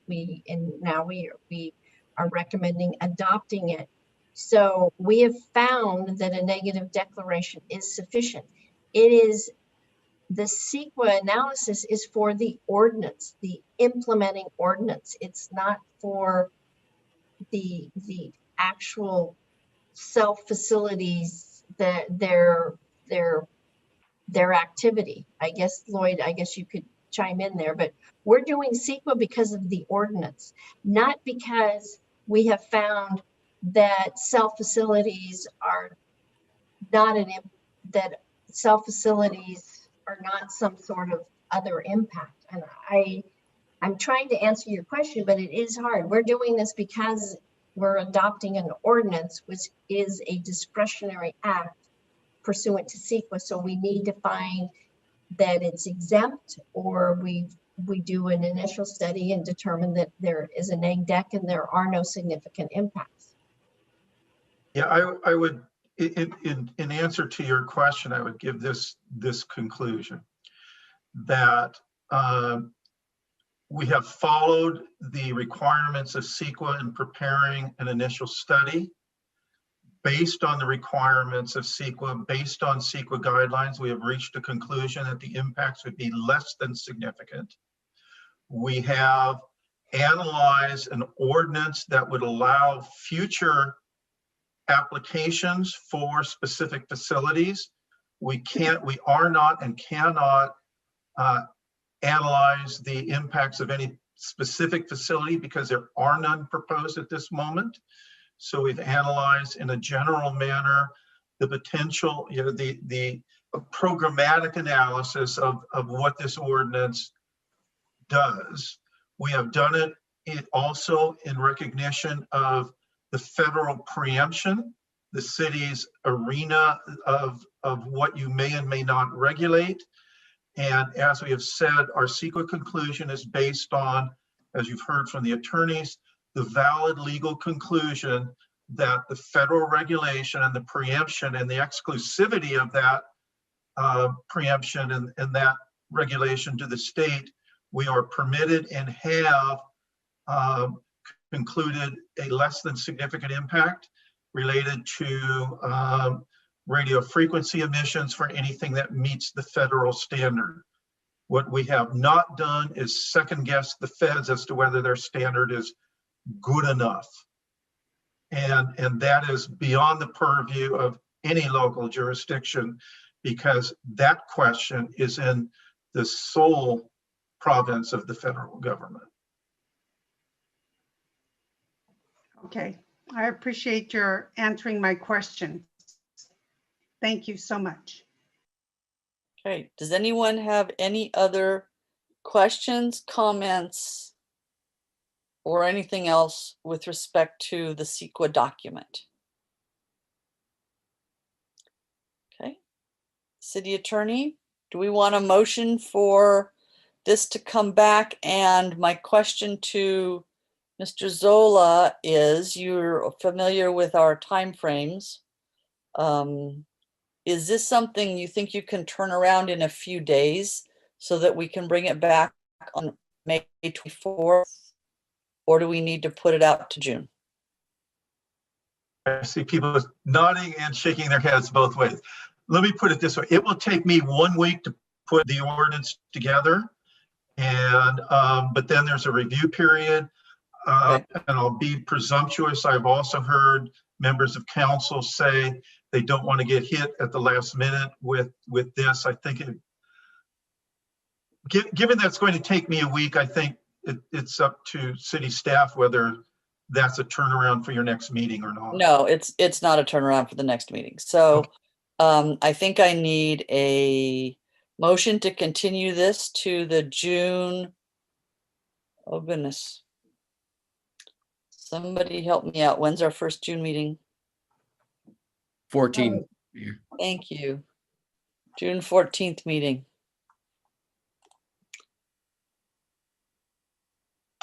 Councilmember Weinberg. Madam Mayor, I move that we continue item number 9 until our meeting on June 14th, which is also my birthday.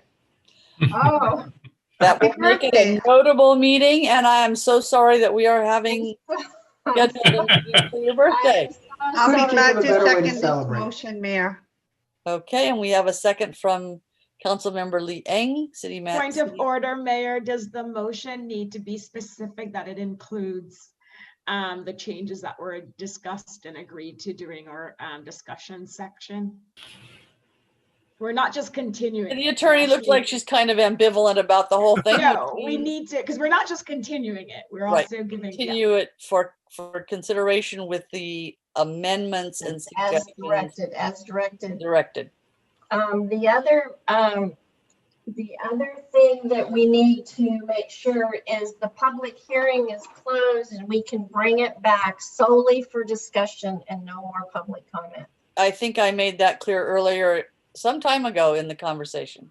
Oh, okay. So we are allowed under the Brown Act to continue this and bring it back just for final discussion among the council members. That's right. There would not be further public comment. Yes. Okay, City Clerk.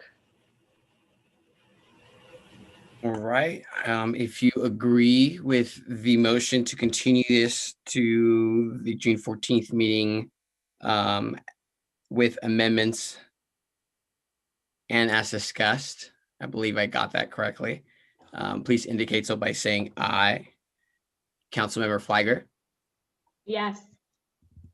Councilmember Lee Eng. Aye. Councilmember Weinberg. Aye. Vice Mayor Meadows. Brief comments. This will now take a minimum of 3 meetings to pass, and we have chosen to ignore legal advice in taking this action, and I think this process has been effective. So I'm voting no. I realize it's symbolic, but I'm voting no. Thank you. And Mayor Enander. Yes. Thank you. Motion passes. 4 in favor, 1 not in favor. Thank you. Right. Rolling on to the next item. You were provided a report and some draft letters. I want to just quickly run through some of the issues in the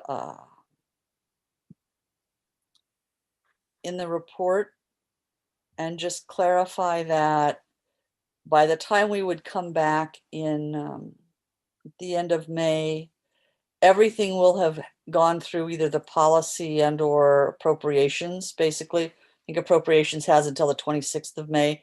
There's no time to influence anything. So if we want to influence anything in its originating house, that would require action tonight.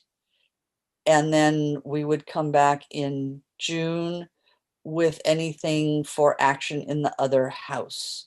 So what we've provided for you in the way of a draft. Oh, and I'll just point out one interesting thing that happened was in one of Senator Wiener's bills is that he chose to gut and amend the bill in its entirety so that it's no longer to set up a Department of Housing and Community Development with the ability to set standards and repeal standards and make new definitions and do whatever needs to be done with the Housing Accountability Act without applying the Administrative Procedures Act. All that's gone. And now it's a very innocuous bill to apply Housing Accountability Act and certain other things to the extremely low category of projects or projects with extremely low units. And that's really just because that concept is newly implemented within HCD so that things like density bonus law and so on don't deal with extremely low. So this is a kind of a cleanup, and we didn't see a reason to propose any sort of a letter in that regard. So moving to the draft letters, I'd like to take first, I'm going to take these kind of out of order, take the 2 where we've recommended support positions. These are on AB 2164, which is the disability access funding, and AB 1944, which is the support if amended on the Brown Act modernization, which allows people to participate remotely without disclosing to the public their location, or allowing the public to come and be at their house or wherever they are in their remote participation. So let me ask, I see Councilmember Weinberg has his hand up. Yes, sir. Yes, Madam Mayor, I'm gonna have to apologize to you, the subcommittee, and the council. I did not know that any of this material came out. I did not see it. I must have missed the email.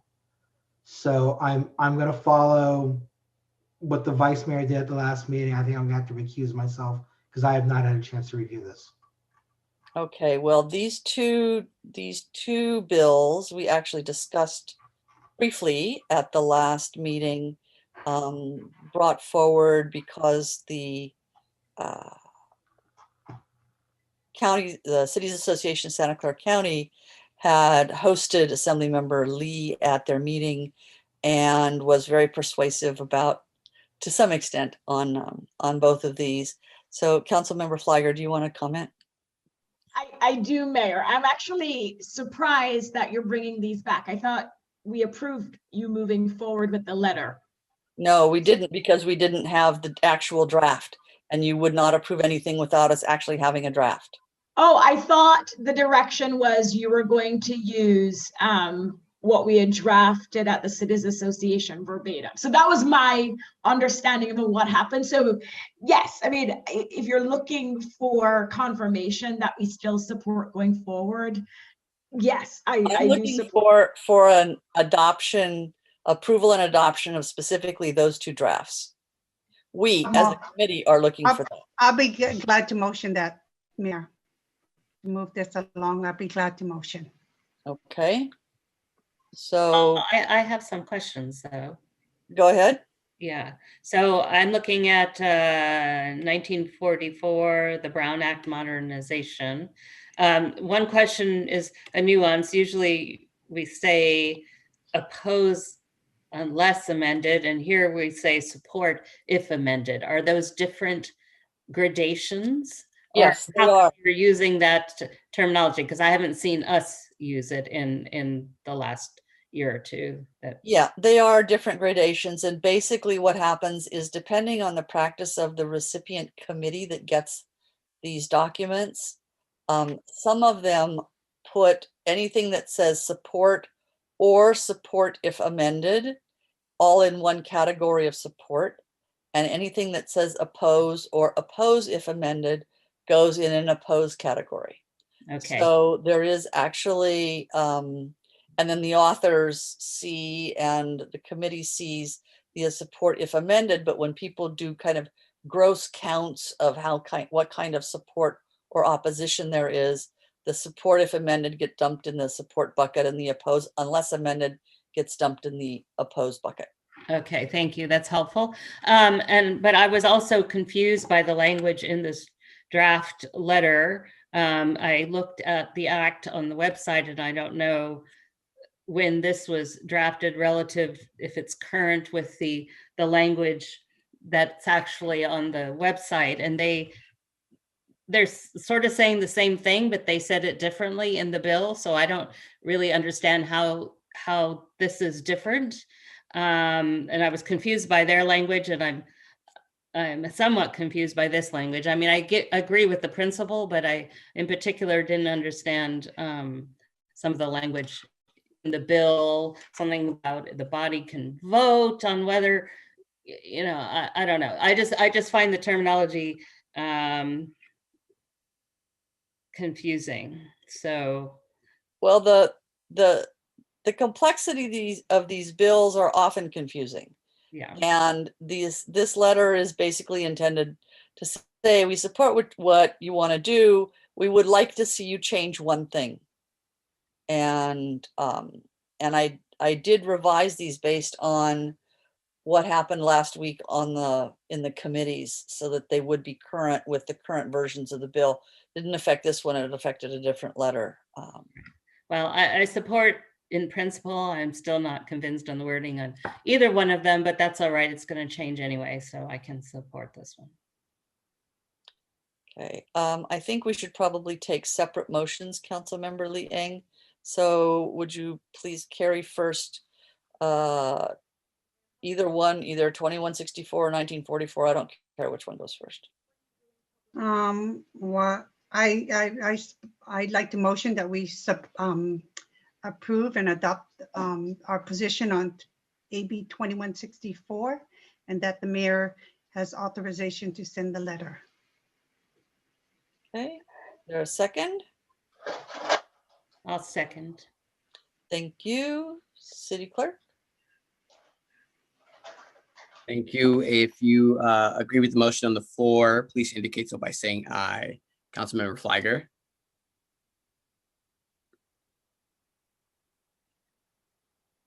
I think she wants you to skip her, maybe? We'll come back to you. Yeah. Councilmember Weinberg. Abstain. Thank you. Councilmember Lee Eng. Aye. Thank you. Vice Mayor Meadows. Aye. Thank you. Mayor Enander. Aye. Thank you. Councilmember Flagger. I see your lips saying yes. Your colleagues are also giving me the affirmative. We'll count that as a yes. Motion passes 4 in the yeses, 1 abstention. Okay, Councilmember Lee Eng, you want to put the other one forward? I would like to motion that we approve and adopt our position on AB 1944, and that authorize the mayor to send the letter. Second. I'll second that one. Bear with me, just making sure I'm capturing this correctly. If you agree with the motion on the floor, please indicate so by saying aye.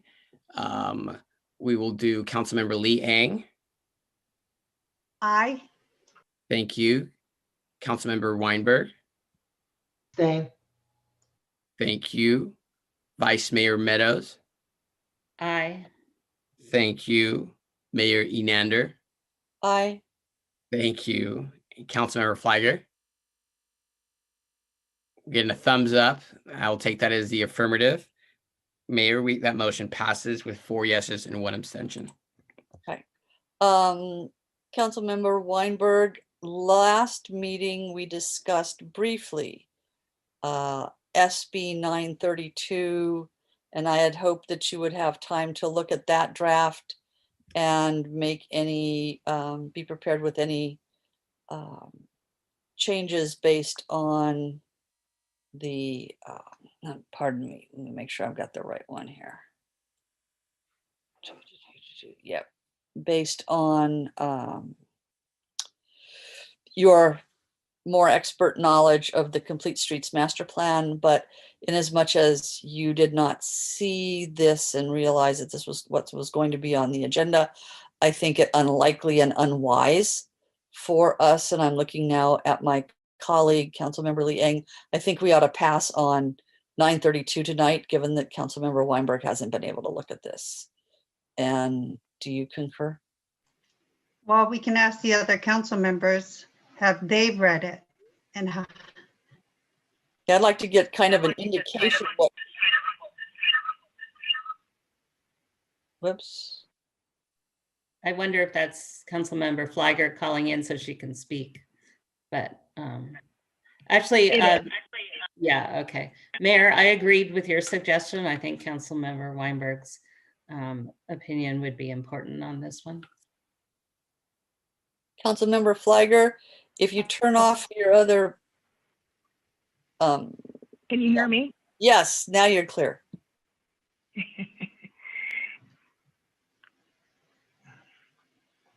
What's the question? I'm sorry. The question is on SB 932, which we had last meeting as a draft. And we had asked that Councilmember Weinberg, with his expertise on complete streets, take a look at that to see whether there was anything else or different that ought to be in there, but he was not aware that that was, or not prepared to come back and bring any information tonight. So I think it would maybe be wise to defer action on that. And that's fine, Mayor. I reviewed it. I have some suggestions, but I will wait for Complete Streets liaison to come back with his recommendations, and then I'll weigh in then. Well, I will ask you, do you think it's important enough to weigh in on the Senate side that we should make those changes? And do you feel comfortable moving forward with this? I'm fine waiting until Councilmember Weinberg has had an opportunity. I will say one of the comments I have on the draft is I would have preferred the approach of, because I agree with the position of oppose unless amended, because I do not appreciate the mandatory nature and the time frame within which they're requiring cities and jurisdictions to do it. And so some suggestions I have would be more along the lines of encouraging and incentivize cities to want to do it, but no penalties if we're not able to do it within 15 years. There's also a sentence that I would like to take out completely, and that is unfortunately, the plan will require funding of at least 44 million, and much of the plan remains unfunded. So I would recommend taking out that language because it's referring to our Complete Streets Master Plan. So those are I have a couple other minor edits, but those are the two main points that I was planning to make tonight. Okay. Thank you much. So I think we'll defer based on that. We'll defer on that one. And that brings us to scrolling through that one. AB 2063. AB 2063. And this one is a very short letter because it's not a terribly complex bill. It has been amended. It was amended last week before it came out of the policy committee. It previously prohibited cities from collecting basically any fees on the density bonus unit. So just as a refresher, if you have a 10-unit project and you offer up 2 units as below market rate, and you're able, let's just round numbers here, say you're able to get a 30% density bonus. So you get you can build 3 additional units. So you've now got a 13-unit project instead of a 10-unit project. Currently, the 2 of the 10 that are affordable, we as a city are precluded from collecting fees on, at least most fees. This would apply that concept to the 3 additional bonus units. And Assemblymember Berman amended this last week as it was coming out of the committee, so that some of the fees we could collect, but some of the fees would still be, we could not collect. And there's a funny quirk in the law, which I didn't mention in the letter, that you would be exempt from this, which meant you could still collect the fees if you had established some minimum affordability requirements in your density bonus ordinance prior to January 1, 2022. Which meant if you had a crystal ball and you knew he was going to do this, and you could have amended your ordinance that way, then you would still be able to collect your fees. And I find that a little odd, but I didn't want to get into all of that in the letter. So this is simply based on the premise that it takes money out of the city's pocket for development fees when the developer's already getting the goodie of being able to build additional density bonus units, presumably to make up for the affordable units. And I just don't find any justification for that even in the idea that, okay, well, the city ought to additionally underwrite housing by absorbing these fees. That's the philosophical reason for it. So comments, yeah, Councilmember Flagger. Thanks, Mayor. And I lost audio, as you know, for a couple of minutes. I don't know if we already did public comment. But I am familiar with 2063, and my position is this is a watch bill. And I think the attempt by Assemblymember Berman is to reward those cities who are more aggressive in promoting affordable housing. I think that's the intent with the more recent amendment. But for tonight, for purposes of gauging where we are tonight, I can say for me, I am in a watch position on 2063. I'm not ready tonight to say whether or not I would oppose or support it. Thank you. Vice Mayor? Yeah, so for different reasons, I tried to sort of match up this paragraph with the bill itself, and I'm sure it's my fault, and it wasn't helped by the fact I kept falling asleep when trying to read the bill. Don't tell Mr. Berman, Assemblymember Berman, but I just couldn't sort of match up the two, so I can't vote yes on it because it didn't quite make sense. So I would prefer watching is fine with me, but I can't support opposing it because I couldn't really align them together. Then we have no consensus on moving on this one, and so I think we have holds on the other two. I will offer that if anyone from the public wants to speak about these, we're happy to hear about them, knowing that the council is not going to take an action on either of these other two bills. So let's see if anybody's with us. City Clerk, can you solicit comments? I'd be happy to, Madam Mayor. Members of the public, if you'd wish to address the council, please indicate so by raising your hand.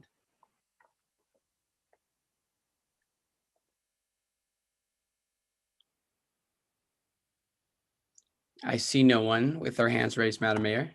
Okay. In that case, we'll see how these go moving out of their originating houses, and the committee will meet before bringing them back. And I would ask Councilmember Weinberg, if you would please look at the that one letter on Portantino's bill and take in mind what Councilmember Flagger said, and then she can perhaps bring forward her other comments. And we'll take those and probably a couple of others up in June. So I think that completes that item. And we'll move on to our city. I'm sorry, Councilmember Lee, you have your hand up? Mayor, did you want me to make a motion that we continue items 11, 12, and 13 to the next?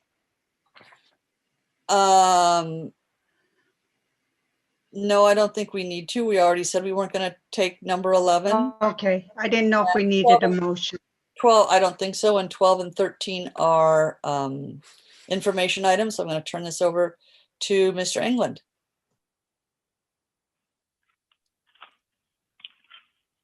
Mayor, these are just information items transmitted to council. We have no report. Okay.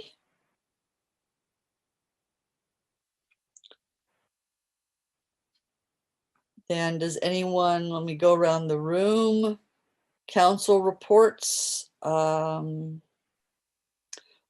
requests for new agenda items? Councilmember Flagger. Thank you, Mayor. So I am going to request a report, and if it's premature, please let me know, Mr. England. But this is in reaction to some of the responses we saw in the community survey results with regards to mental health. as Mr. England knows, and I'll share with my colleagues, earlier this year, I had learned that the county was partnering with Palo Alto and Morgan Hill on a psychiatric emergency response team program, the PERT program. And essentially what it is, it's county trained mental health professionals who would be paired with law enforcement to respond to severe mental health crisis. And so when I heard about that, of course, I reached out to our supervisor's office and said, what about Los Altos? We would also be interested, or we may also be interested in such a program to have mental health professionals partner with or paired with our law enforcement officers. And so Supervisor Simidian, as we all know, is receptive and wanted to see if he could support this request. And so what we did was we put Chief Galea and Mr. England in touch with the county team that heads the PERT program. And I know Chief Galea has been working on this. I haven't received an update. And so I wonder, even as an informational item, if we could get an update on whether or not it was deemed feasible, if it's moving forward, because I know one of the concerns was our city isn't Palo Alto or Morgan Hill. And so maybe, you know, the demand isn't as great. And so maybe we could partner with another small city to do this program. So I would love to hear where we are with that request. I don't know if Mr. England has an update, or maybe this is for a future meeting. Councilmember Flagger, we'd be happy to provide an update. And I think based on what the content of that update is, council may like to put it on the agenda or simply receive it. Thank you. And that's it for me, Mayor. Thank you. Thank you. Anyone else have anything they want to report? Councilmember Liang? So I wanted to I wanted to thank the chief in the Etch and Protect program for catalytic converters. I don't know if you all saw that. It was wonderful because I reached out to him and I said, this is what they're doing in other cities, and if we could have that done. And I would like to commend him on moving forward and having that for our city as well. The other thing is we heard from people earlier today about their questions and concerns about our surveys and how we were conducting it. And I would like to request that we should have this as a discussion item for when it returns instead of as an informational item. So that is my request on that. To be clear, are you wanting to have a discussion about the survey results themselves or about the process by which we do surveys? Both. And then we can discuss the conditions on which we use surveys. I mean, I think we also heard from many of our commissions going forward, our joint committee meeting. I'm concerned about as well how surveys are going to be utilized, and if we over tap our residents on seeking information when we really need the information. I just need to make sure that we have some clarity or provide some clear direction to our city manager on how we would like our surveys to be utilized. Okay. Mr. England, I suggest maybe you and I can chat about this. Well, if the request is for a future agenda item and it will involve staff work, I think we need 3 votes for that. Yeah, well, that's what we can talk about, whether it requires any staff work or how we Well, might. that's why we would have the discussion. It's just to talk about the process and understand how, discuss the conditions on which we use surveys as well. So that can be just a plain discussion. It does not require staff work. And I don't think it's a decision between just the mayor and the city manager to have a side conversation about whether or not it involves staff work. And I'll just say, I do think Councilmember Liang is asking for 3 different things. With regards to the community survey results, I am also, and I know many residents are also interested in seeing the results and having a council discussion where they can maybe make comment. I know the mayor and the city manager have a lot on their to-do list for future meetings. So I would support your request to bring it back as a future agenda item, Councilmember Lee Eng. I don't think there's for me, I'm fine if the mayor and the city manager bring it back in August. But I do support. I think we spend a lot of time as a council on making this decision and giving direction, and we're not part of the subcommittee. So I think it should come back for a council discussion, and I'll defer to the mayor and the city manager on when they bring it back. As to your other two requests, Councilmember Lee Eng, I can't support them. For me, that's getting too much. It's not something I can support. I know that this has already gotten kind of messy, but bringing a community survey back at any time would require staff work and probably consultant work. So if I'm trying to stick with the norms. If we have 3 council members, I can start working to try and line the consultant up. They have, again, recommended that after the informational item is there, to bring it back not before January, to potentially start a campaign for the general election in 24, which was what the recommendation was. So bringing it back earlier would be outside of what they had suggested. Yes, I'm just going to support bringing it back as well. I suspect that feel similarly to both Councilmember Liang and Councilmember Flagger that irrespective of the report that we have, I think we don't know enough to get ourselves ready for the next step. And so I think we need to have a discussion about that. And then the second half was about having a discussion on the conditions on which we use surveys. That definitely does not require staff work.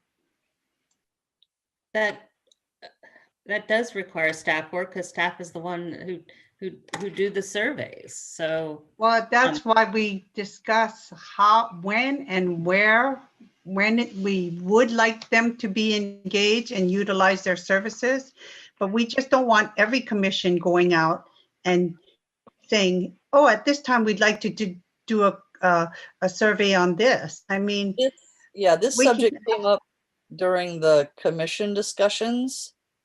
And I guess the question is what's the right follow-up that we want to pursue based on what we heard from the commissions? Well, how about we said we're going to talk about the commissions and various aspects, the recruitment process, I forget, there were several items. So let's add this item. Add this to the general discussion about commissions. So Mayor, as well as maybe we should get some input from the city manager, because until that item comes before us, either we put a moratorium on some of the surveys going out, or he could provide his opinion on, what we should do. What surveys are going out? Well, we hear from many of the commissions that they're going to do outreach. You hear from the senior commission that they're going to be conducting all these surveys going out. City manager, did you want to respond? I think you would decide on surveys on a case-by-case basis based on what the commission's trying to achieve and if it's the appropriate tool, and then how you're going to utilize it. So I think I'd have a hard time answering comprehensively based on the hypothetical question, the way it's. Well, the problem is it never comes to council. When commissions decide to do it, it doesn't. Well, we're not going to discuss the topic. I think we've decided that we need to put this into the general consideration about kind of commissions and commission operations. Okay, thank you. Okay, and that we have support for that being as a part of that consideration. Okay, anybody else have anything to report? City attorney, going once, going twice. Mayor, I'm going to Mr. England, on the Environmental Commission meeting last night, Laura Simpson reported that I think staff is working on something to address the drought conditions we're going through. And I don't have the specifics, and I'm just curious if this is something you can give us an update on or maybe bring it back. But she mentioned that staff is working on something to address and respond to the drought conditions. And if I'm saying something that's not accurate, please let me know. I'd have to see the context of the comments, so I can follow up with her. So I could address that if you want, because we're looking at some municipal water enforcement for new development. And I have staff working with me along with a staff member at the water district. And so we are meeting with them, and we will bring something back, and staff will be presenting that to the Environmental Commission when we get that information and decide which way we would move forward on that. So this is something being done in coordination with and supported by Santa Clara Valley Water. Correct. Okay, that's the origin. Okay. Anybody else? Going once, going twice.